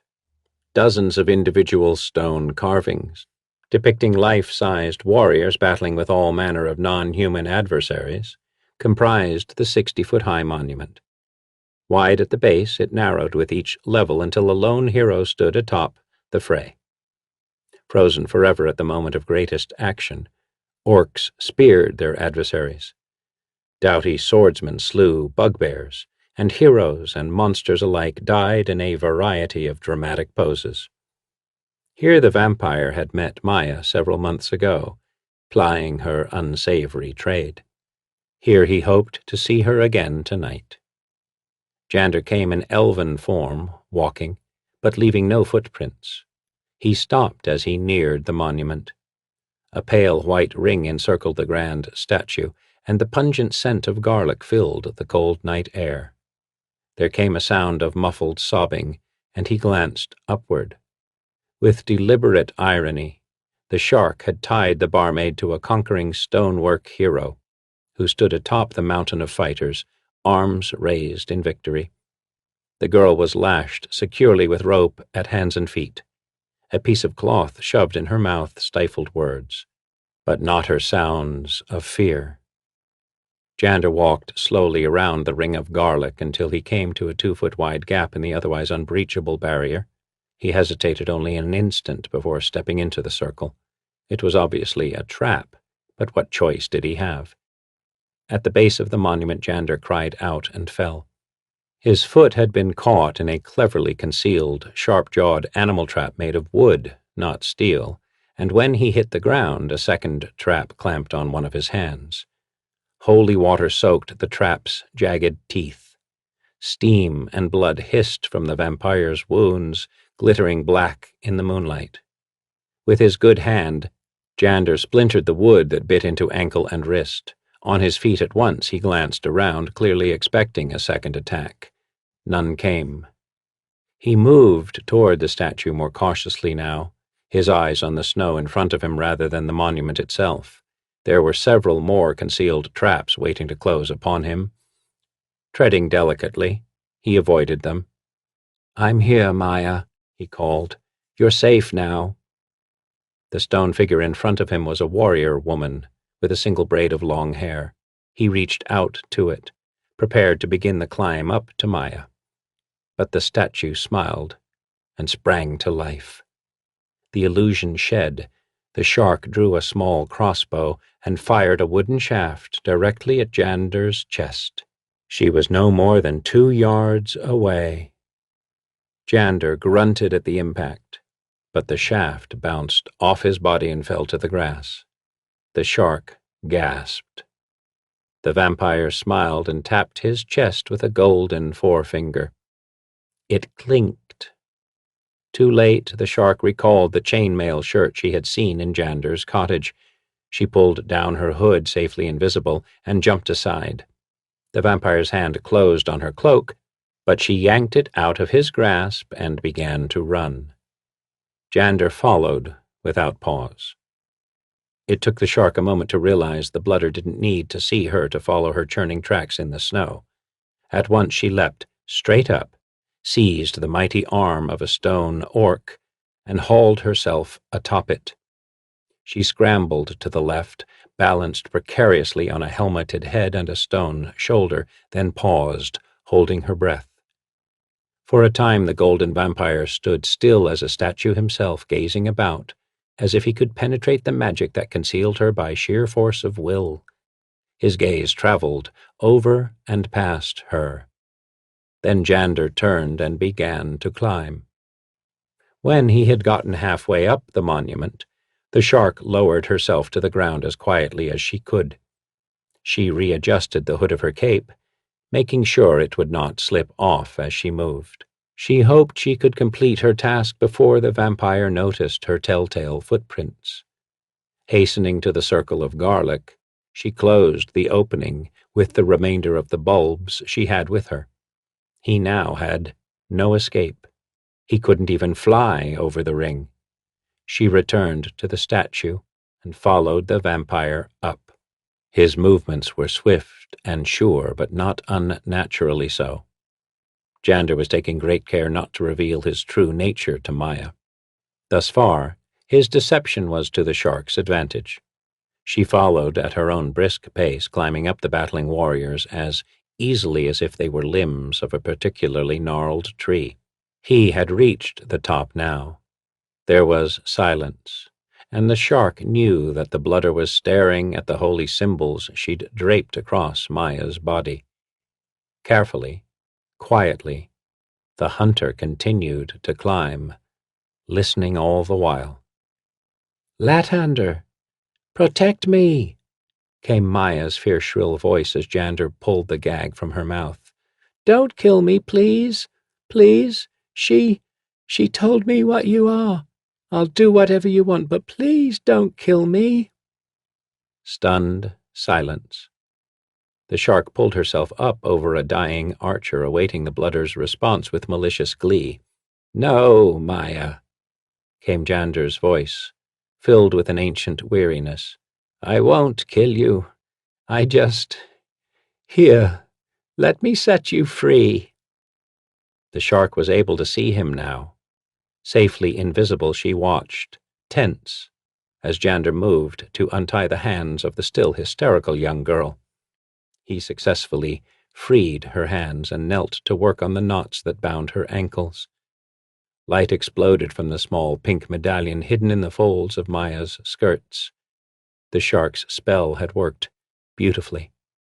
The vampire flung his arms up to shield his eyes, stumbled, and hurtled off the monument. The shark hastened forward. One hand gripping a dying troll, the hunter watched Jander's fall. His body shimmered, recasting itself into a small brown bat. He began to fly back up to the top. Behind her, the shark heard Maya sob as she worked loose the knots. Then, whimpering, the barmaid started the climb down from the monument. The shark ignored her. Maya had served her purpose. Instead, the hunter kept her attention focused on the vampire. Leaning out, precariously over the raised stone swords and braced javelins that pointed up from below, she clung to the troll statue and withdrew a small pouch from her pocket. Grains of wheat fell in a shower over the bat. This was the shark's favorite trick to play on a vampire in bat form. The grain would confuse the vermin's senses, making it fly wildly, and that would give the shark a chance to prepare another, more deadly attack. But Jander did not veer off. The little bat flitted crazily for a moment, then continued moving directly for the shark's face. No cloak of invisibility could protect her from the heightened senses provided to the vampire in his bat form. She could see the vermin's tiny, sharp-toothed jaws opening as it approached her eyes. Startled, the shark ducked. Her foot slipped from the snow-slicked perch, and she dropped toward the upturned stone javelins below. She did not cry out, merely grunted when her death plummet was abruptly cut short. A spear, wielded by a bugbear, had snagged her cloak. Her throat was bruised from the sudden tug, but she was alive. The shark hung, dangling, swinging slightly back and forth. Her mind raced, and she cursed herself. She'd prepared no spells for this eventuality, no floating, flying, or transformational magic. Grunting with the effort, she reached up, trying to grab the stone spear that held her suspended. She could not reach it. She then stretched to the right as far as she could in hopes of seizing the ugly, porcine face of an orc beating down on a hapless stone hero. She grasped only empty air. More frightened than she had been in decades, the shark craned her neck to look upward. The blooder was an elven silhouette against the star-filled sky as he bent to look at her. Then slowly he moved. One arm reached down. Crying incoherently, the shark twisted away. Her cloak tore a little and she dropped 4 inches.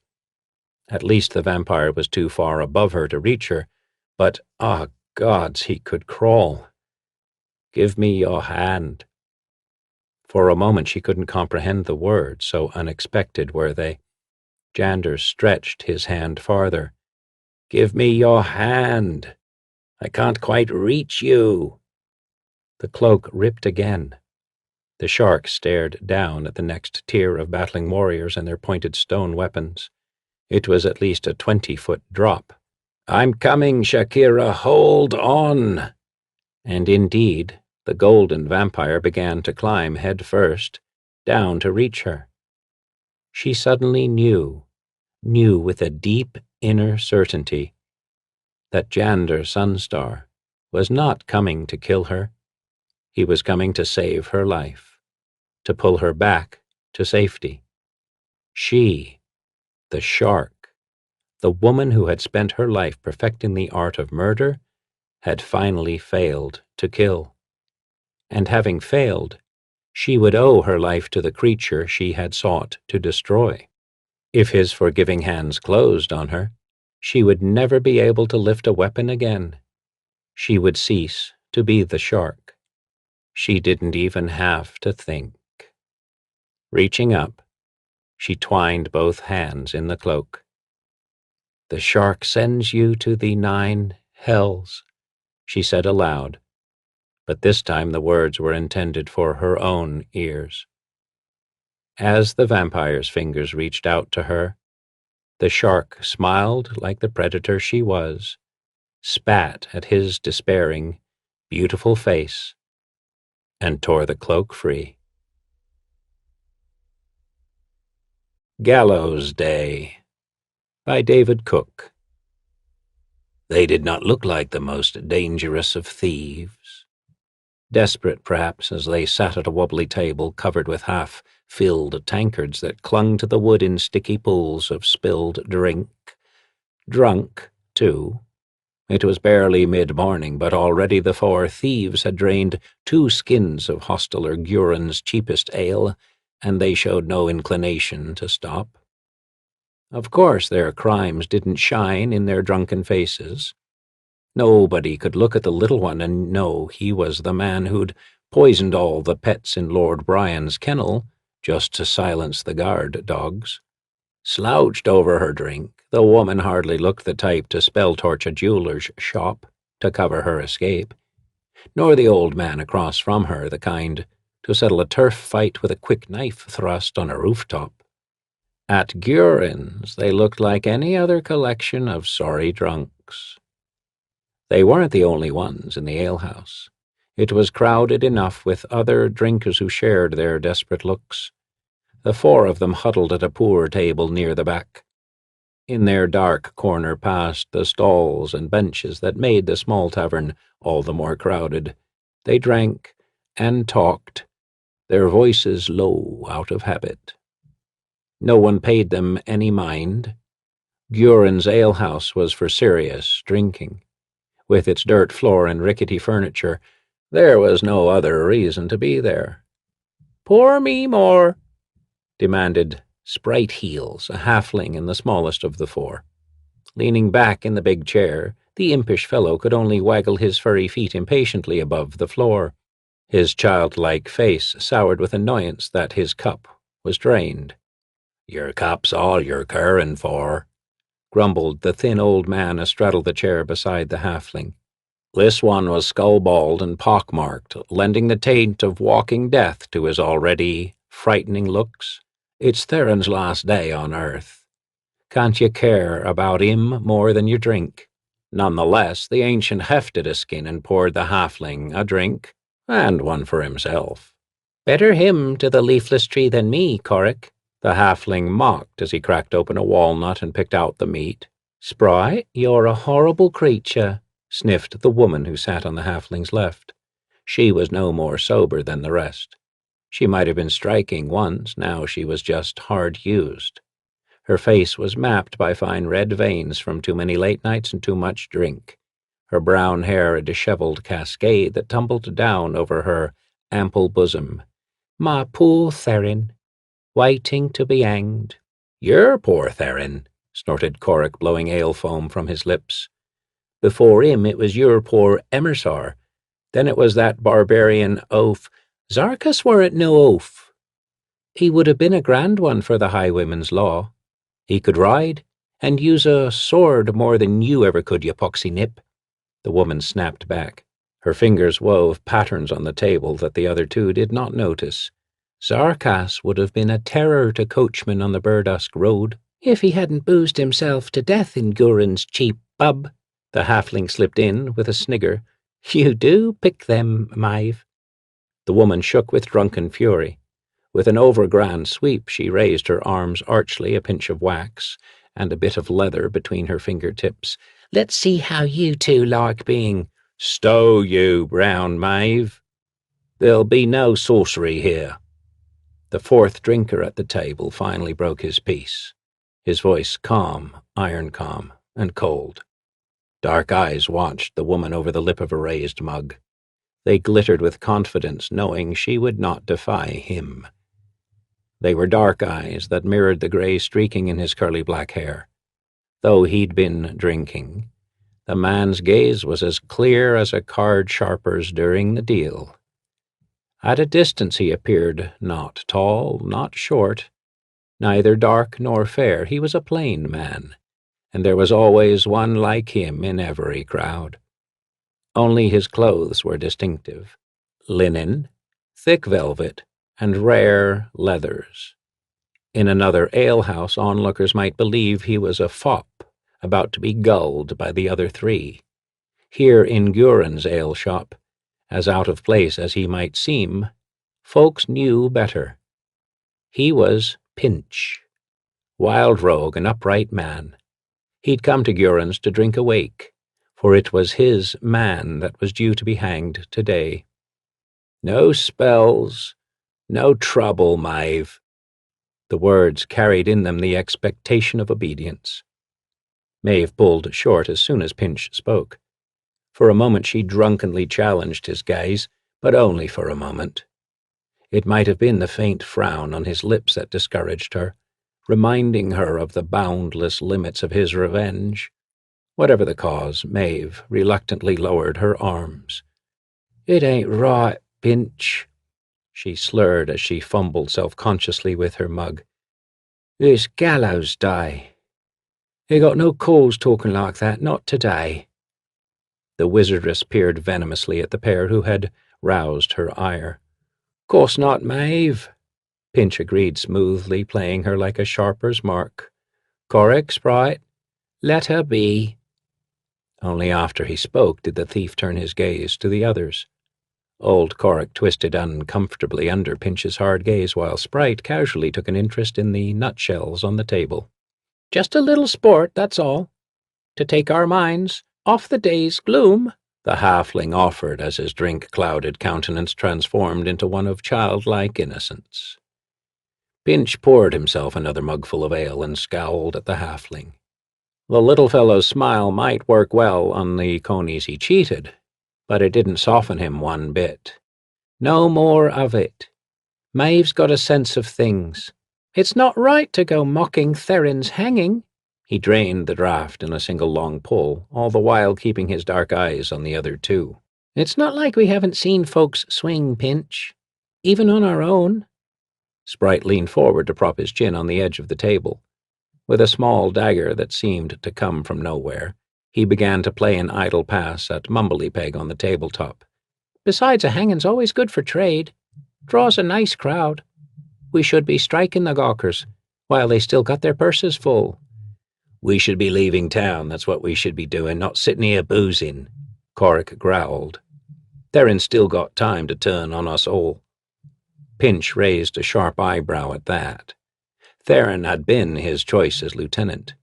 With a snake's speed, the master thief shot out a hand, seized Corrick by a ragged collar, and jerked the old man closer, till their faces were practically cheek to cheek. "Tell me, Gran," he hissed. "Who's the upright man here, you or me?" Even as Pinch asked, one hand slipped to the dagger in his boot. Ancient Corrick wormed in the grasp, his eyes flickering in panic as he saw the black-haired rogue's hand move south. "You be, Pinch. No one else?" he gasped in breathless sincerity.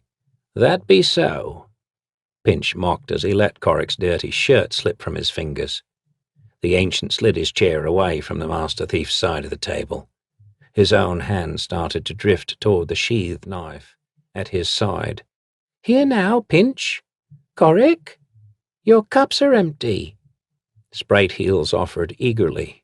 He hopped up on his chair, dragged their tankards to the center of the table, and sloshed the last ale from the serving skin until both cups were filled to the brim. "To Therin's memory," he toasted, his own mug held aloft. Neither Pinch nor Corrick moved, eyes locked on each other. "To poor, dear Therin," Brown Maeve nervously added. clinking her mug to Sprites. The master thief's expression shifted into a thin smile as he lifted the mug set out for him. He held the cup there, till Corrick followed suit. Still their eyes watched each other, ignoring the other two at the table. To Therin. Would all my children be so true? The master rogue offered. He tapped his mug to Sprites and Maeve's. To Therin. May his tongue stay still.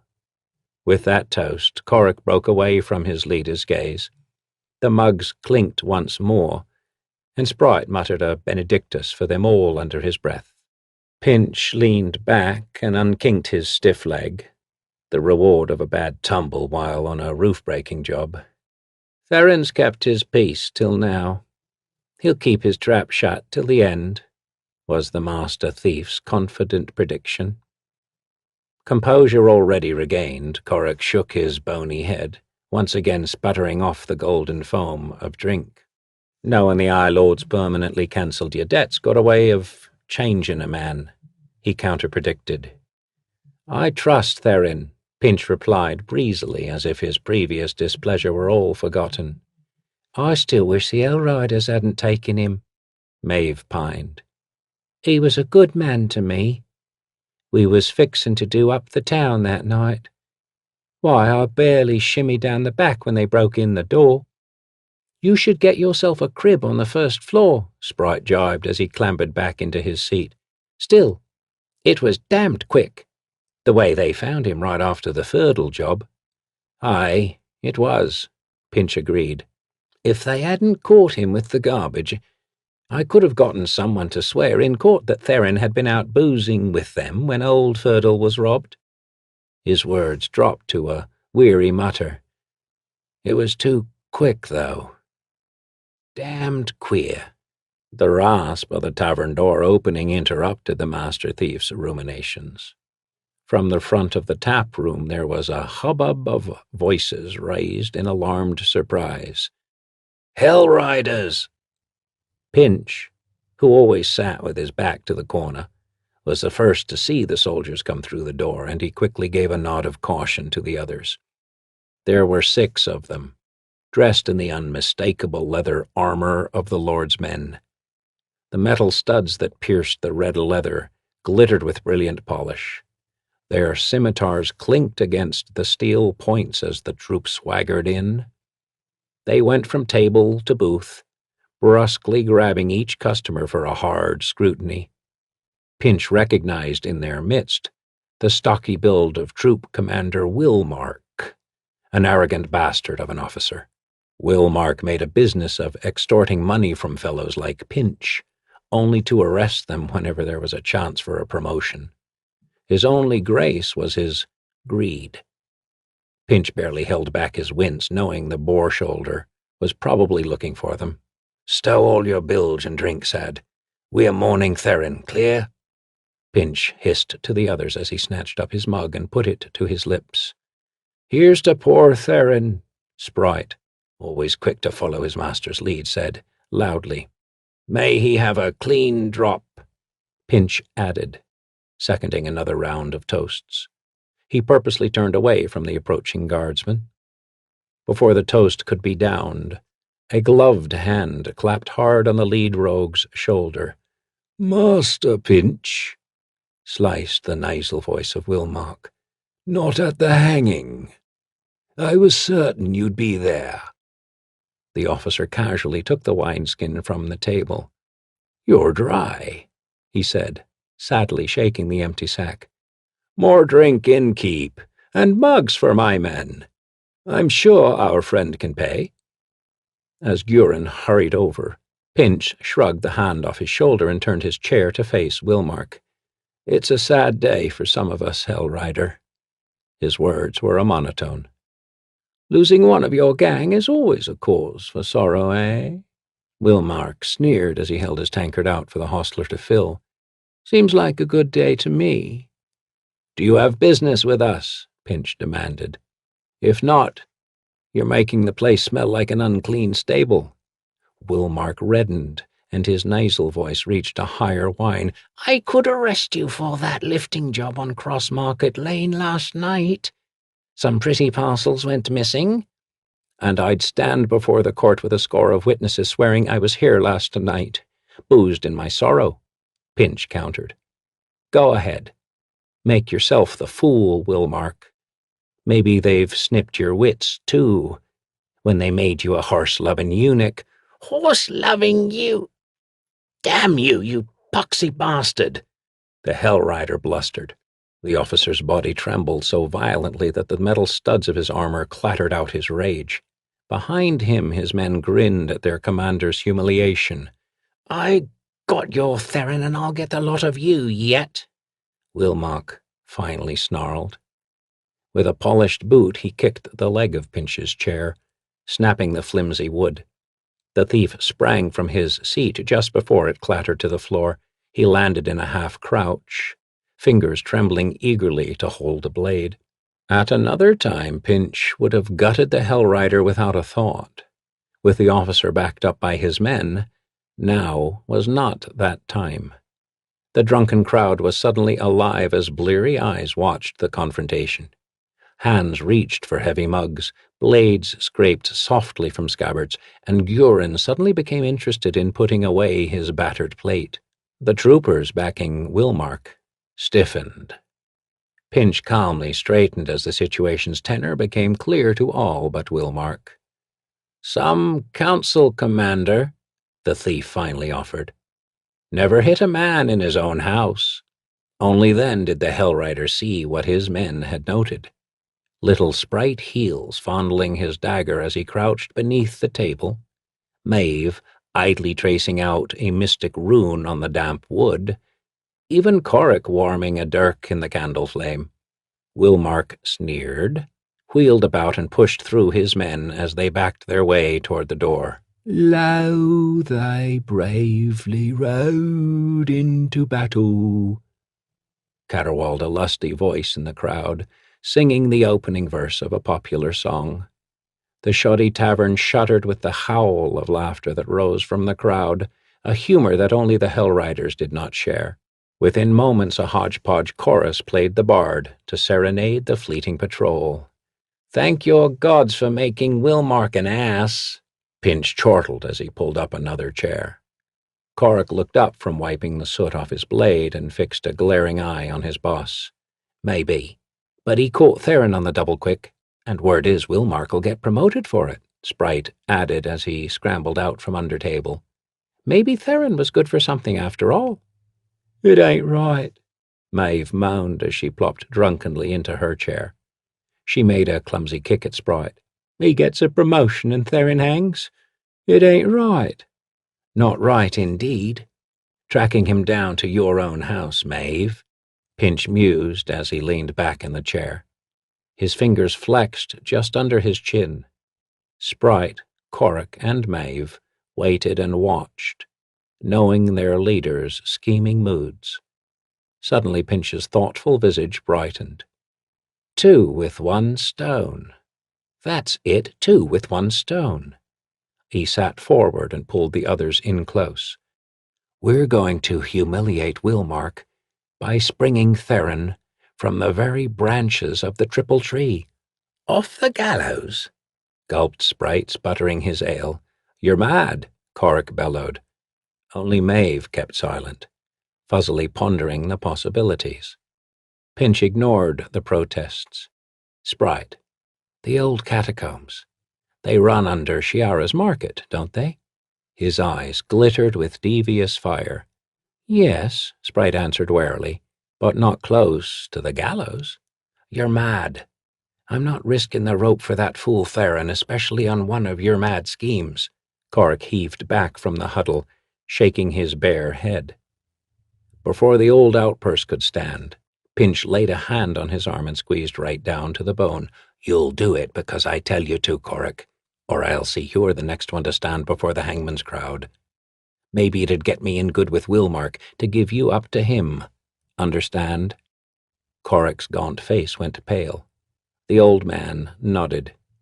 "Good," Pinch purred without losing his grip. "Corrick, You'll borrow us a wagon with a fast team. Sprite, figure how to get us as close to Theron as you can." The halfling raised a bushy eyebrow in acknowledgement. "That's set," Pinch concluded, releasing Corric's arm. "To your duties, lad. I'll be meeting with Theron, just to be sure he knows where his friends stand." The upright man gave Corric a hearty pat on the shoulder. "We can't have him break before we spring him. Go to your tasks. We'll meet where Dragon Eye Lane joins Shiara's market, an hour before the hanging." The speed and certainty of Pinch's resolve left the pair dazed. "Get going," he had to repeat before they actually stirred. "And Sprite, mind your wandering fingers for now. I don't want you caught before the hanging." The halfling's expression moved from dazed to disappointed. "All those purses, and I can't touch them? It was the only good to come out of this whole hanging," he muttered, as he slid from his chair and made for the door. Corric rose, eyes filled with dark misgivings, and followed the halfling.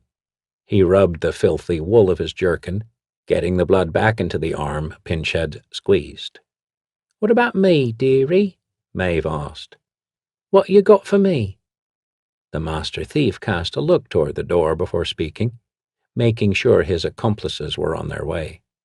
When it was closed, fast, Pinch turned back to the woman beside him. "Now, Maeve. Good Maeve. You said it was queer how poor Theron was bagged?" "I said it weren't right, Pinch, that's what I said." Pinch poured her a drink from the skin Wilmark had ordered. "And it was, Maeve, it was unnatural, the way they came to your place. You spoke true. It weren't right. The whole thing's no better than a forger's will, I think." He pushed the mug in front of the doxy. "Tell me, Maeve, you know how long it takes a man to hang?" The towering 3-story stone edifice known as the High Prison was one of El Tural's lesser-known oddities.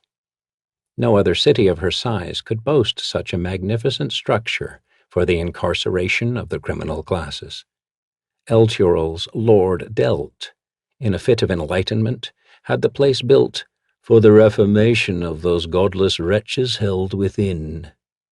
There, prisoners once kept in the dank cellars of the High Hall and the nobles' palaces could be treated as humanely as they deserved. That was the intent, anyway. Pinch didn't care what the High Rider's stated purpose was. The High Prison was just another part of his life, like the thin drizzle blowing in from the river Keonthar. The thief pulled up his cloak to keep the mist from forming cold beads on the back of his neck, while he waited outside the prison.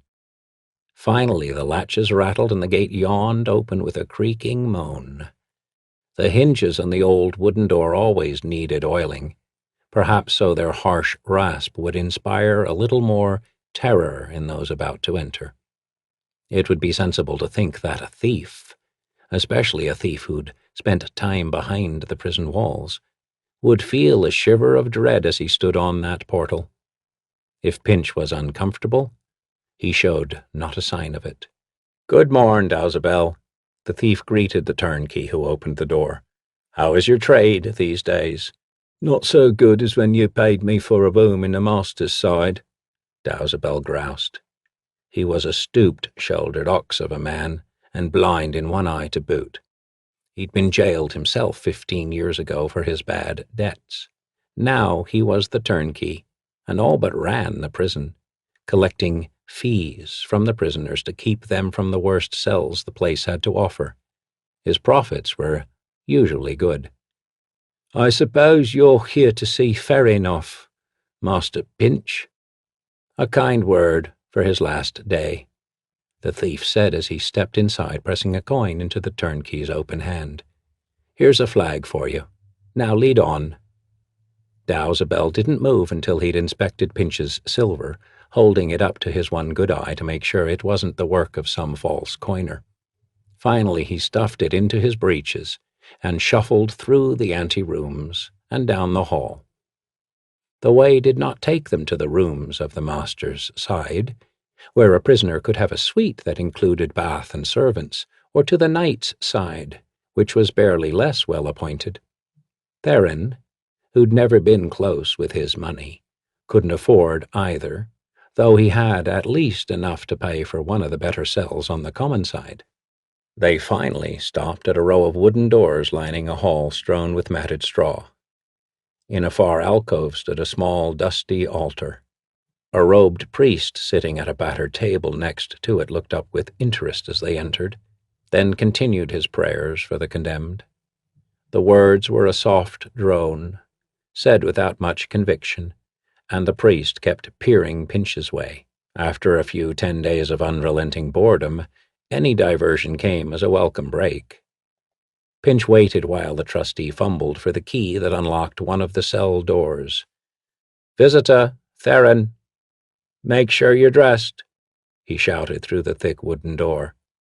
Jiggling the passkey in the lock, the trustee kept talking. "Theron's not living as well as you did, sir, when you stayed here. I mean, the Commons is a far cry from the master's side. I thought he was your friend." Dowsabel's comment was stated with some puzzlement. The great tumblers in the lock clanked as the key turned. "No point wasting money on a hanged man," Pinch coolly answered. As he spoke, the trustee drew the bolt back and pushed the door open. The odor was thick with the smell of the cesspits, so much so that Pinch covered his face with a sweet, scented handkerchief. Theron sat on the hard bed at the back of his cell. The only light in the chamber came from the small barred window high on the wall. Thick gloom cloaked the prisoner, half hiding his big farmhand's body. With his broad shoulders and gangly arms, Theron hardly looked the thief. But Pinch had found his size more than useful for keeping the others of his gang in line. "Master Pinch," Theron breathed in, surprise, as the graying thief entered the small, untidy cell. The prisoner sprang up and brushed the mattress clean. Little black specks hopped out of the ticking at the sweep of his hand. "Please sit, sir." Pinch ignored the offer and pressed 3 gold coins into Dowsabel's hand. "Go join the priest for a round of prayers. I want to be alone with him. Understand?" The trustee looked at the money in his fat hand, then silently closed the door. Pinch could hear the bolts and locks rattling into place. "Lad," Pinch started, at no loss for words, even to a doomed man. "Have the magistrates found some cause for my plea? Have they stayed the execution?"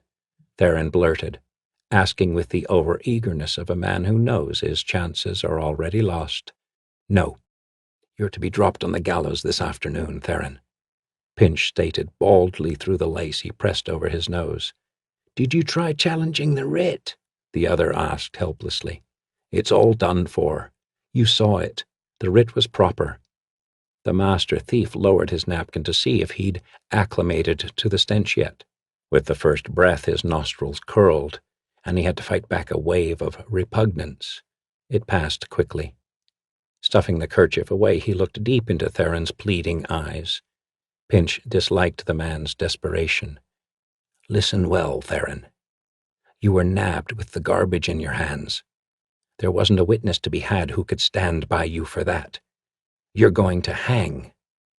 Theron sagged onto his cot, head clasped in his hands. He moaned to the floor. "I could still give somebody up. They might pardon me for stow that noise if you want to live," Pinch snapped. He seized the condemned man by the chin and pulled his face up till their eyes met. "You've done us rightly till now, and you'll not turn stag. Keep your silence and you might not hang, understand?" Theron's eyes grew wide with hope and amazement. "You've bought me free of here?" An eager hand clutched at Pinch's velvet sleeve. "Something like," Pinch lied. "You've stood us true till now, and I've not forgotten it." Pinch knelt beside the other so their voices could be hushed. "I've got a plan." With those words, Theron's shoulders eased with relief.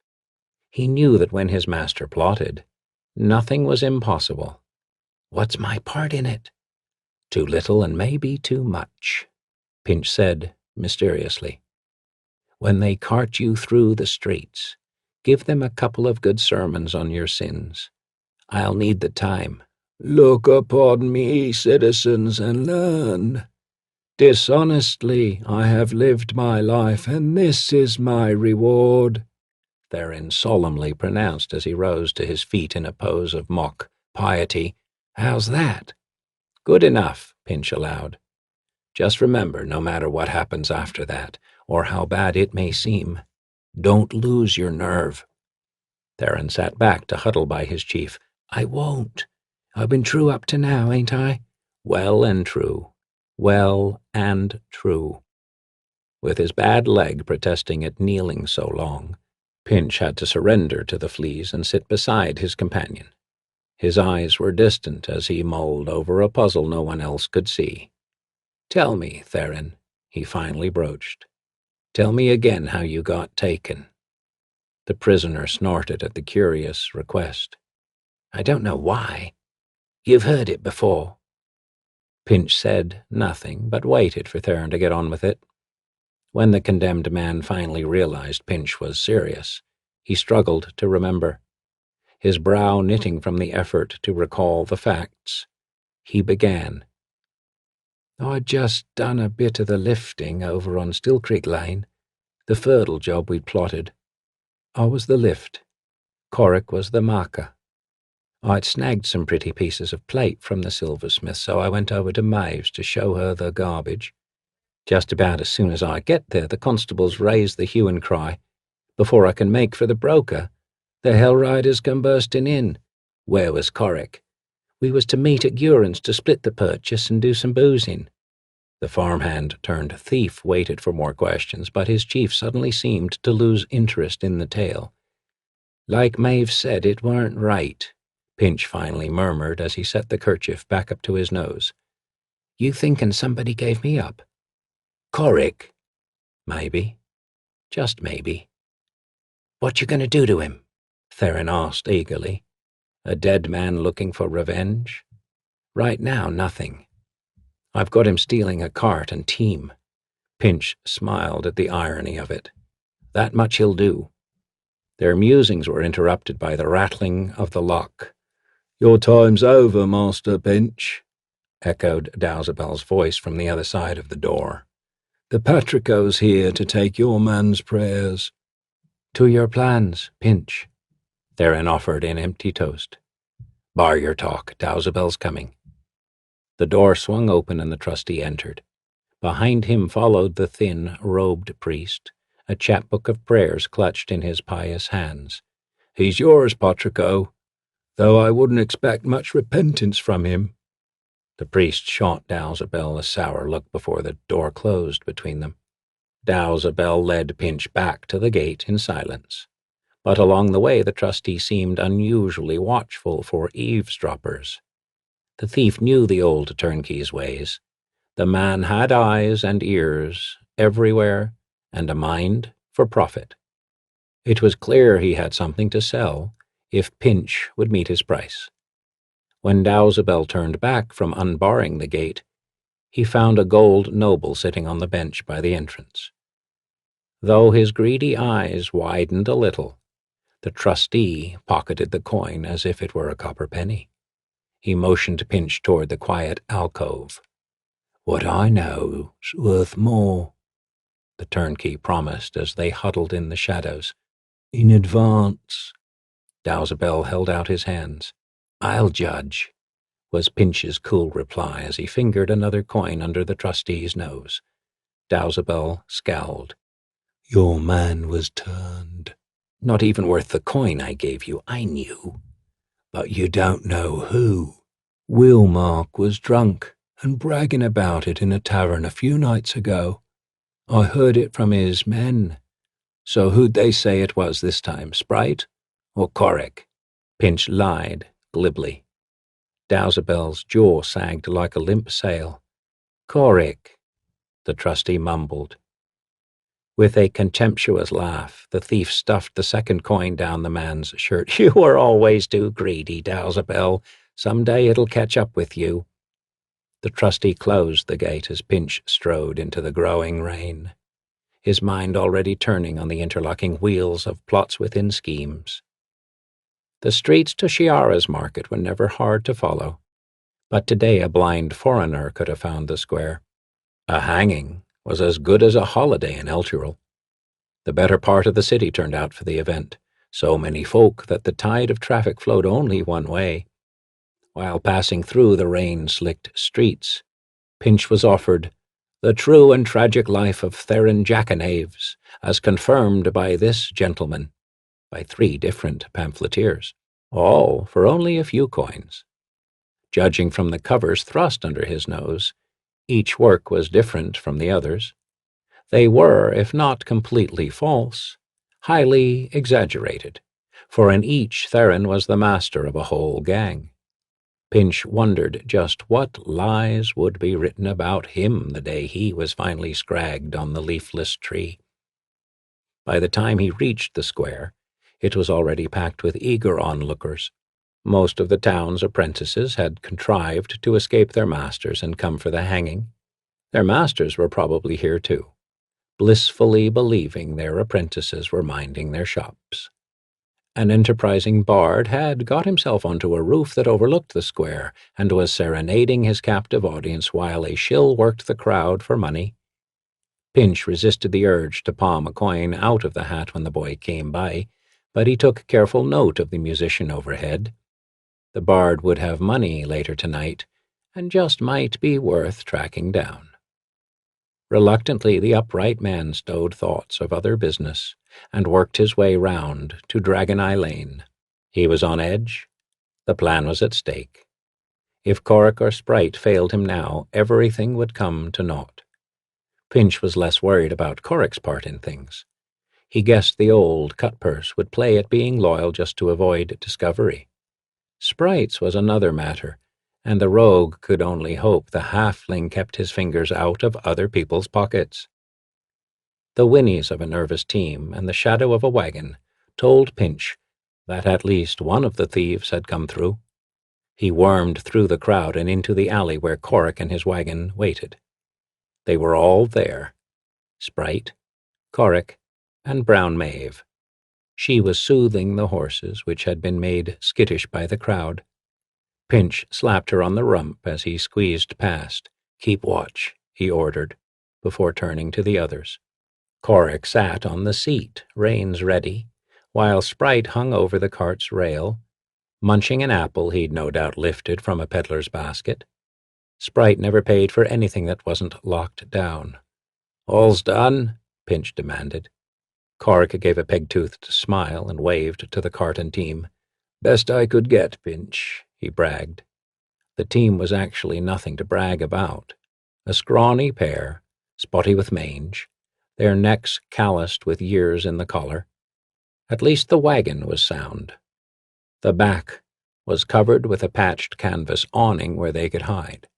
Somewhere, Pinch guessed, there was a rag-and-bone man trying to find his wagon. "Well, Sprite, the sewers. How close can we get?"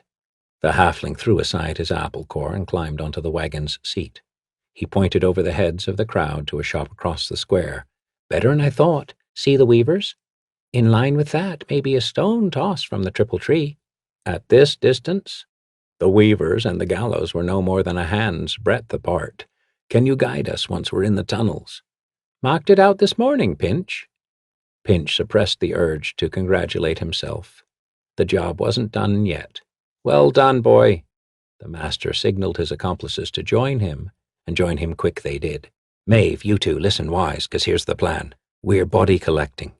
Maeve's already spread it through the crowd that a group of wizards are wanting the body for dissecting." The wizardress mock curtsied slightly at mention of the part she'd played so far. "That should suit the crowd out there fine. Saves them the fear of anyone resurrecting Theron after he's dead." Sprite scowled.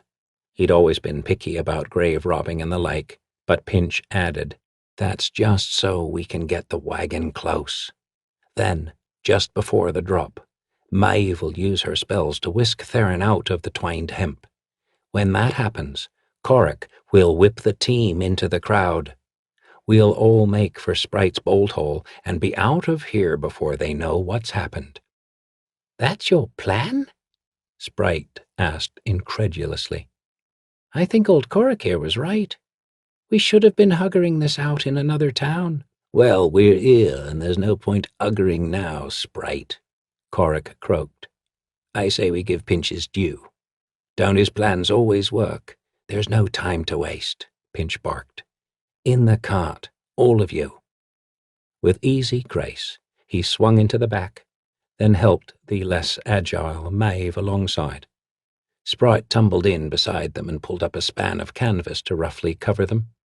From the shadowed interior, the three had a narrow view of the still vacant scaffold. A roar went up from the crowd as a crier mounted the gallows platform. The writ of execution rolled under his arm. The official swung his bell in a futile attempt to get silence.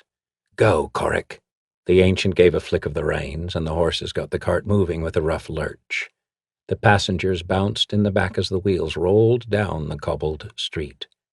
A wild cheer, part savage, part joyous, rose from the crowd as the cart entered the square.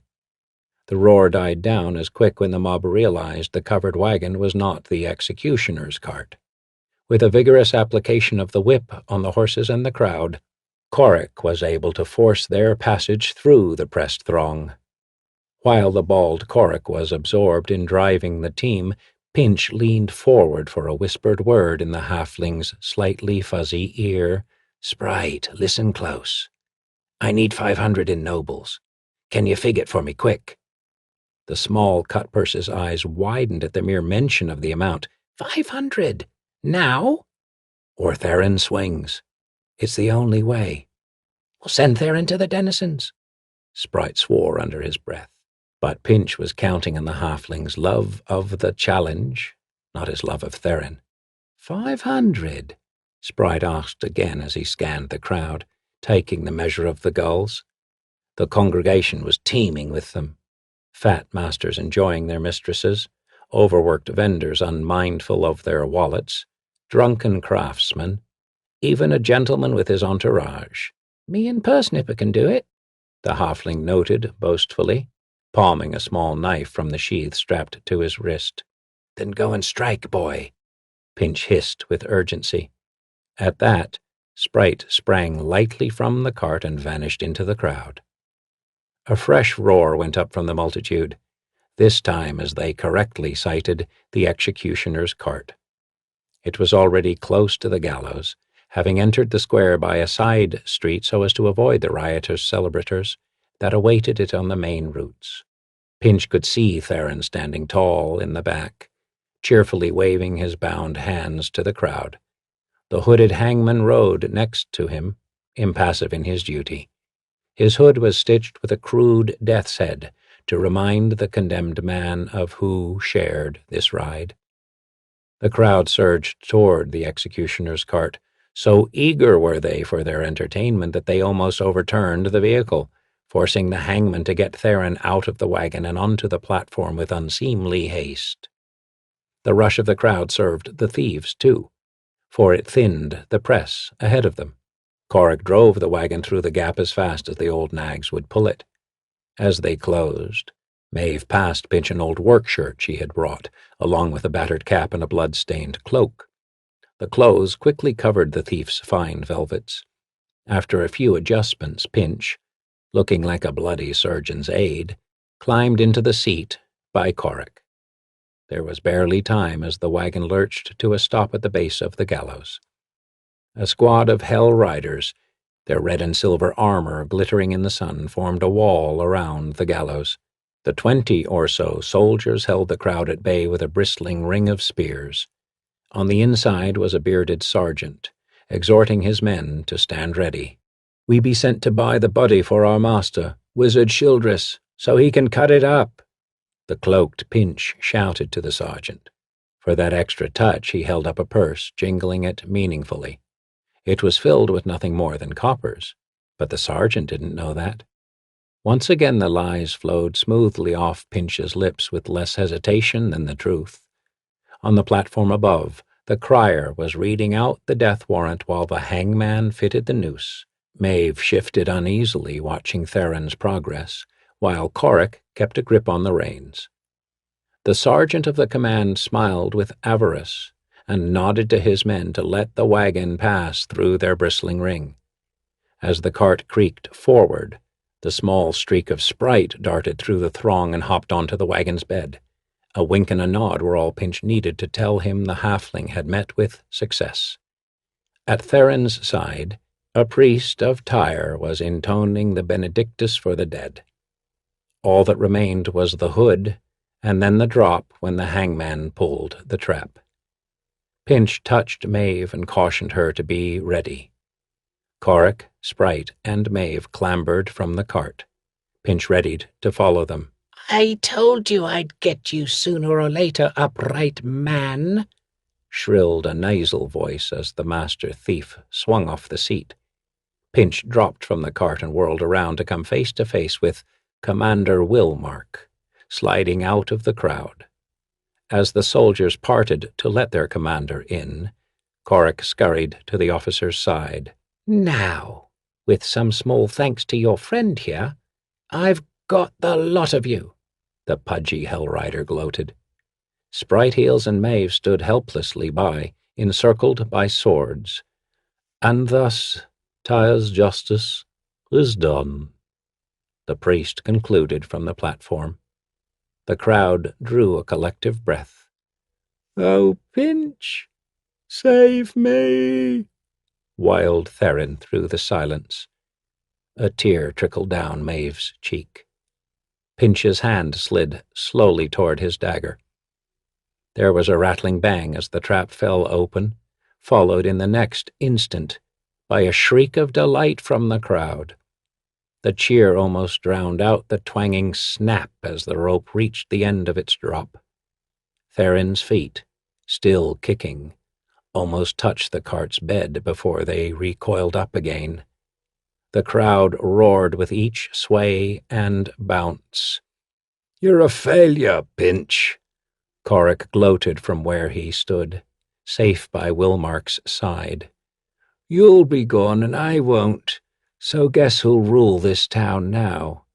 The commander and I have an understanding." "Do you?" Pinch let his hand fall away from his dagger. Even with Theron still kicking overhead, the mob roaring for blood and swords all around him, the master thief remained remarkably calm. Maeve was already sobbing, perhaps more for herself than her departed Theron. Sprite looked ready to take up religion. Any religion. "Perhaps the commander and I can reach an understanding too. Sprite, do you have it?" Pinch asked without ever taking his eyes off Willmark or Corrick. The old cut-purse's brow furrowed at the turn things were taking. "Yes, and then some. Struck a gentleman, I did," the halfling replied nervously. He passed the leather purse to Pinch's outstretched hand. "It might be best, Commander, if we talk in private." Pinch nodded toward the covered wagon.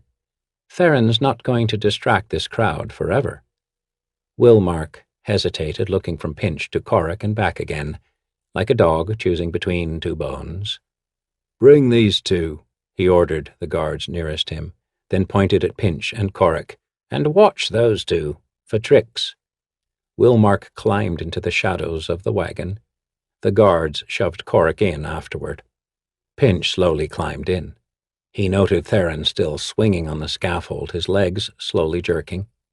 In the darkness of the wagon, the upright man could see Willmark, sword poised but uncertain, perplexed by Pinch's game. Taking care not to startle him, Pinch tossed the leather bag to the commander's feet. It hit the wooden boards with a loud, clinking plop. Willmark scooted back in surprise. "There's over 500 nobles in gold here," Pinch pronounced.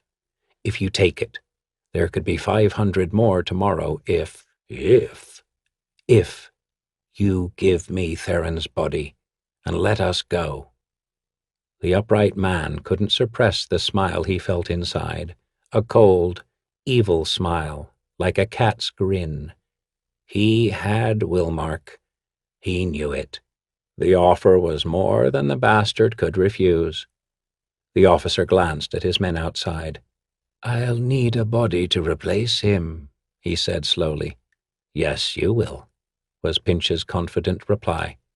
"It will have to look like him." "It will." Corric's old eyes widened as he listened to the exchange, barely audible over the noise of the crowd. "Pinch, you don't mean—" "His body," the thief said to the soldier. "Wait," Corric said. With a sudden single thrust of his sword, Commander Wilmark cut the rest of Corric's quavering words short. "The thief's dead," he shouted to his men outside. "Cut him down!" Without waiting, Pinch went into action, poking his head out the front of the wagon. "Maeve, your spells! Sprite, get Theron in here!" Brown Maeve, suddenly dry-eyed and calm, heaved herself into the cart and knelt by Corric's body. The wizardress mumbled a few words of a spell as she passed her hands over the corpse.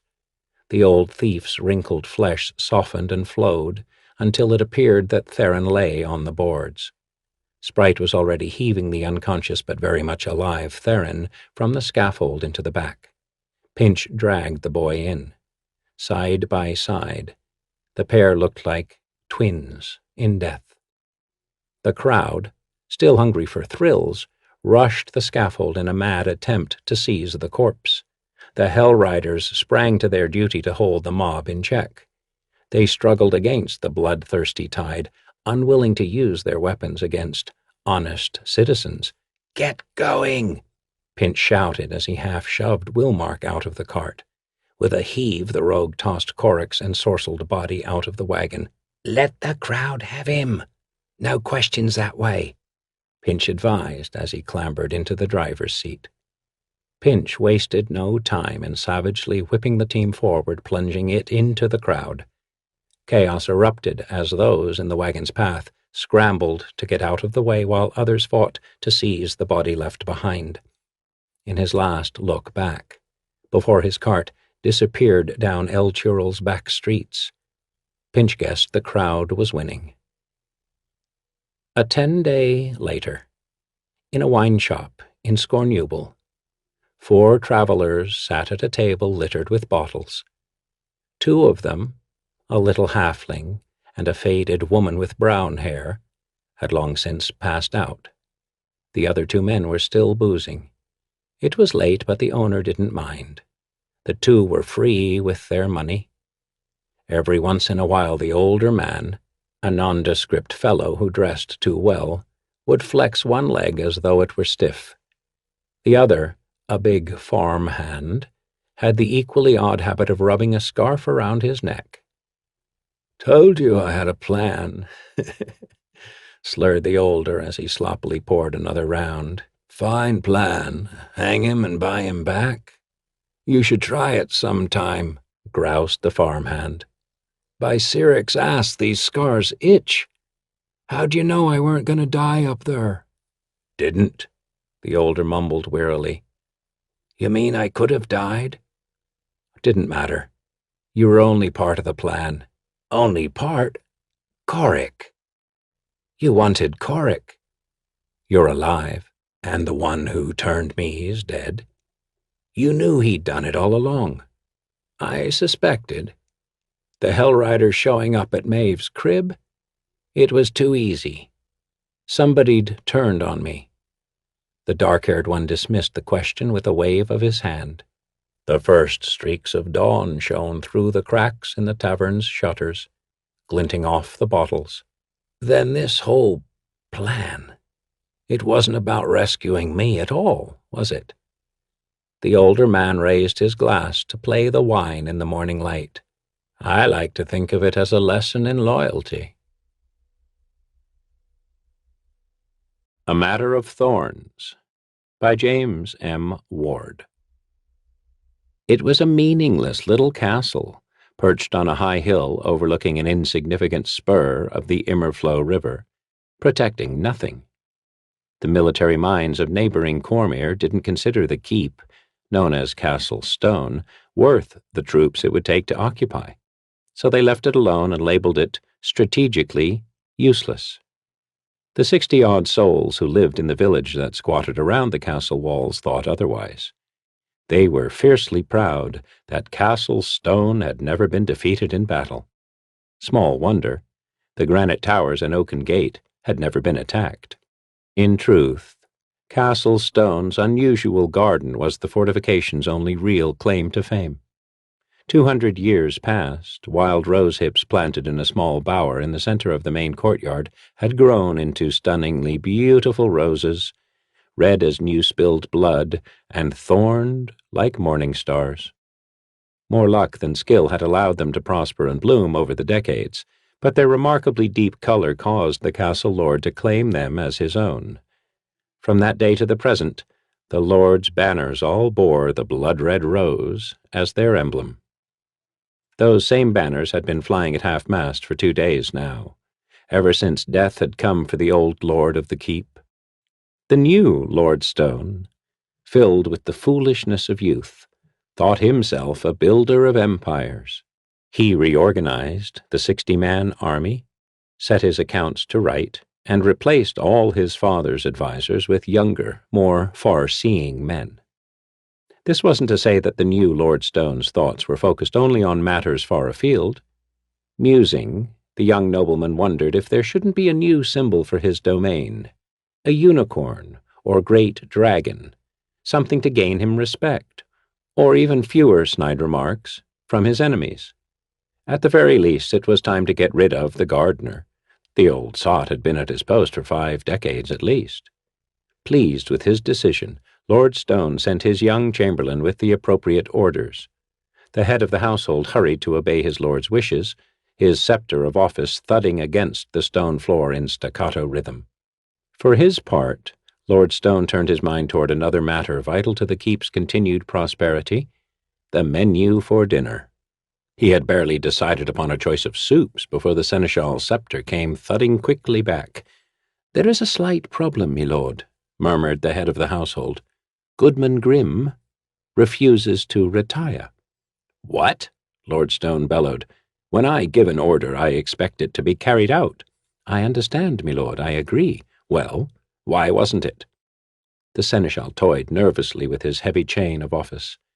"I tried to tell Grimm your command honored him, that you were rewarding him with retirement. He didn't see it that way." Swallowing hard, he added, "He's still out there digging at the roses. I could hardly have hauled him away from his post.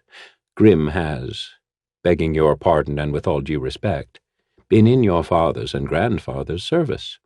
He's rather popular with the rest of the staff, and such a scene might cause unrest in the household." "Unrest, indeed." The young nobleman jumped from his throne and stomped out of the chamber. "We'll see about this." All Grimm had ever wanted to do was tend Castle Stone's roses. Forsaking all other possible careers, including a promising apprenticeship with a traveling mage, the frail, bent gardener had grown up, grown wise, and grown very old working with his lord's beloved plants. He fondly remembered his father, who had been the gardener before him, bringing him to the castle to view the prized plants. Their huge buds and gentle fragrance had entranced him even at that tender age. The young Grimm had cultivated a garden of his own, nursed with loving care and the little magic he'd picked up almost instinctively. But none of his hundreds of blooms could ever equal one of the castle's roses. He'd sworn then and there that growing the special flowers would be his life's work. "Now, after all these years, they want me to go. If old Lord Stone were alive, he'd give 'em what for. There was a man for you. There was a man who appreciated the care it takes to raise roses." Grimm dug his hoe into the earth with more force than usual. Each stroke of the tool punctuated a colorful but silent insult he directed toward the new Lord Stone. The sound of footsteps in the garden finally drew him from his angry reverie.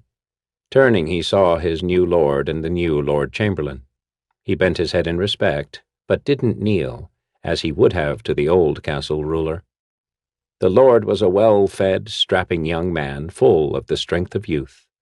The run from the throne room to the bower hadn't even winded him. That couldn't be said for the chamberlain. Of the same age as his master, he was bent over, gulping in huge breaths. It took both hands gripped tightly on his scepter just to keep him on his feet. "Grim, what's this I hear? You won't retire?" Lord Stone began without prelude.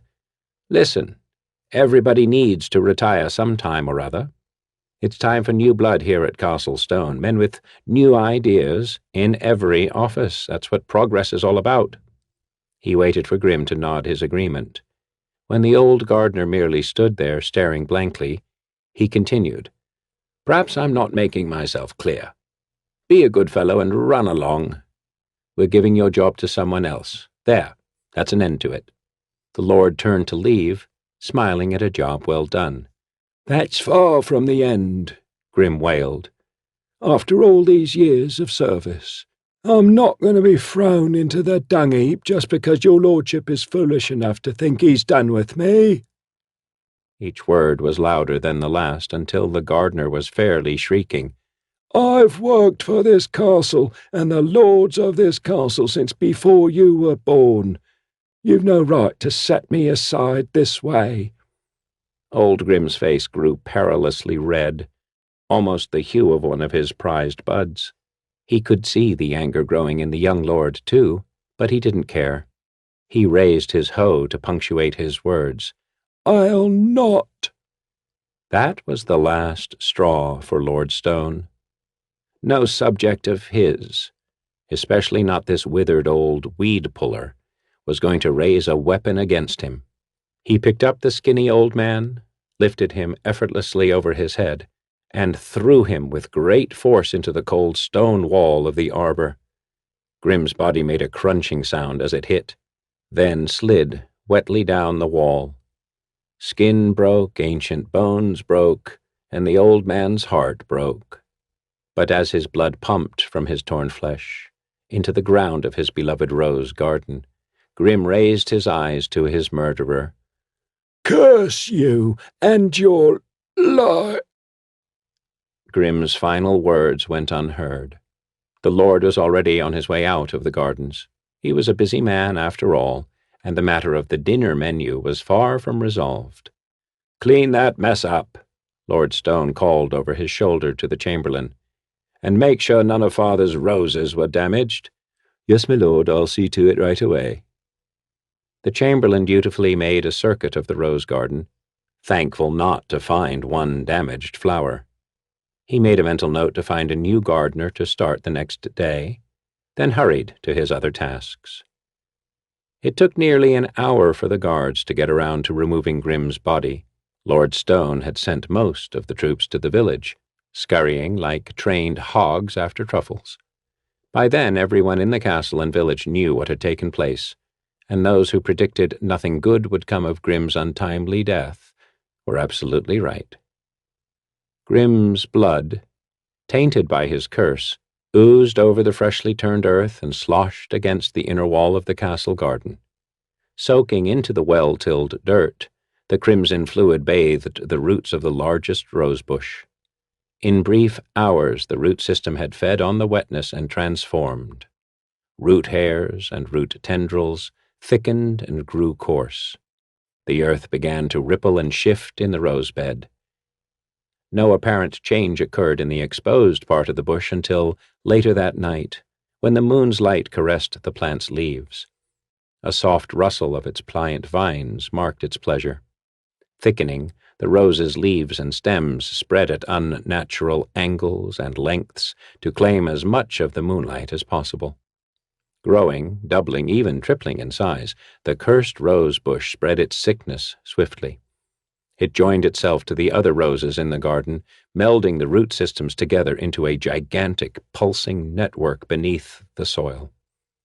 Rose thorns became huge, hollow daggers along the pliable vines. The outside of every rose petal grew thorny teeth that sucked the life from the flies, moths, and bugs that ventured too close. The root system was busy, too, searching out and spearing every worm, grub, and beetle in the earth.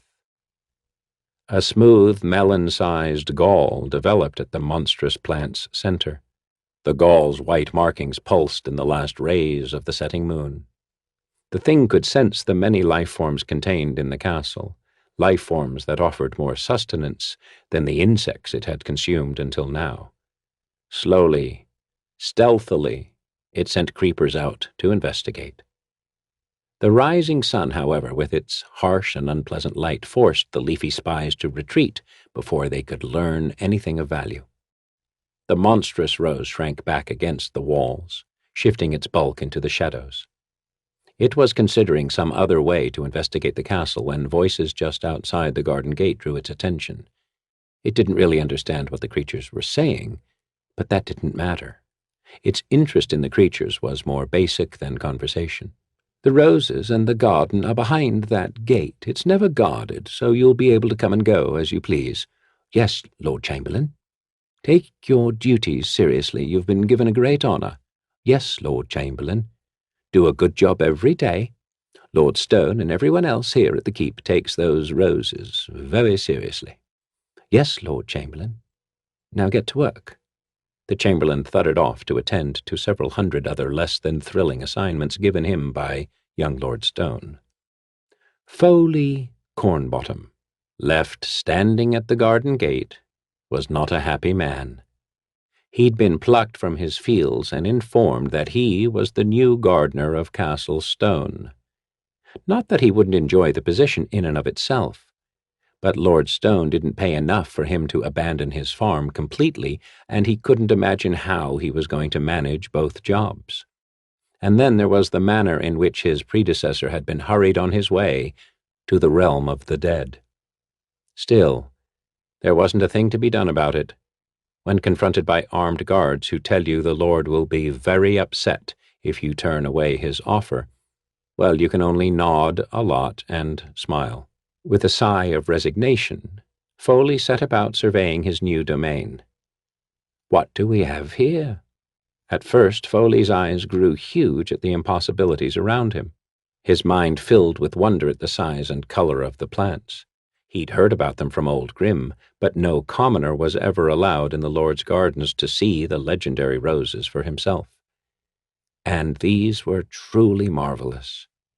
Each blossom was the size of a man's head, and the flowers all faced the garden path. It was almost as if, well, they seemed to be looking at him. A shiver of fear scrabbled down Foley's spine. "Never mind that, Goodman Cornbottom. You've got a job to do, and you'd better get to it." He tapped his chin and looked about. "That's where you should start. That obviously doesn't belong here." Foley's rough hands reached into the shadows for the melon-sized gall. Lifting it, he noticed an unusually thick tangle of thorny vines connecting it to the earth. One of the thorns scraped along his palm, but it didn't draw blood. He'd been tending plants for over a decade now, and his hands were tougher than thick leather. A gall like this should have been cut clean long ago. What could old Grim have been thinking? He turned the gall roughly. "Maybe he just never noticed you, eh?" The cursed vegetation tried to shrink back. The gardener only gripped it tighter. The rose monster ached to absorb this creature, but the skin on its hands was like stone. Perhaps there was another way. Vines with long, hollow thorns reached out behind the gardener. They quickly snaked up Foley's legs, wrenching his hands away from the gall, pinning his arms to his side. The thorns penetrated at the neck and began to draw out the man's life. And with the blood and marrow, the thorns drained something else from the gardener, his will and his intellect. Shocked at the sudden insight Foley's mind afforded it, the plant paused. It did not kill the gardener as it had the flies and earthworms. It only drained enough of his life force to sustain itself, enough of the man's mind to leave him a helpless slave. Then the plant fell back, sated. Weak from the effort and reeling from its new perception of the world, the monstrous rose rested. As it did, Foley cleared some bothersome rocks away and watched for intruders until the sun set and the soothing light of the moon bathed the garden. Refreshed, and certain it could protect itself once more, the plant sent the glassy-eyed Foley away, but ordered him to return with the sun along with more of his kind. Late the following morning, Lord Stone took a stroll past the garden. He'd just finished debating the captain of the guards about the color of his troops' new uniforms. Earlier, he'd had a row with the chamberlain over the finer points of menu planning. He talked to himself as he walked. It was a habit he'd fostered since the day he proclaimed himself the only fit conversationalist in the keep. "Well, that's a good morning's work," the nobleman laughed to himself. He couldn't see how the domain had survived all those years without his enlightened rule. "A little sword practice is just the thing right now," he announced. "I mustn't let myself get too out of shape, though it would be easy enough to do, sitting on a throne all day. Off to the practice field with me, then. It'll be good for the troops to see their leader working." It was then that the smell hit him. "What in Tyre's blind eyes is that? It smells like someone built a slaughterhouse in the rose garden. Foley!" Lord Stone bellowed as he flung open the gate and stormed into the arbor. "What do you—" Foley and the castle cook had just upended a barrel of blood into the garden's earth. They stood there, slack-jawed and glassy-eyed, staring at Lord Stone. The nobleman shared their dumbfounded expression, though his was born of shock. His father's beloved roses had turned into monster things with thorns as long as daggers. Half-eaten pigs and chickens lay everywhere, entangled in vines. Then he saw 3 of his castle guards, and the blacksmith spitted on thorns, expressions of horror on their ripped faces. A watermelon-sized gall lifted on a thorny tendril and moved toward Lord Stone. The nobleman raised his sword and swung powerfully at the gall, but hardened rose vines caught the blade mid-swing. Other vines smashed thorns into Stone's bare arms and neck. Like Foley and the cook before him, Lord Stone gained a new appreciation for roses. "This plant must prosper and be properly fed, Foley," Lord Stone said dully when the plant had finished with him. "I'll order you more helpers. We'd best double the guard around the castle walls, too. Can't be too careful, eh?" "Stop right there," the gate guard called.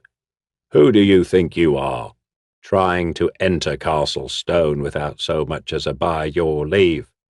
The gruff soldier, backed by 3 of his equally gruff fellows, raised his pike to stop the riders from crossing the wide drawbridge. The smaller of the 2 travelers was a squire, dressed all in red and feeling rather self-important. He rode a few paces ahead of his lord and stopped. "Since when is it necessary to answer questions before entering Stone Keep, especially for such an important knight as my master? Any king or baron worth the title would gladly welcome him at table."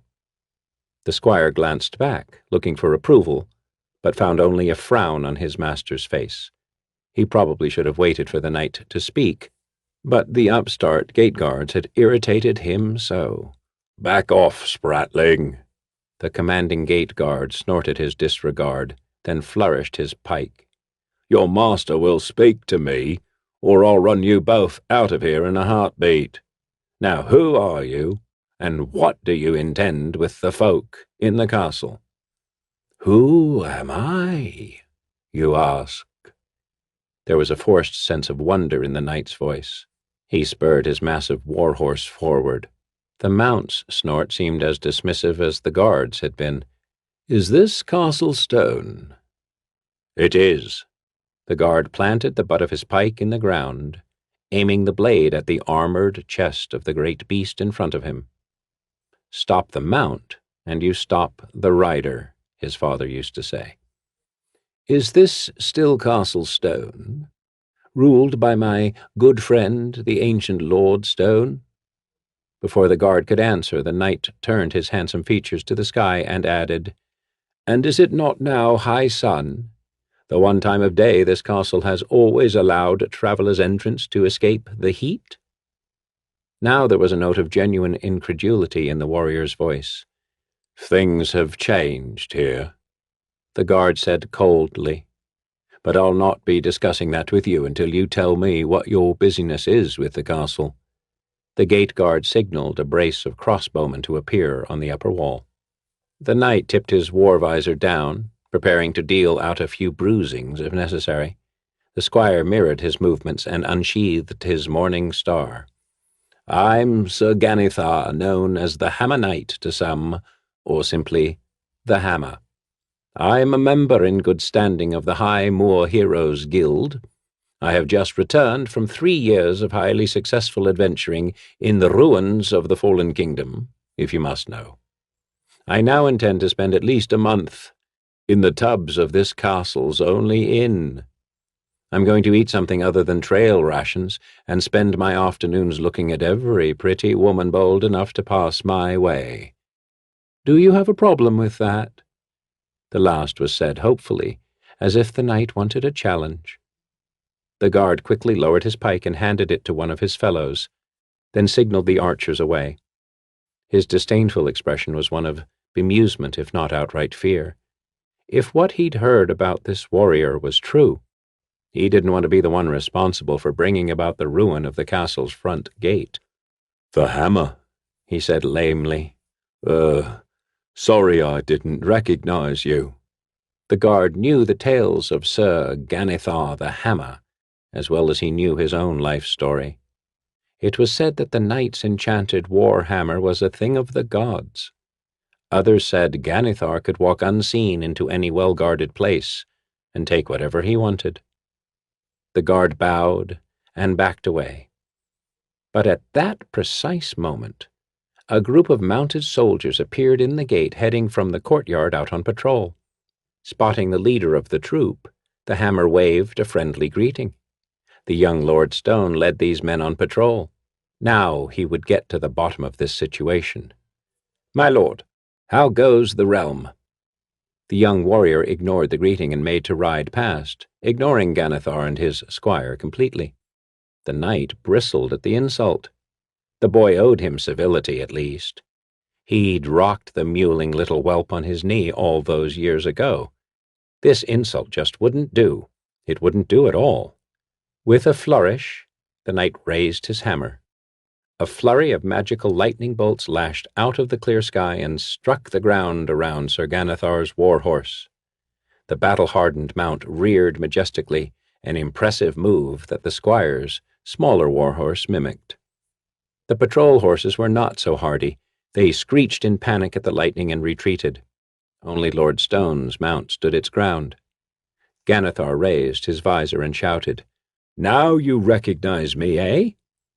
It's good to see you again. I'm looking forward to drinking with your father. You're looking well." This last was a lie, well meant, but still utterly false. The young castle lord looked haggard, years older than his true age. "Oh, Ganithar. Well met," Lord Stone said vaguely. "I didn't see you before. I'm glad you're alive and well. The castle can use all the bold adventurers it can get right now. What's wrong? Is there some attack coming? My hammer is always at your service." No attack. My father died 5 days ago. It was quite sudden. His heart just stopped." The young lord advanced as if to ride on, but Sir Ganithar was far too perplexed to let that happen. The knight spurred his mount to block the nobleman's path. The squire followed his master's lead and hemmed the lord in. From his high war saddle, the Hammer looked down on the new ruler of the castle. "Friends usually invite friends to dinner when they haven't seen each other in years. Let's sup together and drink to your father's honor."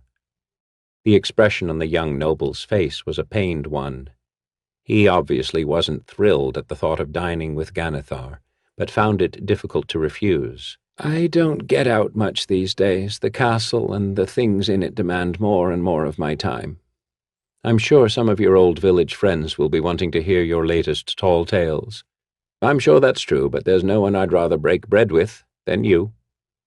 Lord Stone winced as if he'd been struck. "So be it. Please come to dinner with the rising of this night's moon. I should be back from patrol by then.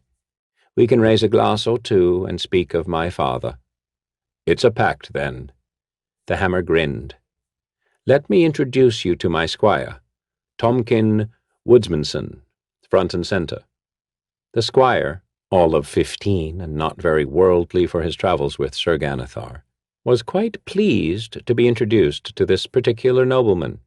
He'd come from the lands around Castlestone, and seen the young lord during high market days. He bowed as low as the jousting saddle allowed. "Ganethar, I didn't think you were the type to take on a squire." The castle lord looked the lad over with an appraising eye. "Oh, I admit he's rough around the edges, but he saved my life." The look of surprise was plain on Lord Stone's face, so the hammer elaborated.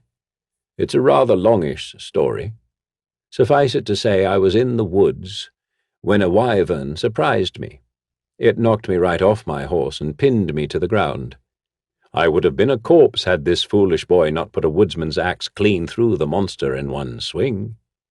In return for the deed, he asked me to make him as good a warrior as I am. I couldn't say no, not after he'd saved me." Ganethar smiled warmly. "But we'll talk about it more tonight. I want to get the road dust off my old hide. Tonight, my lord. Tonight, if we must." Lord Stone turned to find his patrol reassembled. He nodded to both knight and squire, then pushed past them and rode away. "Is he a great lord, like in the old tales?" Tompkin asked eagerly. "His father was. That lad riding off has been a bit of a bully in the past. Only time will tell what type of ruler he makes." The knight narrowed his eyes as he watched the patrol ride away. "But something is terribly wrong with him. I think you and I will ferret it out during dinner." "He wouldn't want me dining with the likes of you both." "It doesn't matter what he likes. You're my squire, and go where I go." Ganethar patted the boy on the shoulder. "You must learn to serve me. Loyal service is as important to a squire as the arts of war. Do you understand, boy?" "Yes, sir. I'll always serve you to the best of my ability. I'll do whatever you tell me to do, Sir Ganethar." "No, no, lad, that's not what I want. Try to anticipate what I need. Anticipation is vital in a warrior, too. Figure out what I need and respond to me before I ask. I'll teach you to do the same to your foes. That's the way of a good warrior. Now, let's prepare ourselves for some fine food. You know they grow some excellent watermelon here. It boasts some of the best in Faerun, though the roses make a better symbol for the castle, eh, Tompkin?" The squire nodded, only half listening to what his master said, his mind caught up in the lesson the knight had imparted. "Anticipate. That's what I need to do," Tompkin repeated softly as, now unchallenged, they rode into the castle. "2 plates. Lord Stone obviously doesn't want me to dine with you." Dressed in full livery, with a 2-handed broadsword strapped to his back, Tompkin felt decidedly overdressed and more than a little foolish as he gazed through the garden gate at the small table within. "Nonsense, lad. Lord Stone has taken the time to serve us dinner in his fine garden. Admittedly, the garden has gotten rather smelly of late, but we'll both find out why at dinner. Another plate is easily gotten." "No," the squire squeaked for fear that the castle lord could hear them while they whispered outside the garden gate. "I couldn't eat in front of him. I'd be afraid of dribbling soup down my surcoat. Couldn't I just eat my meal with the horses?" Ganethar, remembering his days as a squire, took pity on Tompkin. "All right, lad, you don't have to attend the dinner. But I want you to stay outside this gate and guard it with your life. No one is to disturb our dinner without my permission. I want to get to the bottom of the strange goings-on around here." Much relieved, Tompkin took his post as the hammer strolled into the garden and met Lord Stone. "Anticipation, anticipation, anticipation," the boy muttered to himself over and over. "Should I draw my sword, I wonder? Or maybe I should stand inside of the door, not outside. Should I call for help if attacked, or die silently defending my lord?" Sweat began beading on the squire's forehead as he looked in all directions, ready to sell his life dearly for the hammer. Standing just outside the garden, the woodsman-made squire craned his neck this way and that, trying to see both the hammer and the doorway into the keep. So caught up in his duty was the boy that he could barely hear the words of the two men in the arbor. "I no longer rule this castle," Lord Stone said. "I serve another, and here it is." Tompkin caught a glimpse of a large melon resting on several rose stalks. It was unusual, all right, but wild roses alongside melons were nothing strange in the forest. Tompkin didn't like roses very much, but he did like watermelon. The leaves on the melon vine looked larger than normal, spear-shaped things as big as plates. Inch-thick vines spilled out all over the plant. The bloated blood-red roses seemed to be fashioned of impossibly thick petals coated with oil. Tompkin tore his gaze away from the garden.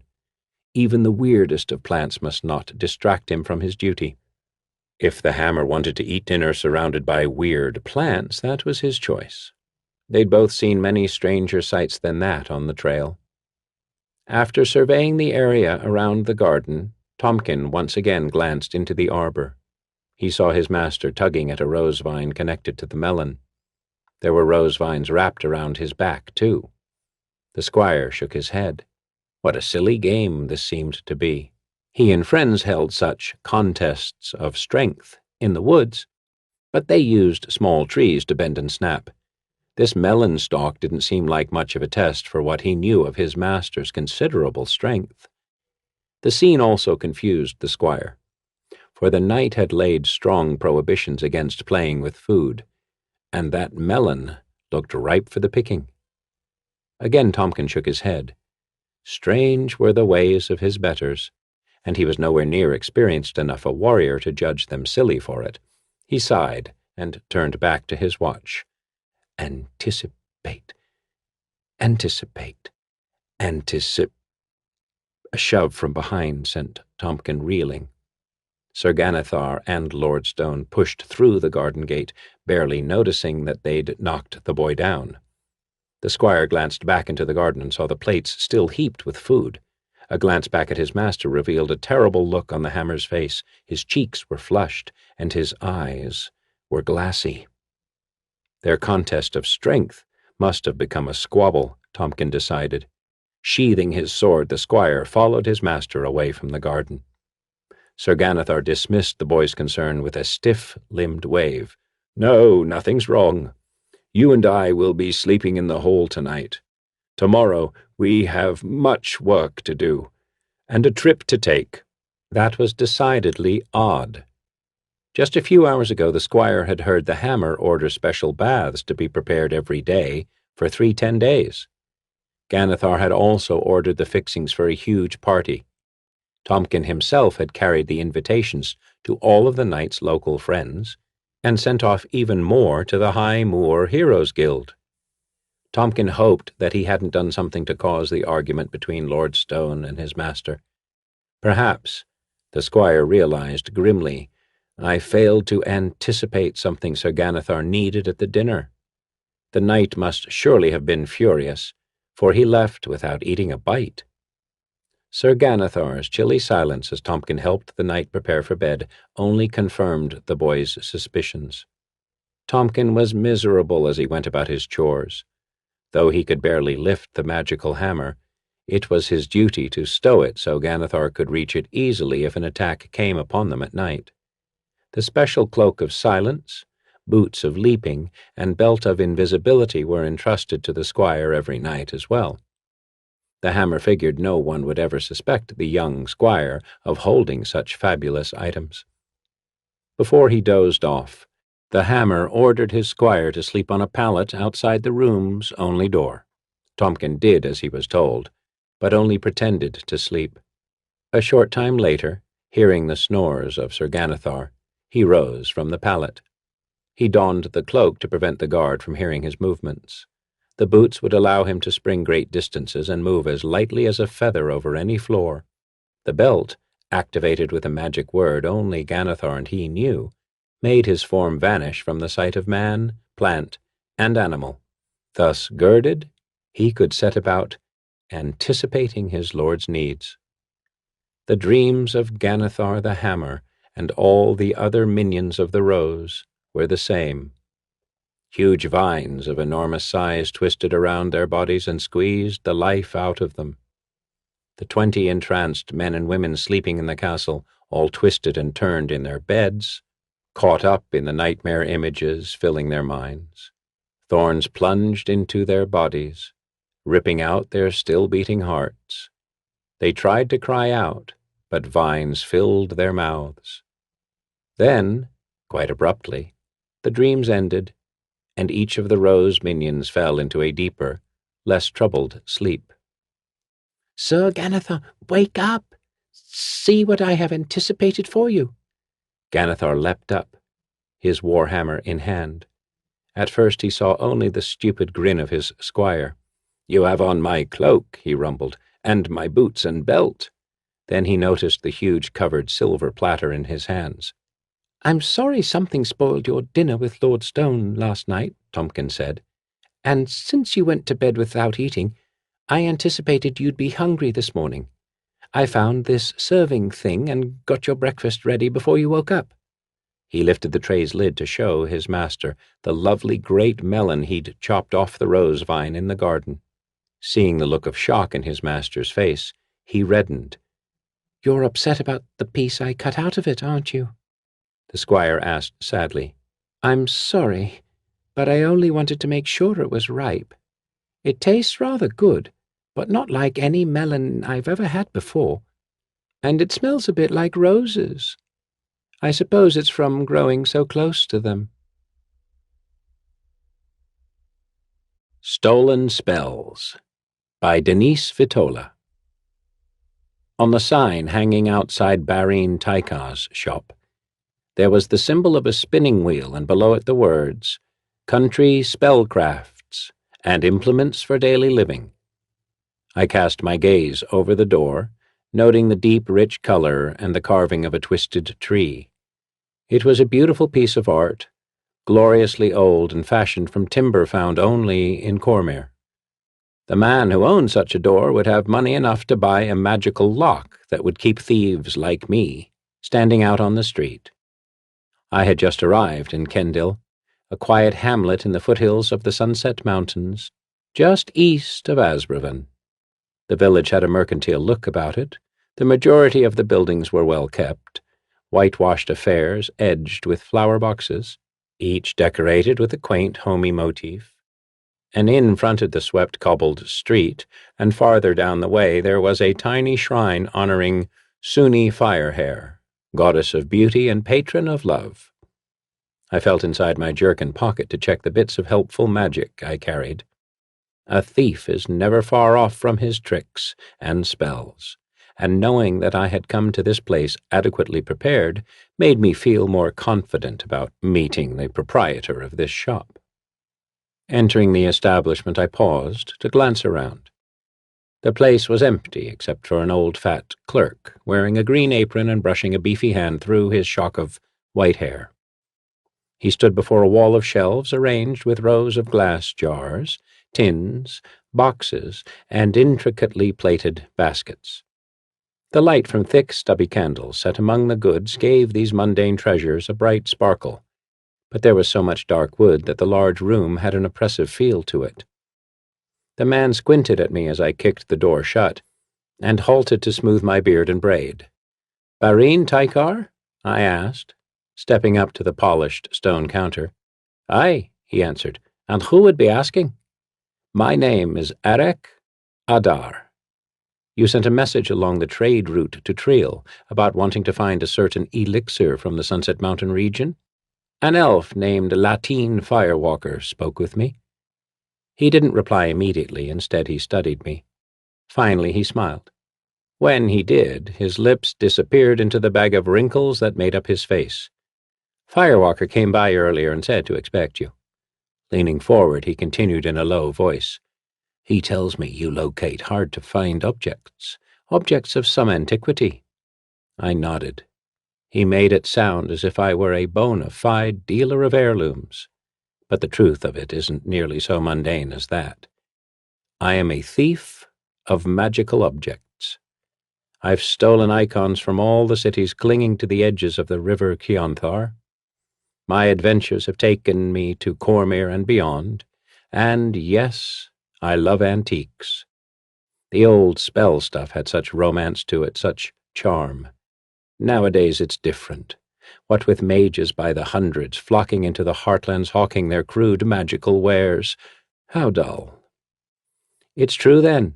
The merchant asked. Perhaps. He pursed his lips, and I saw the tip of his tongue dart out to wet them. Look around you, he said. In this shop, I sell magical teas and bombs. These things are drubbed up by the people of the southern range of the Sunset Mountains, and while in the past these elixirs were held in contempt by the elite living in the big cities, that's no longer true. I employ several agents, and they travel into the lesser-known places looking for things for me to sell. One of them returned from a trip to the village of Urlock, and he told me about a brew called Spring Tonic.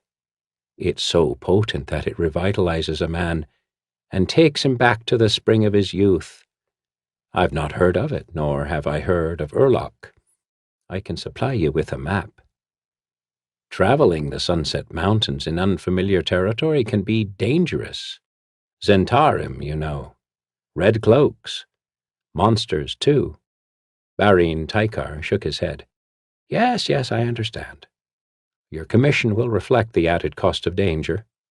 Are you willing to try? Tell me more about the spring tonic first. Apparently, this brew is drawn from a hidden pool. The people of the Sunsets have kept the location of this spring a secret, as much a secret as the spell employed to create the tonic. My colleague is sure it's the reason for the health and vitality of the people in Urlock. Why doesn't your associate just go into the mountains and buy it for you? We've tried this. But Jig Elbari, the dwarf who blends it, is unwilling to sell it. So you want me to steal it? That's right. I always take a moment to prime the client by pretending to be wary of him and his request. Folks expect thieves to be suspicious. It's part of the little dance we do to get a better price for our services in silence. I found it is also a good way to drive the bargaining my direction.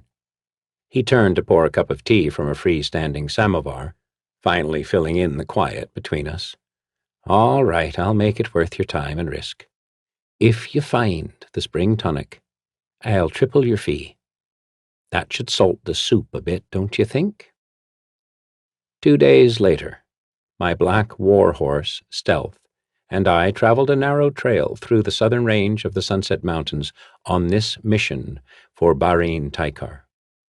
The path was barely visible, blanketed with autumn leaves, moist from the silky mist curling low about my horse's feet. It was a heavy, dark wood we passed through, and dusk was coming on. Night bugs started to peep and twill about me, greeting the evening with a heralding symphony. I had seen many abandoned dwarf-dug mines along the way. Passing through these places where the hemlock hid the sun, my imagination fed my anxiety. At one point I thought I heard the echoes of ghostly workers breaking rock with pick and mallet. To make it worse, Barine Tykar's map did little to point me toward Urlock. I was entertaining thoughts of camping for the night when Stealth turned a bend and stopped with a snort and a headshake. Just beyond the path, guarded by an outcropping of boulders and a low wall of tangled undergrowth, a large glade opened. I squinted through the trees to see the bobbing light of small, handheld lanterns. Laying an ear that direction, I heard excited voices and the rattle of armor. Urging Stealth forward, I used the shadows from the rock altar to hide our cautious advance. I halted to blink several times, a thief's trick to adjust to the contrasts of bright and dark.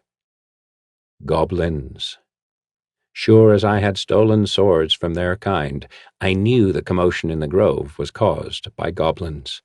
Ugly, stinking, cowardly goblins.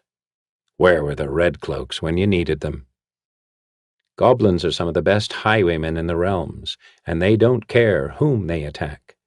I glanced about looking for those who might still be concealed in the creepers and vines bordering the path.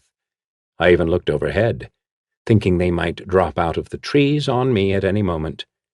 Except for the ruckus in the glade, all was still.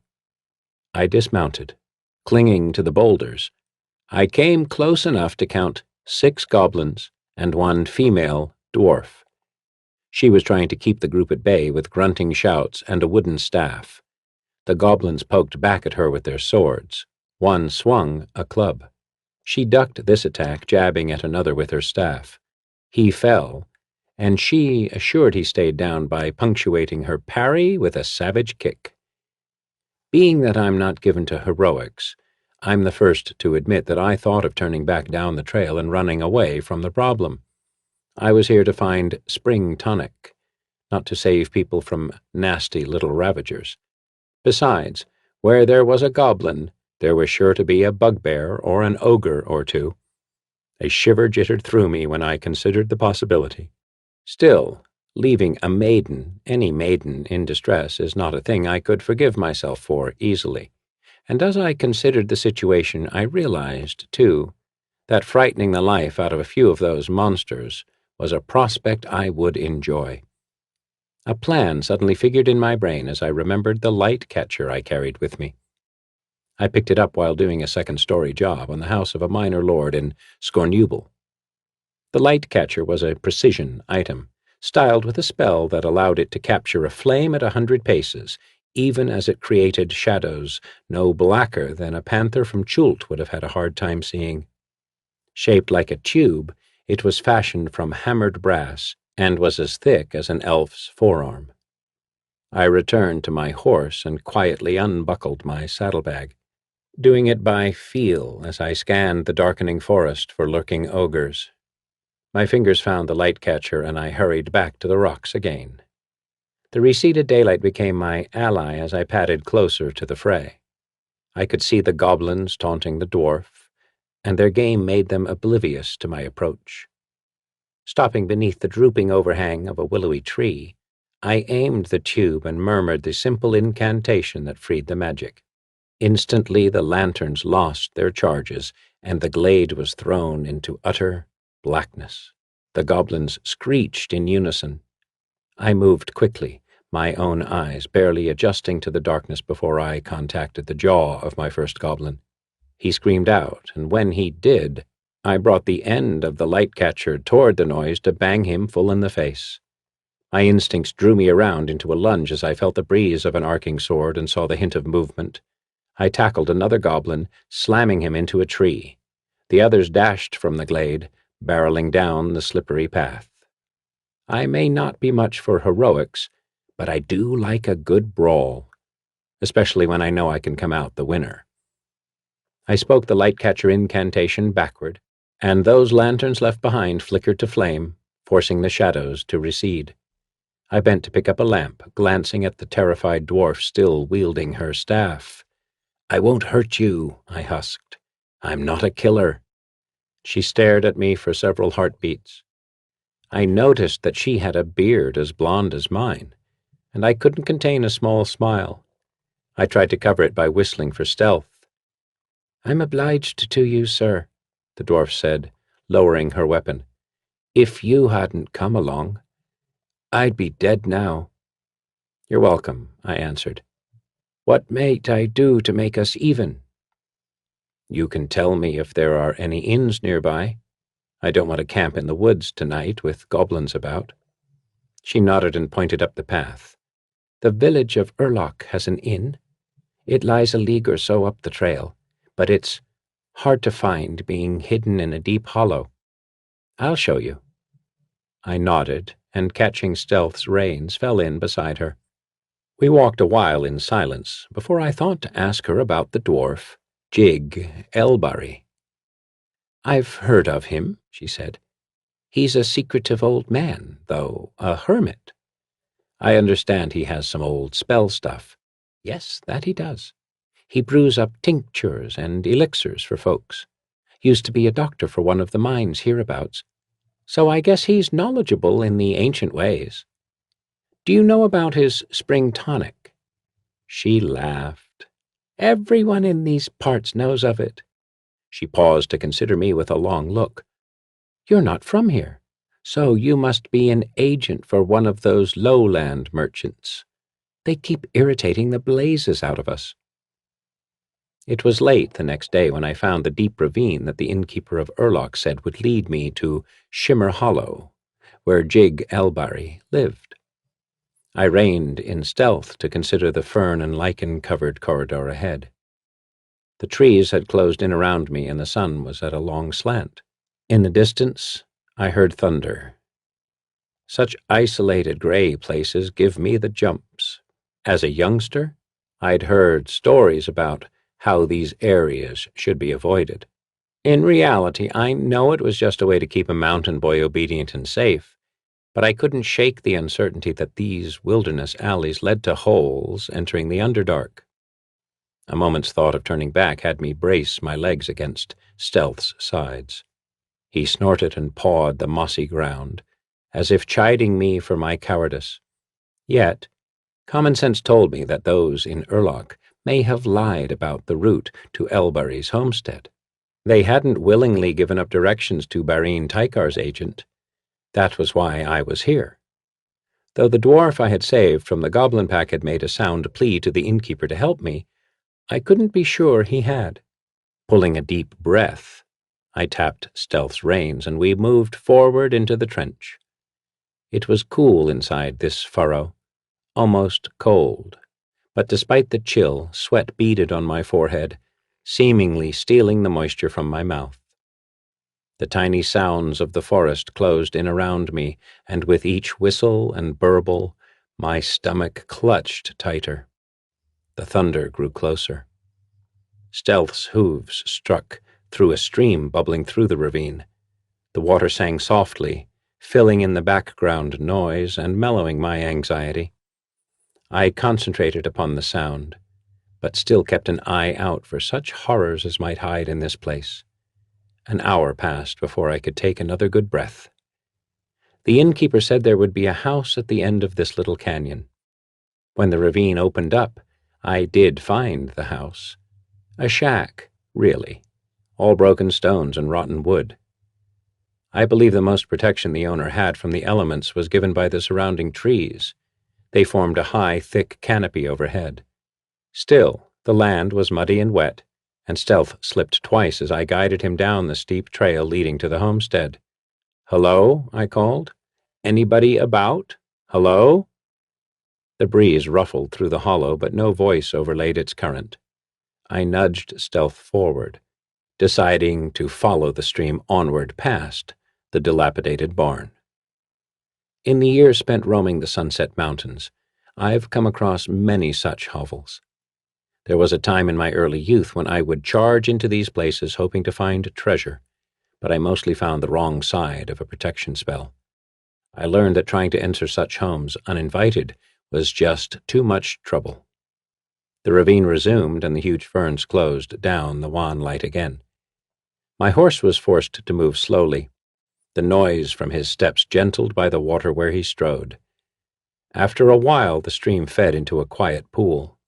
There, surrounded by a legion of glass bottles, an old dwarf hunched over the water's edge. My approach startled him. He reared back, losing the conical-shaped brown hat he wore. It dropped into the pool and floated there like a parchment boat, the sail shot through with holes. "Who are you?" he demanded. "My name is Arak Adar. Are you Jig Elbari?" He nodded. "I've come seeking your wisdom for my grandmother. Her eyesight is failing." He stared at me for a long moment. Abruptly he began to laugh, punctuating his guffaws with squeaks and whistles. "Come seeking my wisdom? A human? I doubt that. Tell me the truth. What do you want from me?" "I can pay." "Of course you can, young man." He dipped back down toward the pool to retrieve his hat. Plopping it on his head, he considered me with hard, dark eyes. "You one of those merchant fellows from the lowland?" A thief can sniff a mark from 10 paces off, and with Jig Elbari, I knew he was a perfect setup right away. Maybe he was bored or lonely. Whatever, it didn't matter. He was already playing the game. He didn't wait for a reply. Well, if you have the money, I have the tincture. Coming out this way says a lot about your courage. See any ogres or trolls as you came through the fissure back there? No, sir, I answered, feeling the hair rise on the back of my neck. On the return you probably will, he cackled again. I watched as he filled each bottle with the pool's clear liquid. You know about spring tonic? He asked, after a bit. I've not heard of it, I said casually. It's right expensive, but the price is worth it. 1 flask can make a man young again. It's the water, you know. There isn't much of a spell spliced to the tonic, but most folks seem to think the words are what gives it the power. It's nonsense. Jig grinned and pulled at his hair. You've got to bottle the water during the night of a blue moon, and only once a year does Selyun go full twice in the same month. We'll see it again during midwinter, but not until. Still, for all that, I can't see why the tonic would be expensive. You could have several bottles of it stocked away. I do, but it's not that easy, he answered. The elixir has to age. You take it before it strengthens up all the way, which is about 50 years, and nothing will happen. Besides, not only do you have to mix it on the night of a blue moon, you've got to drink it during one as well. How can you tell if you have an aged bottle? He laughed. You can't. That's the whole trouble, don't you see? Most people want assurances. They just plain don't trust me when I say it's the good stuff. I suppose you have a bottle that's properly aged? I asked. He nodded. Yes, I do. Are you a decent judge of moral character, young man? Do you trust me to be fair and honest? Would you be interested in buying my spring tonic? I might. Then follow me to the house and we'll talk about it. He scooped up his jars and clinked on by me, disappearing into the fern hedge. I rode in behind him, and he invited me into his hovel without another thought to it. A small bit of light came from a miner's lamp sitting on the board of a dry sink, but it was still a gray little place inside, decorated with tattered chairs and 2 crooked wooden tables. Every available square inch and flat plane in the room was covered by a bottle. The containers were everywhere, glinting and sparkling in the lantern's shine. Elbari dumped his new load into the seat of a lumpy recliner. Is all this made from the pool? I asked. Yes, blended with different mountain herbs, and the water is good for whatever ails you. He led me to the smallest of the rickety tables and picked through the bottles. Finding what he sought, he handed one to me. This is some of the elixir. That's the only potent brew I have now. How much does it cost? A single bottle is 30,000 tricrowns. No wonder Barine Tykar wanted me to steal it. Are you mad? That's outrageous. I told you it was expensive. Is your grandmother worth it to you? With spring tonic, she'll get back her sight and her youth. I can't afford it. And you can't be sure it will work, he said. If it's the real thing, then why don't you take it yourself? I asked. I'm not interested in being young again. Once around in this life is enough for me. I'd rather have the money. Rubbing his long, crusty beard, he cast a look across the room. Well, it was worth a try anyway. We can at least help your grandmother get back her sight. She'll need some rootwort balm enhanced with a brightening spell. He stepped toward the dry sink, and I saw my opportunity. Most thieves carry the mundane things of the trade, lockpicks and glass cutters. Some also use whatever enchanted items they can lay their hands on. Things like magical pouches complete with spells to shrink large objects for easy transport. Yet, with all that, the one thing a good thief depends upon is natural-born ability. In the years that skullduggery has earned me a living, I've always found my talent for sleight of hand the most useful. With the dwarf looking away from his precious bottle of spring tonic, I found my chance to nip the goods. I made a small movement, turning a bit to the side to hinder the dwarf's full view of the table. Scraping the bottle against the wood, I pretended to return it to its square inch. In the few seconds I took, I gently fingered a neighboring container closer to the relinquished space and slid the spring tonic into the inside hem of my cape sleeve. El-Bari moved to search the other table. "Yes, here it is," he said, turning back to face me. "For 5 pieces of gold, your grandmother will get her eyesight back. She'll need to use the balm 3 times daily." "I'll see that she does," I answered with a smile. After visiting Jig El-Bari, I knew one thing for certain. Barine Tykar was a liar and a skinflint. He could have bought the tonic for the right price, but instead thought to steal it. I can't fault a man for resorting to these tactics.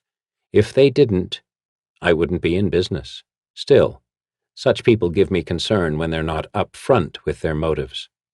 I stood in the center of his shop and took my weight low in the legs in case I needed to spring toward the door. Barine Tykar licked his lips and looked at his 2 associates.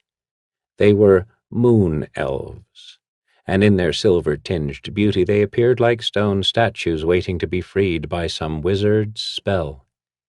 Stationed to either side of the old merchant, each elf leaned on a glittering scimitar, the point of which ground into the wooden floor. To crystallize the scene, 100 candles sparkled on the shelves behind the counter.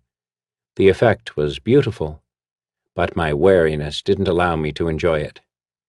"You have the elixir?" Barine Tykar demanded. "Do you have my commission?" I asked. "Of course." "Show it to me." "After I see the goods." "No." He snapped his fingers and the 2 elven statues animated. They raised their weapons, approaching. "Search him," their master ordered. I slowly retreated, meeting their advance by unsheathing my hunting knife. I could feel the taut pull of my riding leathers along the inner sides of my thighs, and I took a heartbeat to wonder what tricks I had buried in my boots. The elves were on me before I could remember. I sliced at one, but my blade fell wide of its mark, cutting empty air and enraging the fellow. He smacked me in the face with the flat of his hand, and pain shot through to my ears. I growled, kicking his partner in the stomach. He buckled for an instant, recovering with a snarl of his own. Backpedaling, I tried for the door, but they wedged me against the wall instead. I was pinned there while they searched me for their elixir. "He doesn't have it on him," one elf said. "Where are you hiding it?" Barine Tykar asked. "The bond is broken between us, merchant," I barked. "You won't get it from me. Send one of your thugs back to the mountains to find it for you." "You were going to take my money and run." With that, I received a slap to the head, and the room spun. "One more chance," Barine Tykar said. "Where is it?" Spitting blood, I cursed him. "To Shar with you. May the Lady of Lost dog your every step." My answer only made matters worse. "See that he doesn't steal again for a long while," Barine Tykar ordered. I squirmed against the strong arms pinning me down. My knife was gone, snatched from my grip, and my legs were wound up with those of my assailants. One elf grabbed my hand. Before I could react, before I could untangle myself, he yanked on my wrist and twisted hard. Stabbing agony ran up my arm, and I screamed out. They tossed me into the empty street, shutting the door on my cries. I lay in the gutter staring up at the heavens. For how long, I can't say. A street sweeper brushed by, ignoring me, intent on his evening duties. All the while the pain in my broken hand grew, and with it my rage. Finally I rolled to a stand and returned to the carved door of Barine Tykar's shop. Glancing in the window, I saw that it was dark and empty inside, the old merchant and his bodyguards gone out some back way. Reaching my good hand out, I felt in the darkness for the intersection of the twisted wood design of the door. Gouging my fingers into the deep recess, I pulled out the small bottle of spring tonic I had hidden there. Revenge smudges the sensibilities. Nothing matters except getting even, and as far as I was concerned, I would hurt Barine Tykar. He would suffer 1,000 times for what he did to me. My hand had been mangled. The cleric with all his healing magic wasn't sure I'd ever get full use of it again. I was lucky to have a storehouse of goods to sell, so while I tried to recover my mobility, I could at least earn a living. After hearing the prognosis, I returned to my lair in the Sunset Mountains. The moon courted me as I rode toward the wall of shrubs and boulders hiding the entrance to my retreat. A stream-fed waterfall spilled over the granite face of the mountain's upper brow, and I angled toward its gentle sound. Stealth stepped into the wide groove formed by several huge rocks and stopped when he neared the lair's door. I paused in dismounting to breathe in the cold, fresh air, filling my lungs and reviving my spirit as no spell-slicked spring tonic could. My horse nickered, seeming to agree. Grunting when the wrappings on my hand snagged on a saddle buckle, I slipped off, slapping Stealth gently on the rump.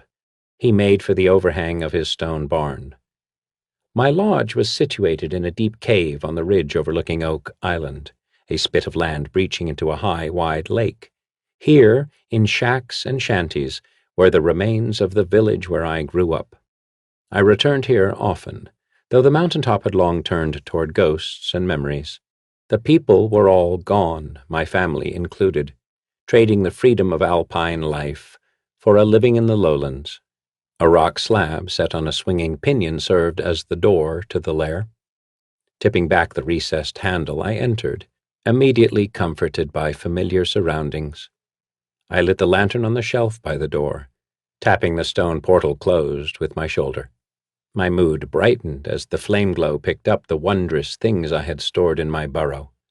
I moved into the room and, as always, lingered to touch these ancient magical objects. Many had been created in the heartlands, and many had come to the Sunset Mountains by the old trading routes. I'd stolen artifacts from peasants and aristocrats alike. The gentry had rare, fanciful items that I loved and used to adorn my home, collectibles such as the banquet board, cut from northern wood and fashioned in the year of the High Mantle, when Azun IV took the throne of Cormyr. It was rubbed to an exquisite luster by some craftsman of long ago, and the spell, too, was laid on like silk.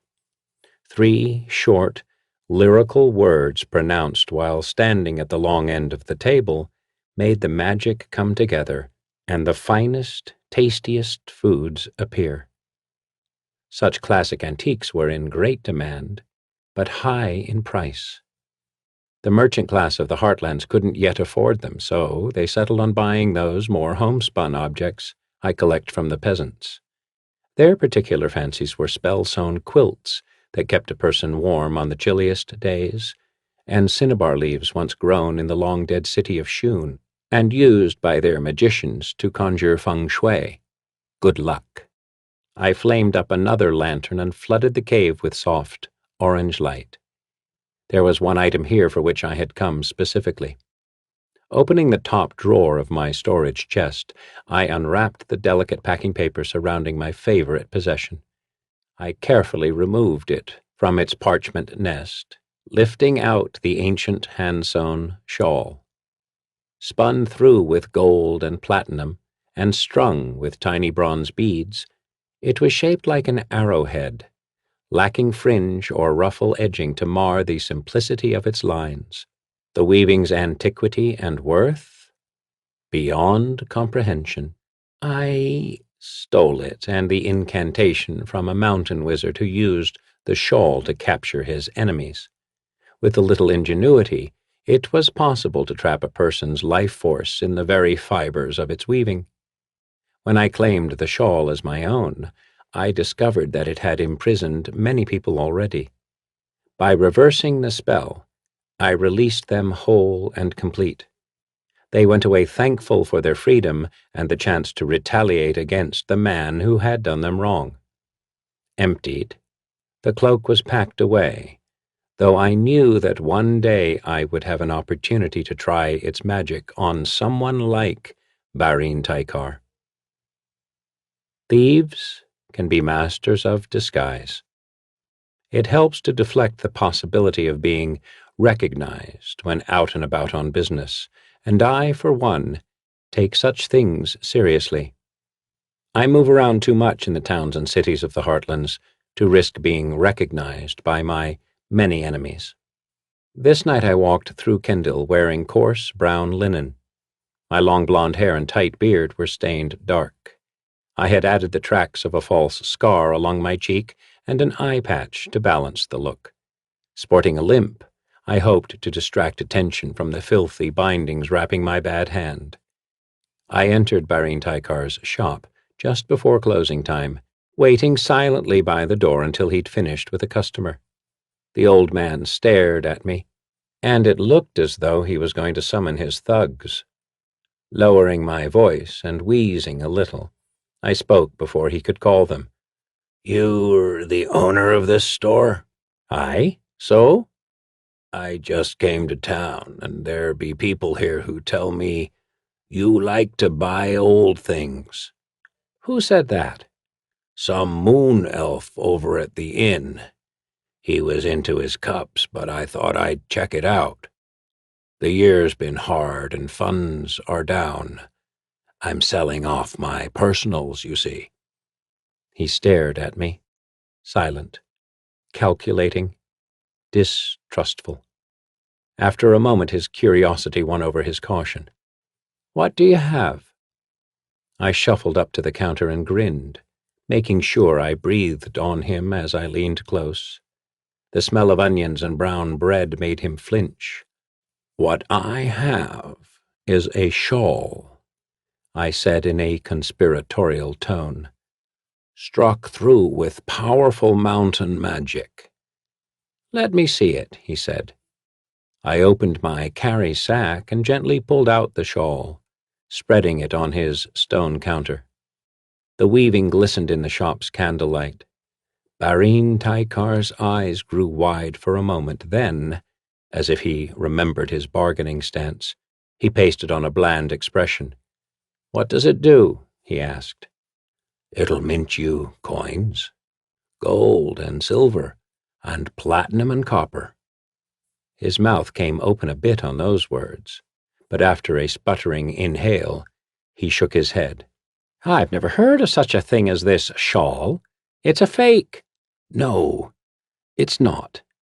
See these filaments in the weaving itself? Look how bright they are with the metals. It's through these fibers that the magic works to make the coins. I can't do much with it anymore, though." "Why?" "With each speaking of the incantation, the shawl's power wanes. It'll give up only so much gold, silver, and platinum per owner. I've used my turn, you see, and all I get now are copper pieces, and not many of them." He leaned in again and touched the shawl lightly. "You say this shawl is old. How old and from where does it come?" "It belonged to a dwarf living in the Sunset Mountains, and was made before the first Orcagate Wars in Thay." "That old, then, is it?" Barine Tykar asked.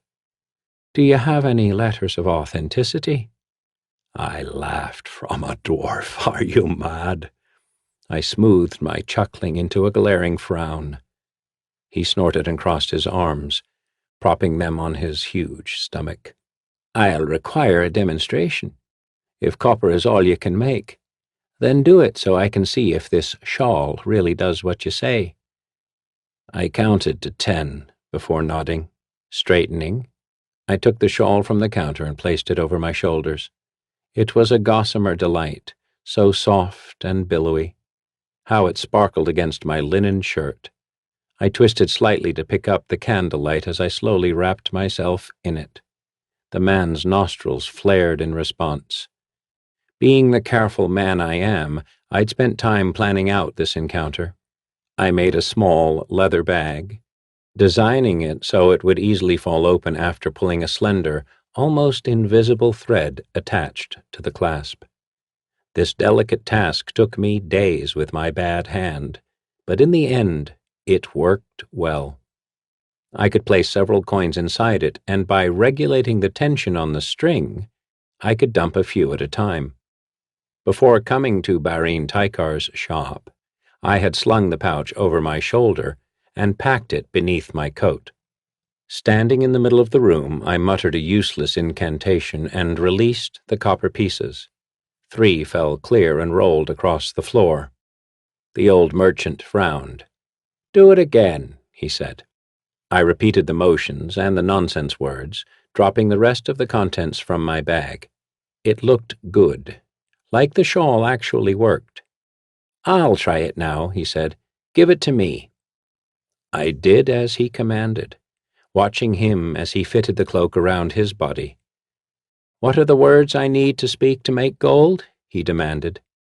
Digging into my breeches pocket, I pulled out a small tear of parchment.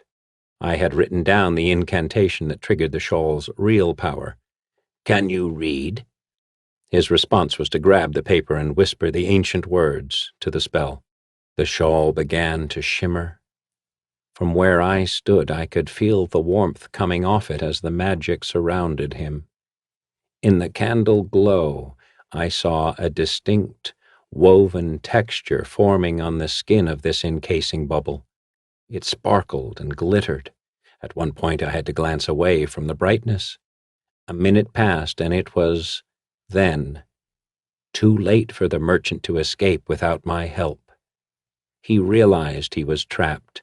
His growing panic fed the constricting power of the cloak, and he began to beg for mercy, but the shell around him muffled his voice. I watched as the tears of anguish rolled down his fat cheeks. Then, finally, he squeezed his hands against his temples and opened his mouth to scream. Before he could, the shawl captured him. He disappeared in sparks and glitter, the cloak falling to the floor with a soft flutter. I picked it up and felt the heaviness as the man's very being settled into the threads. Throwing it about my shoulders, I sagged beneath this weight, but after another moment slid by, the weaving grew delicate and silky again. Turning a slow circle, I smiled, then laughed. Such sweet revenge. Barine Tykar will remain in this filament prison for years, aware, yet helpless. It's only after I've grown old and think I've seen my last blue moon that I'll finally release him. When I do, I'll make him watch as I drink his precious spring tonic.